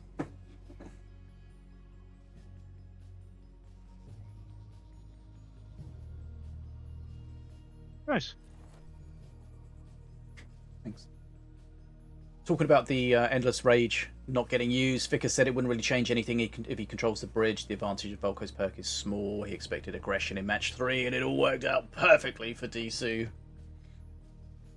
I mean, I agree that it wouldn't have changed much. He was losing a little bit too hard. But you just gotta use it, right? Just use Yeah, like at some point you had to go, let's just throw it because otherwise I'm dead anyway. It's like triggering me. Just use it! Right, here we go. Grand final time. If it triggers you, then I would like to see more people not use it. Right, here we go. And we are seeing something a little bit different here already. Right, let's have a look. Right, we got DSOO playing Setsu. Haven't seen a Setsu today. And DARKCROW playing Mordor. We have seen a Mordor today. DARKCROW playing Mordor. Shroomdar. Got a lot of Zenshi. Has the Shroomama Shumi. There you go. He's going to split on the Giant Growth. It's quite a spell-heavy Setsu. As you would generally hope. Wow, so... Right, Troubadour. Troubadour at the top could have been nice, but they kind of spawned at the same time, so it was just a little unfortunate, I guess, for DSOO. That Morgul's Mark, of course, doing a lot of work there, but not enough. Priestess is kind of making a lot of that pointless. The heal and the spirits. spirits. And that spirit. Oh, and the rage. Yeah. Oh. Remember when I said that Deathsuit might play a Death Ball? Well, I mean, DARKCROW says I can do that too. Yep. DARKCROW didn't have the mana for that Shen shot stick for a little while. Total HP is not that different because that Troubadour just keeps on going and going, and in fact, Deathsuit is ahead in HP. Yep. Because that Troubadour has just done so stupidly much damage. It's still... Look at it go! Yeah. Wheel of Doom comes in, blocks it. And he blocks... I don't know. I mean, I guess he's so low HP, probably has to. Yeah. And he has the healer as well. I would almost say spawn the blue golem behind the Troubadour. Right. He really wants to kill the healer here. Okay, the healer goes down. Oh, there's going to be a combustion. Okay. DSOO taking face damage here. Needs something to defend. Yeah. Doesn't have anything to defend. Setsu coming back. I mean, Setsu is coming back, but that is still... this match is wild. Like, they are both just not giving a shit about their own health. Okay, I don't know if he survives this. Yeah, I was also just wondering, because he needs to do something. I mean, he's dead. He's dead. He can't kill it. He can't What the hell? He can't use a spell on it. What even was that, Fishy? Wow, well, we were. I mean, he could have used the spell to reload. Yeah, I guess. I am utterly dumbfounded by what just happened. I didn't expect that much aggression. Yeah, both players switched. I didn't expect that much lack of care about their own HP. And I didn't expect that finish. I wonder if DSOO had played that Troubadour at the top to start, if that would have changed much. Because the Troubadour would have really helped killing that. Yeah, but at the other end, that Troubadour did so much face damage. Yeah. He would have done less face damage, but also he would have taken less face damage. But I don't know. I don't know.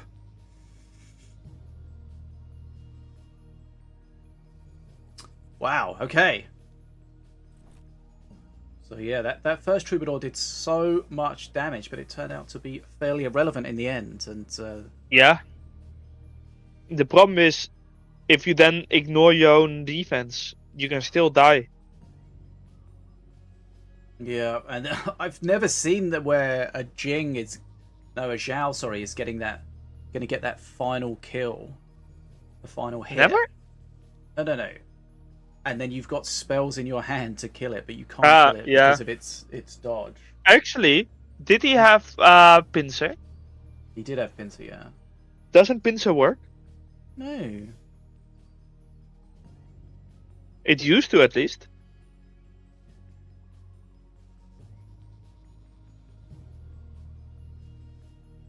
What he could have done is impetused it to make it disappear and then pincered it when it came back. Yeah, or just, have the reload so that Setsu actually shoots it to death. Because it was already activated, so you're not actually giving it more damage, Yeah. I mean, at that point he's dead anyway. He's got the Shen shock stick to contest with. He's no HP. Was the Shen shock stick? Yeah, not for him, but for the opponent, I mean. Yeah, I didn't even realize that.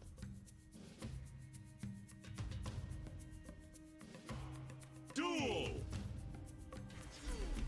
Right, here we go. Game 2. DSOO, Valorian, Darkcrow, Ravager. Darkcrow starting off Milloween, Mordar, and Ravager.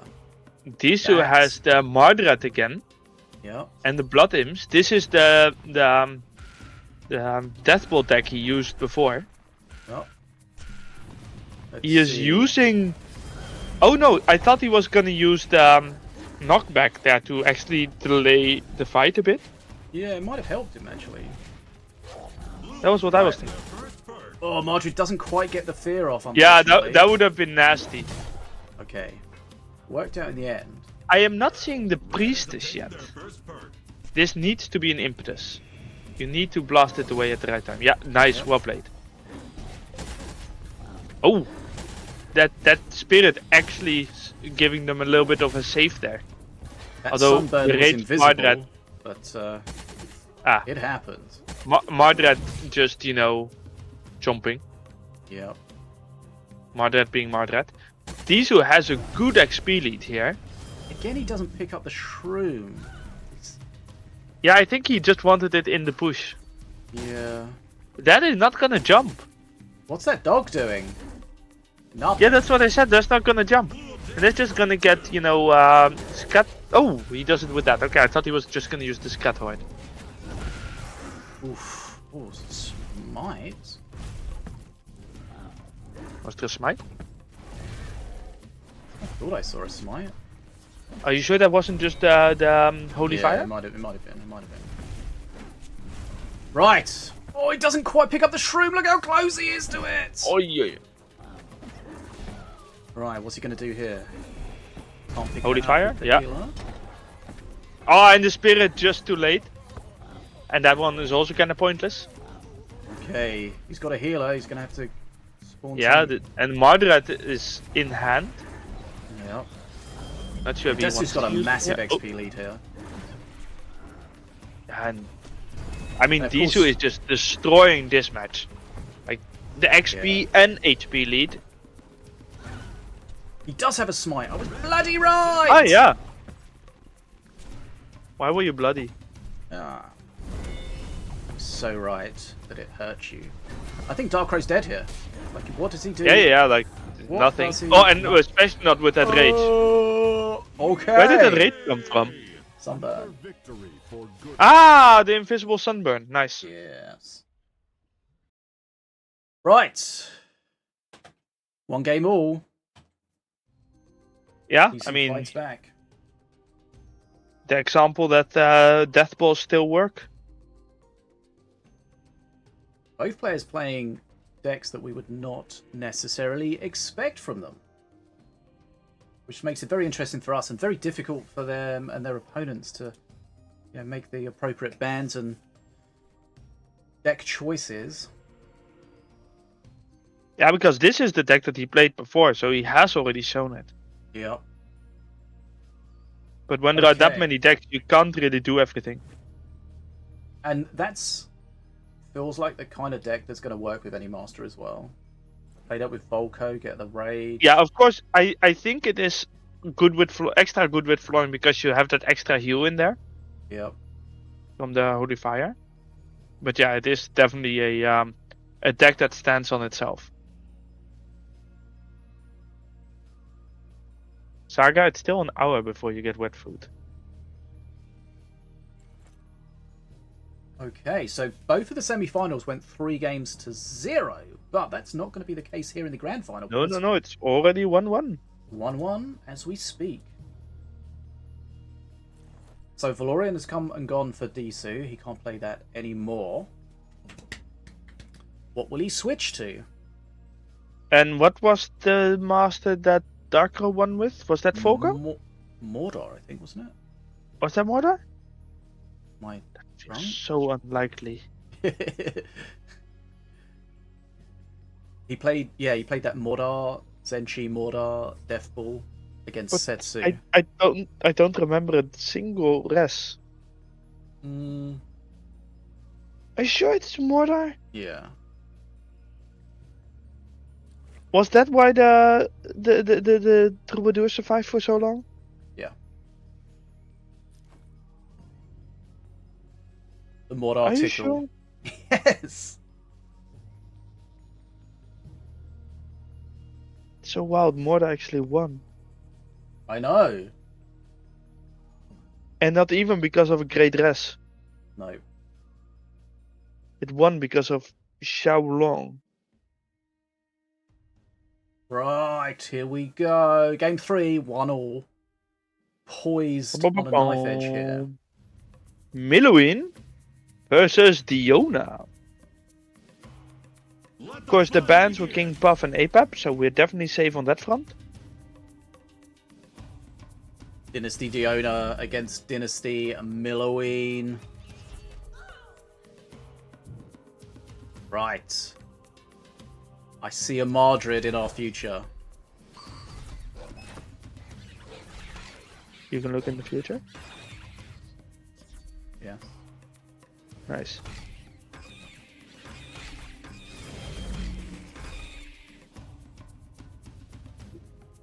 Blue was alive Nice. for the first bird. Yeah, it does look like DSOO is just playing the same deck again. Yep. Is And the Diona healer. is a really strong master with Death Balls. Ooh, Hypnotize. Oh, but then the hypnotise stun. into the stun. It's... Does it actually... No, it does cancels not. it out completely. Oh, Oh, that is no. massive. That is such a misplay. Yeah. Okay. You don't have to be a hater. Sorry, but it is. Oh, okay, and it survives as well. That's huge. Jesus, it survives. Yeah. I thought he might black hole it to keep it alive. To switch the aggro up. Is he? Yeah, Yeah, he there is, we go. Jesus. Pops that. Yep. And okay. that's the time. This might already be game. He teched in that hypnotize specifically for this situation, and then misplaced Misplaced it. it. Really, yeah. And then the black hole, which is the counter. Yep. Blue just got the second bird. And now it's a double priestess push. Oh god! Look at the priestesses And one everywhere. of the priestesses dies. Yep. But still, this is... He's healing the Jahun though, not the blue golem. And So the priestess is he staying up as well. he might just survive this attack. Might.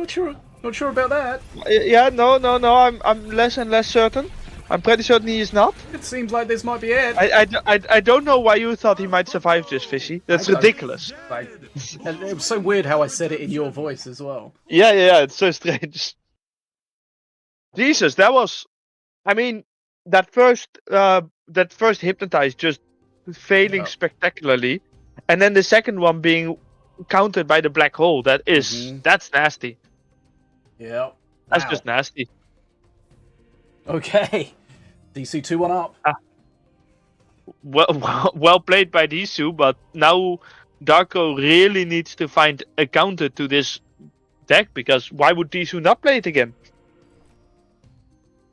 I mean, the argument about not playing it again is that DARKCROW's going to go heavy into counter it and then end up with stuff that he doesn't want because DC switched back to a normal control deck.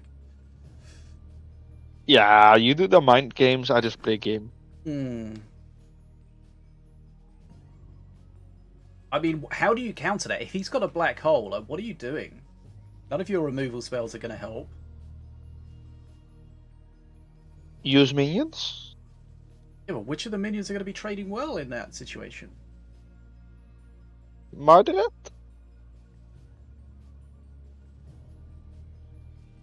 Maybe. I mean, I don't know, you know, it's... It feels like if you play Madrid, you're like rolling the dice, desperate to get that first fear off. You can always do the thing that happened with Memphista and just play the deck against the deck, but then you do need to be good with those kind of decks.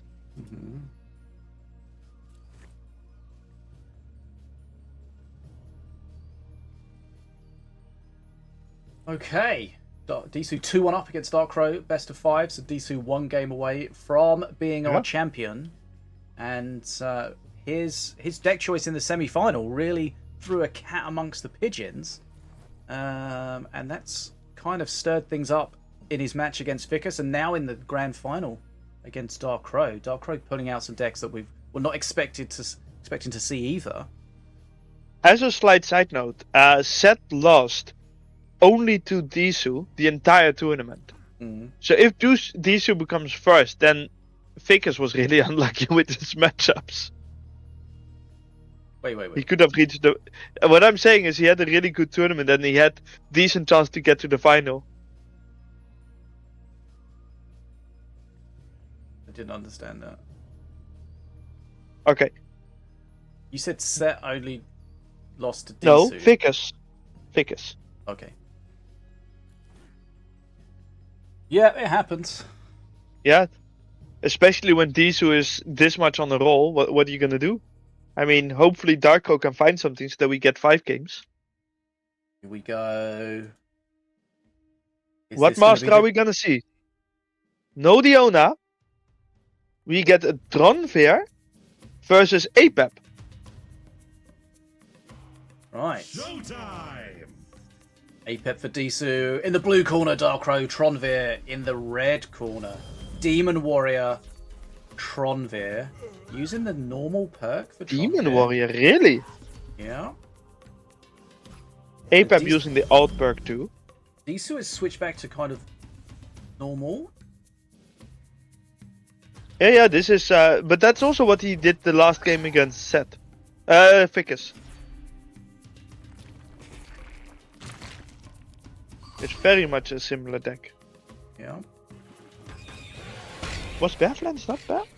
Vickers has teched in Badlands the was not bad. Kamikaze. Yeah, Vickers has teched in the Kamikaze Zeppelin, the Curse Bearer. Do you mean DARKCROW or DSOO? Who has the Kamikaze Zeppelin? DARKCROW, like I said. Ah, okay. When you're listening. But the So Curse... he's Curse Bearer, okay, yeah. Yeah, he's teched in some things to deal with that big deck. But guess what? Yeah, and then he doesn't It's get not it. here. But yeah, the thing is, you're sort of in a lose-lose there, because if you don't, and he does continue with the same... Yep, that's where it messes with your head. But DSOO's also done something similar, where he's got the Curse Bearer as well, to, you know, because we did see some heavy stuff earlier. Yeah, with that game 1, where that Yep. could have gone The either way. Mordor Like, one. honestly, the match could already have finished by now. Yep. That Assassin is gonna do some damage. Hey. Right now, the game is really in DSOO's favor. He is slightly ahead in XP, but massively ahead in HP. I guess it's going to depend on how impactful that Demon Warrior is going to be. It's not Demon Yes. Warrior of old. She's not going to be 3 times as big. She's only going to be twice as big. But you do get her after the 4th cycle, so you do get her earlier in the game. Okay, was that recently changed? Not really. Recently being the last 4 months? I don't think so. No? Ah. The curse is just going to tick down on the Demon Warrior at the bottom there. Okay, so the next Demon Warrior is going to be large, but is she going to be in charge? That was good, wasn't it? You like that? No. Okay. Oh, look at that! DSOO has a Demon Warrior of his own. A 0 cycle Demon Warrior. Yes. And the worst thing is that he needs to get it 3 more times to get it large. Because you can actually get it large. I don't know if it counts like that. 'Cause I think so. I think it goes... Oh, wait, this is that card, of course. But, like, you can with something like Blind Date, I believe. I believe that can stack, but here I'm actually not sure now. The fact that it said 0 on it makes me think you can't. Right, Oh here no, we go. the first time it always says 0. Does it? Does it not always say 1? Huh? No? What, if the 4th time's 4, the first time must be 1.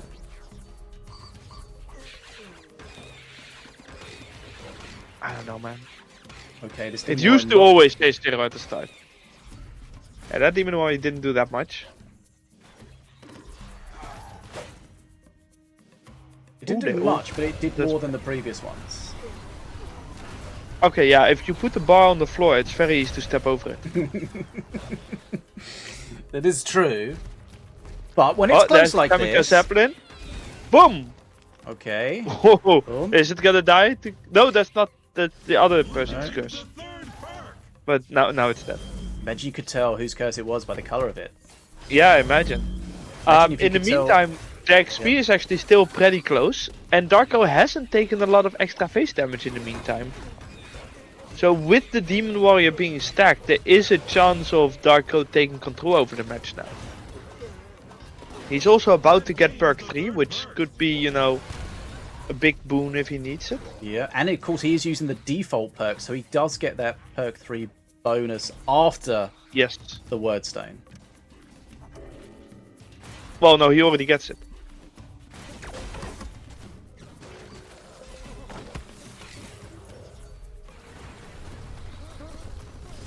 Okay, let's see. This is the... Was that the Word Stone? I assume it was. Yeah, that must have been the Word Stone. Right. It does seem to have a lot of things on it, so... Yeah. He is not coming back in the mana game yet. No, and this Demon Warrior is not going to do anything against all these little units. No, and that boomer is going to... Oh my god! Morgul just shrugged aside by the boomer. Yeah, this is a little bit concerning for DARKCROW, that he is not really getting the control you would want. Yeah, the Demon Warrior is just melting a little bit. Spotline? Okay, then you're just doing it like that. Fair. Ooh, that did not grab the bridge. That's very painful for DSOO.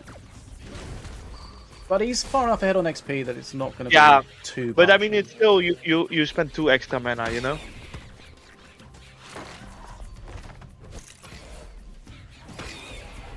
Oof.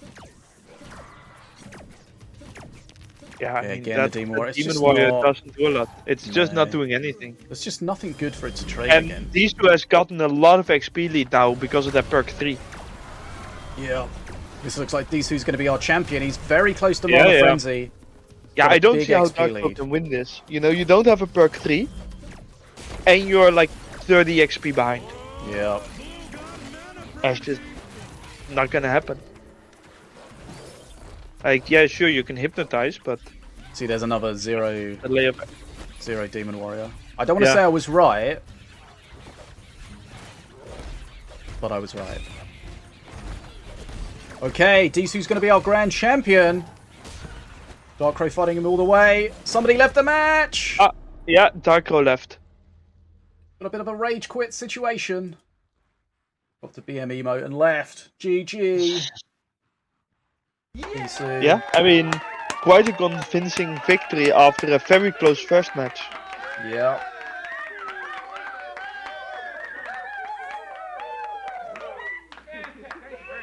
Like, after that first match, I thought we were gonna get a very close final. Yeah.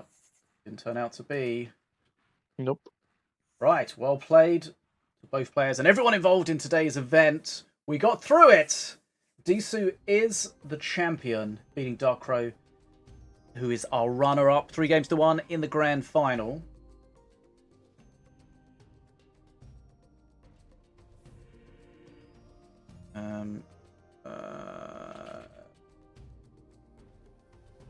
Let's see if we can talk to DSOO.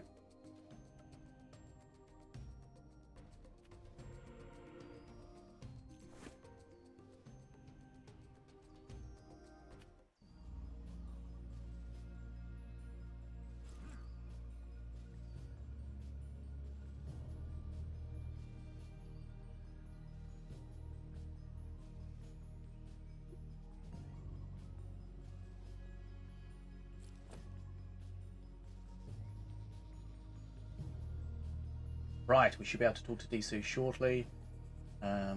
Maybe we'll mention to him about the bug with the Spire Stag and the pincer. Yeah, that one was pretty wild, but I guess in the end it doesn't matter. No. But considering how close that match was,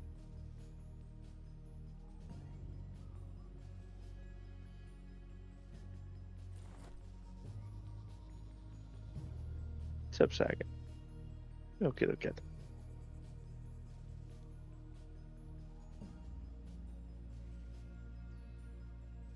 Right. Let me just report that bug while I remember.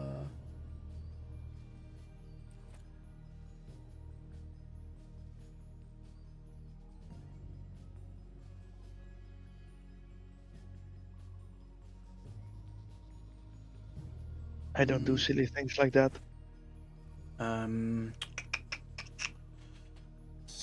Fire. Stag still charging whilst beard. Killed. Assassin.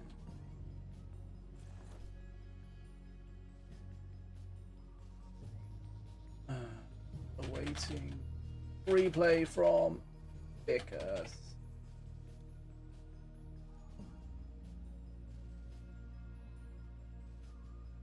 Right, I'll be right back, and then we'll get into it. Got any questions from the chat for DSOO? Let us know.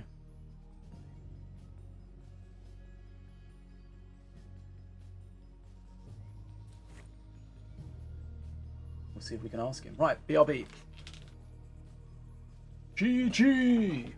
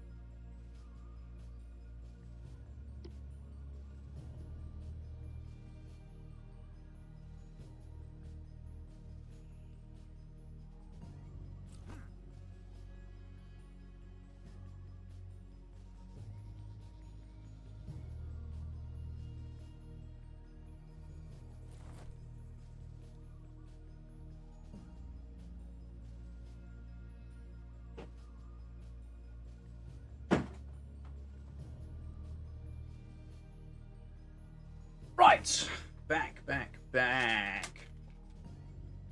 Anno was not the champion. Right. Use out.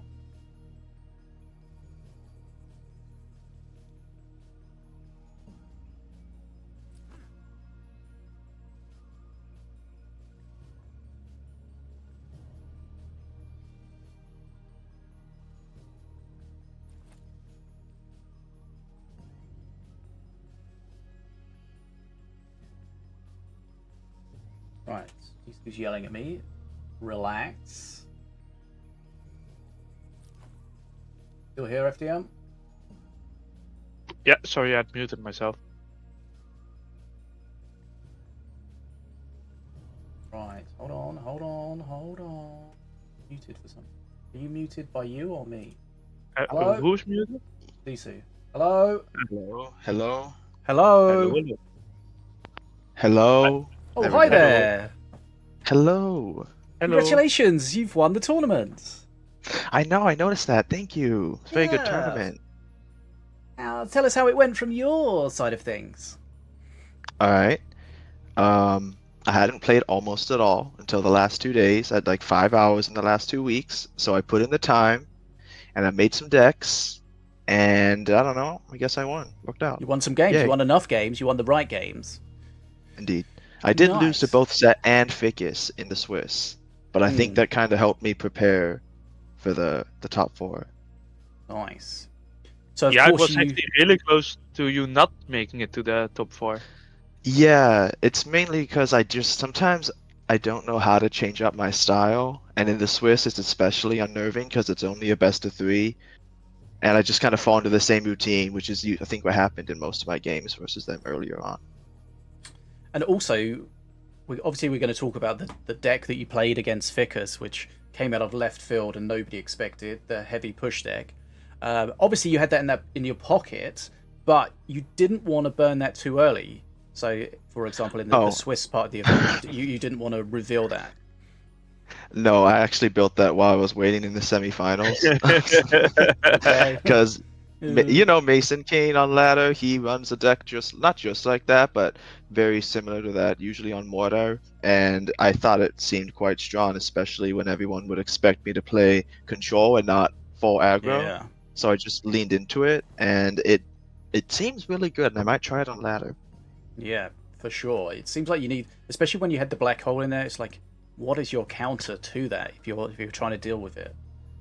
Yes, that was specifically because I figured he would counterplay. So Black Hole was for like Magma Storm or Beam of Doom. Instead, Yeah. it was for Hypnotize. And then Unholy Ground was for like a Hero deck or an ATG, but instead it was for Boomer. So I just figured repeating the same deck with counter spells would be a good way to catch him off guard. So if the situation was reversed and you played and the first game Ficker's pulled out that big boy deck that just slaughtered you, how does that affect your mindset? So trying to think about how it affected Ficker's and DARKCROW's mindset. How does that affect you as a player once you see that that's something they could be playing? Well, it's hard to say. Ficus is the kind of person who does repeat decks. So versus him, I would be more expecting it. DARKCROW, it's a lot harder to tell because I feel like he has a higher chance of switching to a completely different style. But for me, I would probably just throw in a Curse Bearer and then try and play my own mid-range deck, because that way you're hopefully having a chance versus the deck they play again, or if they just completely switch it up. I think that DARKCROW tried too hard to just counter in that second game, even though his deck wasn't really built for stopping it, like it was kind of a mid-range deck. I think the options he chose weren't really reliable as counters. And then you can see in that last game he threw in a Curse Bearer just in case, which I think he should have done earlier. Yeah, I mean, the Curse Bearer is one of those cards that's going to be okay whatever you come against. So kind of makes sense. And you have also played the Curse Bearer in that last game as well, so maybe you were hedging your bets a little bit as well. Just in case he played aggro. And of course, we had that really interesting first match, I think it was, where you played the Setsu with the Troubadour, and then he pulled out that Mordor with all the Zenshis, and you both just went absolutely ham on each other. Yes, that one really caught me off guard. And of course, you end up dying to the little tickle from the Zhao Long at the end there that you... I think when I mentioned it to you in our DMs just now, you said about you didn't really notice that you were going to die to that. So I think because you were kind of locked in a position where you didn't have a good way to kill it. Your spells, of course, were not going to affect it. But as FDM said, the reload might have helped you out there. But I don't think it mattered anyway, because you would have been so low on HP, you would have died anyway to something else. The reload was my hope. The thing is, I thought I could survive until I could time my spells better for my rammer that was at his tower, and then from there, I think my only chance was to jump on tower with Setsu. But even then, I'm pretty sure he had Rock Rivals in hand, which were just taunted away, because he was at like 500 HP. So I think there might have been a chance. It's just I didn't even notice that I was dying. So yeah. On that, you probably know this because we weren't sure. Does Pincer still kill Xiaolong? No, it doesn't. That got changed? I don't even remember it doing it, but maybe it used to, if perhaps in 1.0. Yeah, really, it's just I feel like it did. Arcane Missiles will sit there and just like swirl around the area until the dragon comes out, which I think is funny, but... Promise you didn't have Arcane Missiles. Yeah. They're really good when you have them, but if you don't, they're completely irrelevant. Who do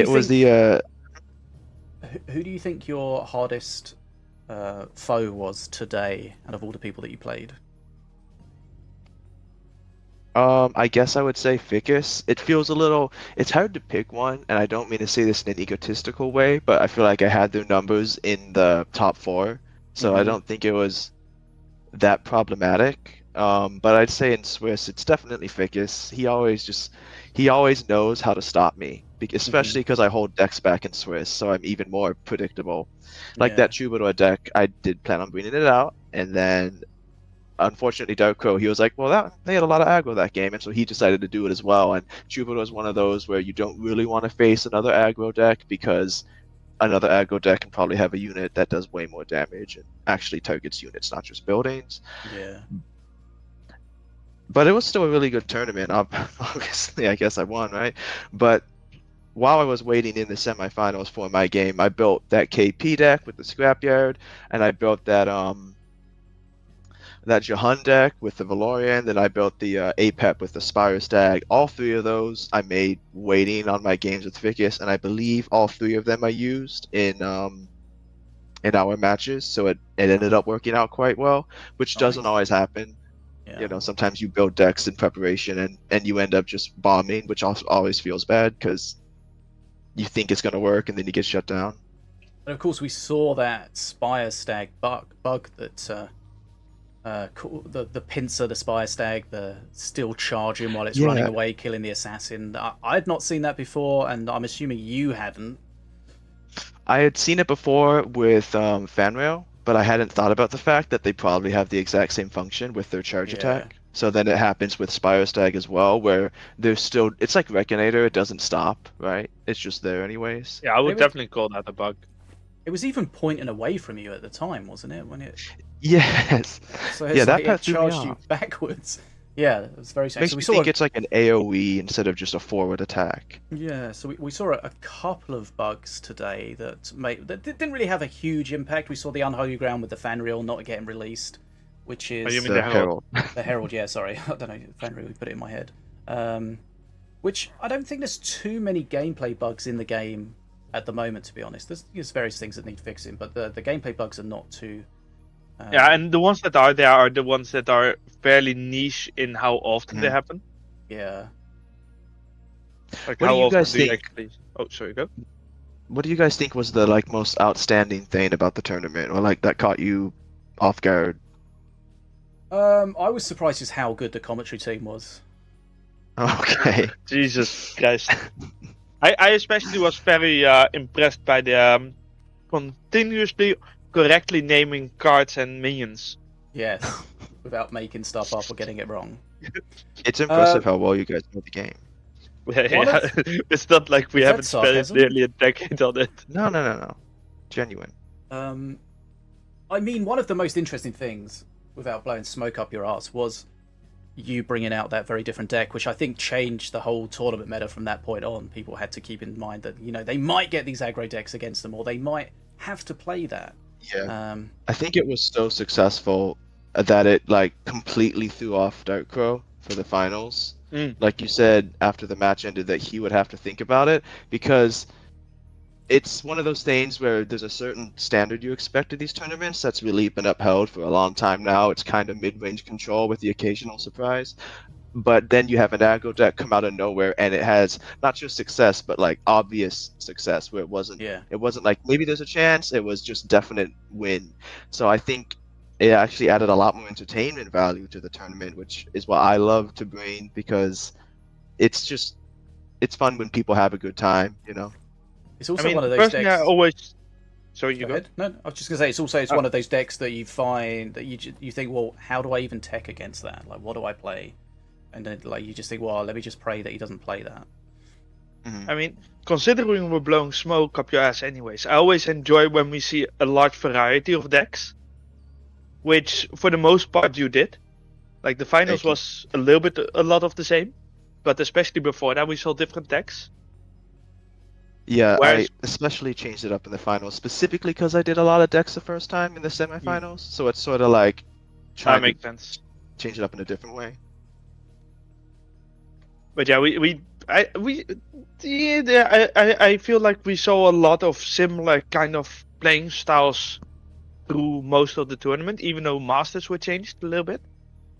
I would have loved to see if there was a little bit more variety. But at least it wasn't one of those tournaments where everyone's playing the exact same thing. But I think there's a lot more. I was just going to say, talking about the Masters, was there anyone we didn't see? I don't know if we saw a Stormbringer. No Setsus. No, you played the Setsu. Oh, right. Amazing. About that. Amazing. But yeah, I did not see a Stormbringer and I did not see a Red Bow. Yeah. I think that's interesting that we see almost all the Masters. Yeah. I think all the other ones we have seen on stream. I don't know. Perhaps there was a Red Bow and Stormbringer in a match that we didn't cover. Right. What was I going to say? Oh yeah, so of course Jezra's everywhere on the leaderboard. Yes. Jezra, we saw lots of playing of Jezra, lots of bans. And a lot of bans. Yeah. Same with Bearflange. Yeah. Do you think the proposed change to her ability going up in cost from 2 to 3 to start with is a fair way to address that, DSOO? I definitely think so. Because before, when she wasn't mythic and you had it at 2 cost, she's a lot more, I don't know, like coin flippy, because you can take her with Lightning Bolt, Wizard Puff, you can push her around. And when she lost all of that, it's sort of like she's an unstoppable force. Which Yeah. especially gets to me, because I feel like with her ability, she's especially good against more control-sized decks, because she gets so many kills and then feeds off of them in like a crackle sort of way. That makes a lot of sense, yeah. And then there's also the fact that her AoE is actually a range of 4. So you can't even respond with nearly as many units as you normally could to a lot of these bigger cards. Yeah. One of the things we were kind of a little surprised by is how Set was playing Denver constantly. It felt like he just hadn't noticed the meta change in the last 6 months or so. I think he just doesn't keep up with the game so much anymore. When we loaded into our matches, I saw his rank was like gold 18, which obviously isn't his kind of skill, but it's like he's playing what he knows was good, not what he knows is good. I mean, it's definitely the same. If I would have joined the tournament, you would have seen decks that were played 5 years ago as well, you know? It's like, you see my Stormbringer with ATG, Warrior, Plasma Marines, that stuff. I just feel like a courtesy glance of the leaderboard would tell you that Denver's not what Denver used to be, and Jezra's the new Denver. But I mean, I would never consider that Jezra might have taken the place of Denver. They're such different units that act so differently.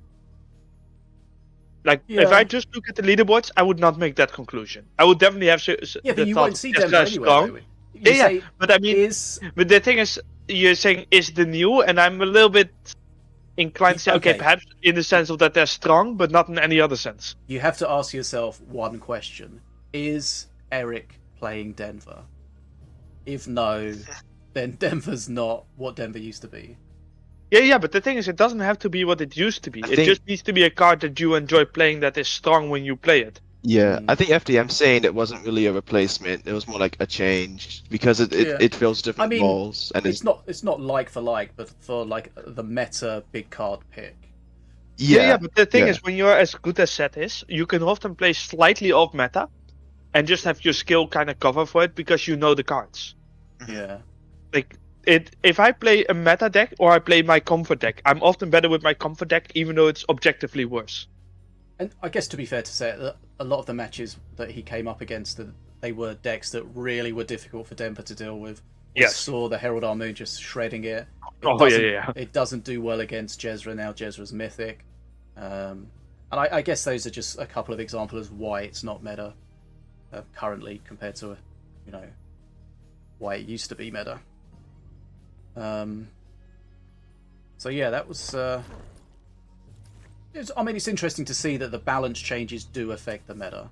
And of course, the game is balanced on a monthly basis by the community. So if you want to get involved, join the Minion Masters Discord, go to the balance section. If you've got any ideas, suggest them. If you want to have your thoughts on other people's ideas to support them or not, do that as well. And of course, the ones that get the most support will end up going through.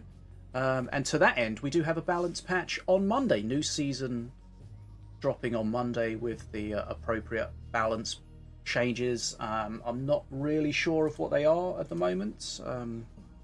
Do you know that shit? I know that we're gonna work our way towards a Radic meta.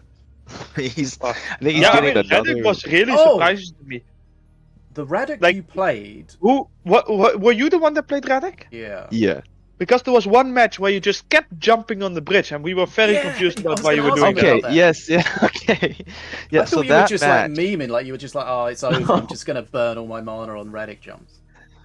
No, well, it's because I thought eventually he'd try and play something on the bridge, but he didn't do that, he just kept throwing Courage top, and it was also a match I was losing, so I figured like I had to hold a bridge because I was like 15 XP behind, and I figured if he's throwing his mana top, I could try and work it out, but... I mean, you did. We were just sitting like, you're wasting so much mana. You're already behind. What are you doing?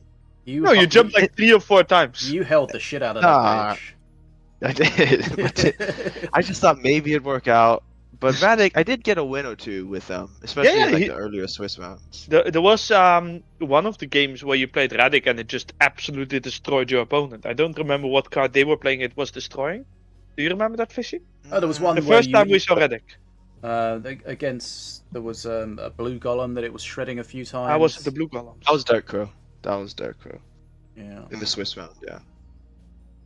Yeah, I think Oh. he is pretty good. Well, yeah, I see there is a proposed change to Radic. Range reduced from 6 to 4. Movement. Yeah, His but- shots are more compact. increased. Yeah. The thing is, Five that's to actually a seven. buff to him. Yeah. It is down here as a buff, yeah. Yeah, I don't which think the movement you have to a speed's little buff, bit wondering. No. No, but the range thing is definitely a buff. Yeah. Because you Like see it when whereas he's the- shooting something at full range, it's like hitting 1 or 2 of the pellets. Mhm. Yeah. It also will mean he actually deals a little bit more face damage. Mm. Yeah, that 10% damage is getting buffed. Mhm. That's the biggest thing I find entertaining on ladder is because people don't always know every card's stats. So when I play that deck on ladder and it gets the tower, it's like you don't need to respond to it, but then Yeah. people do it anyways because they think it's a danger. The But worst I thing is when you respond to it, then you jump and you get more value out of it. It's like a card you double don't want to respond to. Yeah, and I think his best usage is like support when you have a push because he can move around the entire field and just kind of like answer what they use to respond. He's also the biggest bully of assassin because he has like a 15 damage land like Setsu does, and then he just one shots like assassins. I think he's underrated right now. I always thought he was quite strong. I played him quite a bit when I was playing it before any buff that he might have gotten, and it's one of those cards where people are not quite sure how to respond to it because you can Mhm. react so much with it. And he recently became mythic, which makes And- it where I don't have to worry so much. Have you ever played him with Vocal? Because raged up Radic is scary. I might do that. I actually didn't think of that, but I think I could That's see what it. I was doing, and honestly, those blasts are, just nasty. That's One a thing good I- idea. The one thing I I might work don't on that. like about Radic when you play him is how when you're trying to jump out of like a spell that your location Okay. doesn't update until yeah. you land. So let Yeah, me I- give you some feeling on that, because I've played him so much, I know kind of how that works. It's Mhm. weird, air targeting spells will hit him, but like ground-only targets don't, because it's like his location stays the same, but he's in the air when he's doing his Yeah. jump. There was another card that we made later that also jumps, where we actually wrote it better so that it changes continuously. Which one is that? I don't. That might be Fuchs stuff, What? like Fuchs fuck. movement change. Fuck. Hey. Yeah, Vuk, clutch cooker. Oh, yeah. Because Oh, the you thing mean is, like the grappling hook? yeah, because the thing with Radic is we just change the visuals and then we teleport him. Yeah. But there is no real reason to have done that. I think I know why we did that. It was It's easier. because it's because of the jump animation being extremely difficult to work with to actually make the visual and real location match up. It's Right. kind of annoying.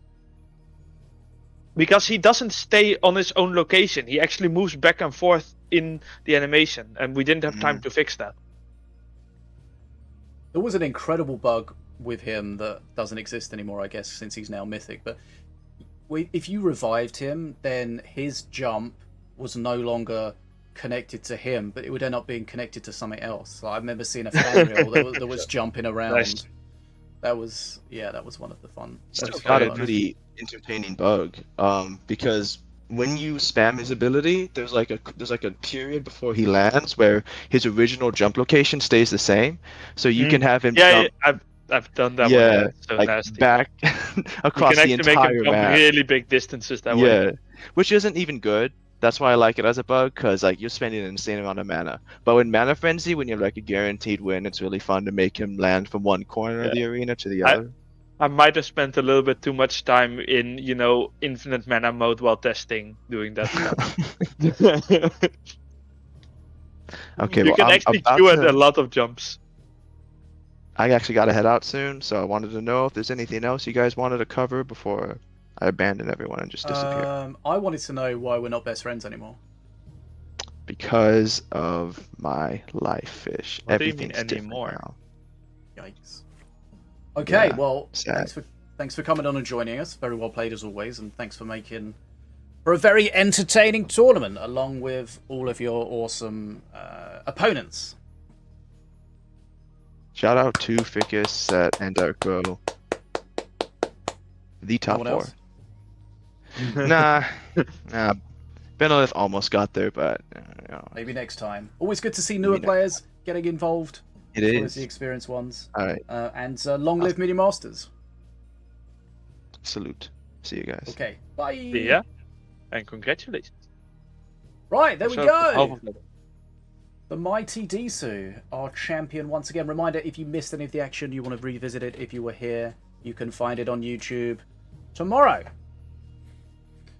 And keep up to date. And remember, there's a new season on Monday. So we will get some balance changes, some interesting ones proposed. I haven't seen the list, because basically there's a proposed list, and then they don't necessarily go through, because some of them are quite complex, and if they're too complex, then the devs just don't have time to do it.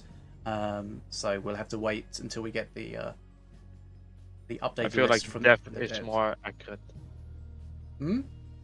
I feel like the dev doesn't have time to do it. It's more accurate. Okay, yeah. The devs is like the royal we, like the royal devs. Ah, fair enough. Fair enough. So we'll see which changes land and which ones don't. And of course, we did get the new win rate data from the devs today, so I'm going to have a look at that, and then maybe I'll put that on my website, baddestfish80.com, so you can check it out if you want to see what is doing very well. And of course, I do have my meta video on YouTube that you can go and find, baddestfish80 everywhere. Right, FDM, that was a good time. Also, I'm surprised that you went fancy with the .com. I just have a .nl for myself. I thought you would go like .co.uk. No, I'm Mr. Worldwide. Why is that actually? That you guys have .co.uk and not just .uk or .eng or something, No idea. or .gb? No idea. Look it up. No. Okay. Right, guys, thanks so Good much for talk. joining us. We are chatting nonsense as we get to the end of the stream. Appreciate you all being here. We are going to finish the streams shortly. So let's set up a raid. Yeah, you have to do your awkward wave. Yep, you have to as well. I Are you love gonna- that. Yeah, sure. I'm definitely doing it. Okay. Start the awkward wave, and then we've got the 3 minutes to wait for it. Oh! I always think, why didn't I start earlier? I mean, the real question is, why did you even start the awkward wave? I don't know. These It's things. the worst decision of your life, and you made a lot of No, bad I decisions. don't know. The worst one might have been the subfish wall. That was. Ah, is that still That's- going on? I don't know. It's still there. Are you still adding more fishes? Not so much recently. Do you ever have like friends or family that come over and you have to explain it? Sometimes. It's pretty normal, right? It's not weird at all. Yeah, Right. everyone has a wall made out of fishes. Everyone responds so positively to it. Like when I get Yeah. messages like, "Why are you streaming from your son's bedroom?"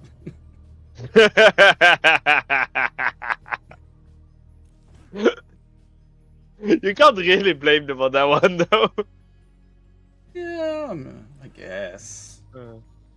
You're either cool enough to respect and understand the fish wall, or you're not. You know how it is. Right, are we done that? 3 minutes yet? No. I don't know. I'm just happy I don't have a wall made out of fishes. You're jealous, really. I'm slowly working on making a wall out of books. Oh, impressive. It's a very expensive wall. Nice. Are they leather bound and smell of mahogany? Well, some of them are leather bound. Oh, fancy. Don't know if they smell of mahogany. I don't know how mahogany smells. Same.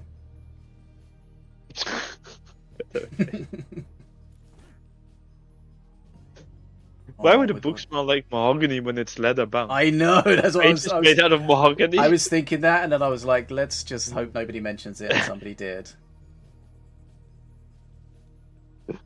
Like, I mean, I guess paper might be made from mahogany. Like it's not the books that are made of mahogany; it's the shelves, of course. Like the Yeah, fancy that's a possibility. Yeah, if they are made out of mahogany, they have long since stopped smelling, I think. Okay. Because I think both my bookshelves are older than I am. Do you think you can get like a cologne that smells of mahogany, and then you can smell it, like spray it on the wood, so it starts smelling like mahogany again? Yeah, but if you do that on non-mahogany wood, it's just confusing. Yeah, I guess. Paint it mahogany coloured, dark wood. Oh, Jesus Christ. Why not just get a mahogany? Well, you could do. Bookshelf I'm at that just point. giving you options here. I don't want options. I am happy with what I have. I don't need Okay, mahogany in my okay. room. Oh, I'm waving. Let's go. We managed is- to ramble long enough. It's almost over. She's so happy about that. Right. Tottenham won today. Let's go. Did you see Tottenham against PSG? Fuck no. Oh, and the Super Cup. We nearly won it. Ah, no fuckers. Sorry. Just got a paper cut.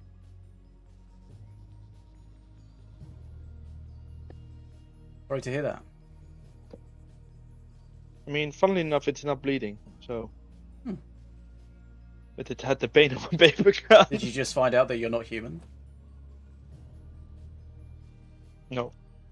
I knew that for years. What? I'm a dwarf. Well, was a dwarf. Now I'm a bird.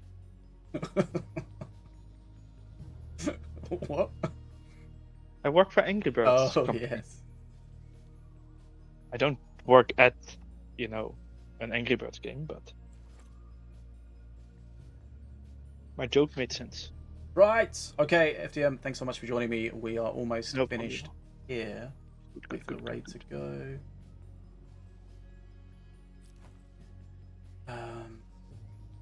Bristler King is doing his thing. So let's go see him.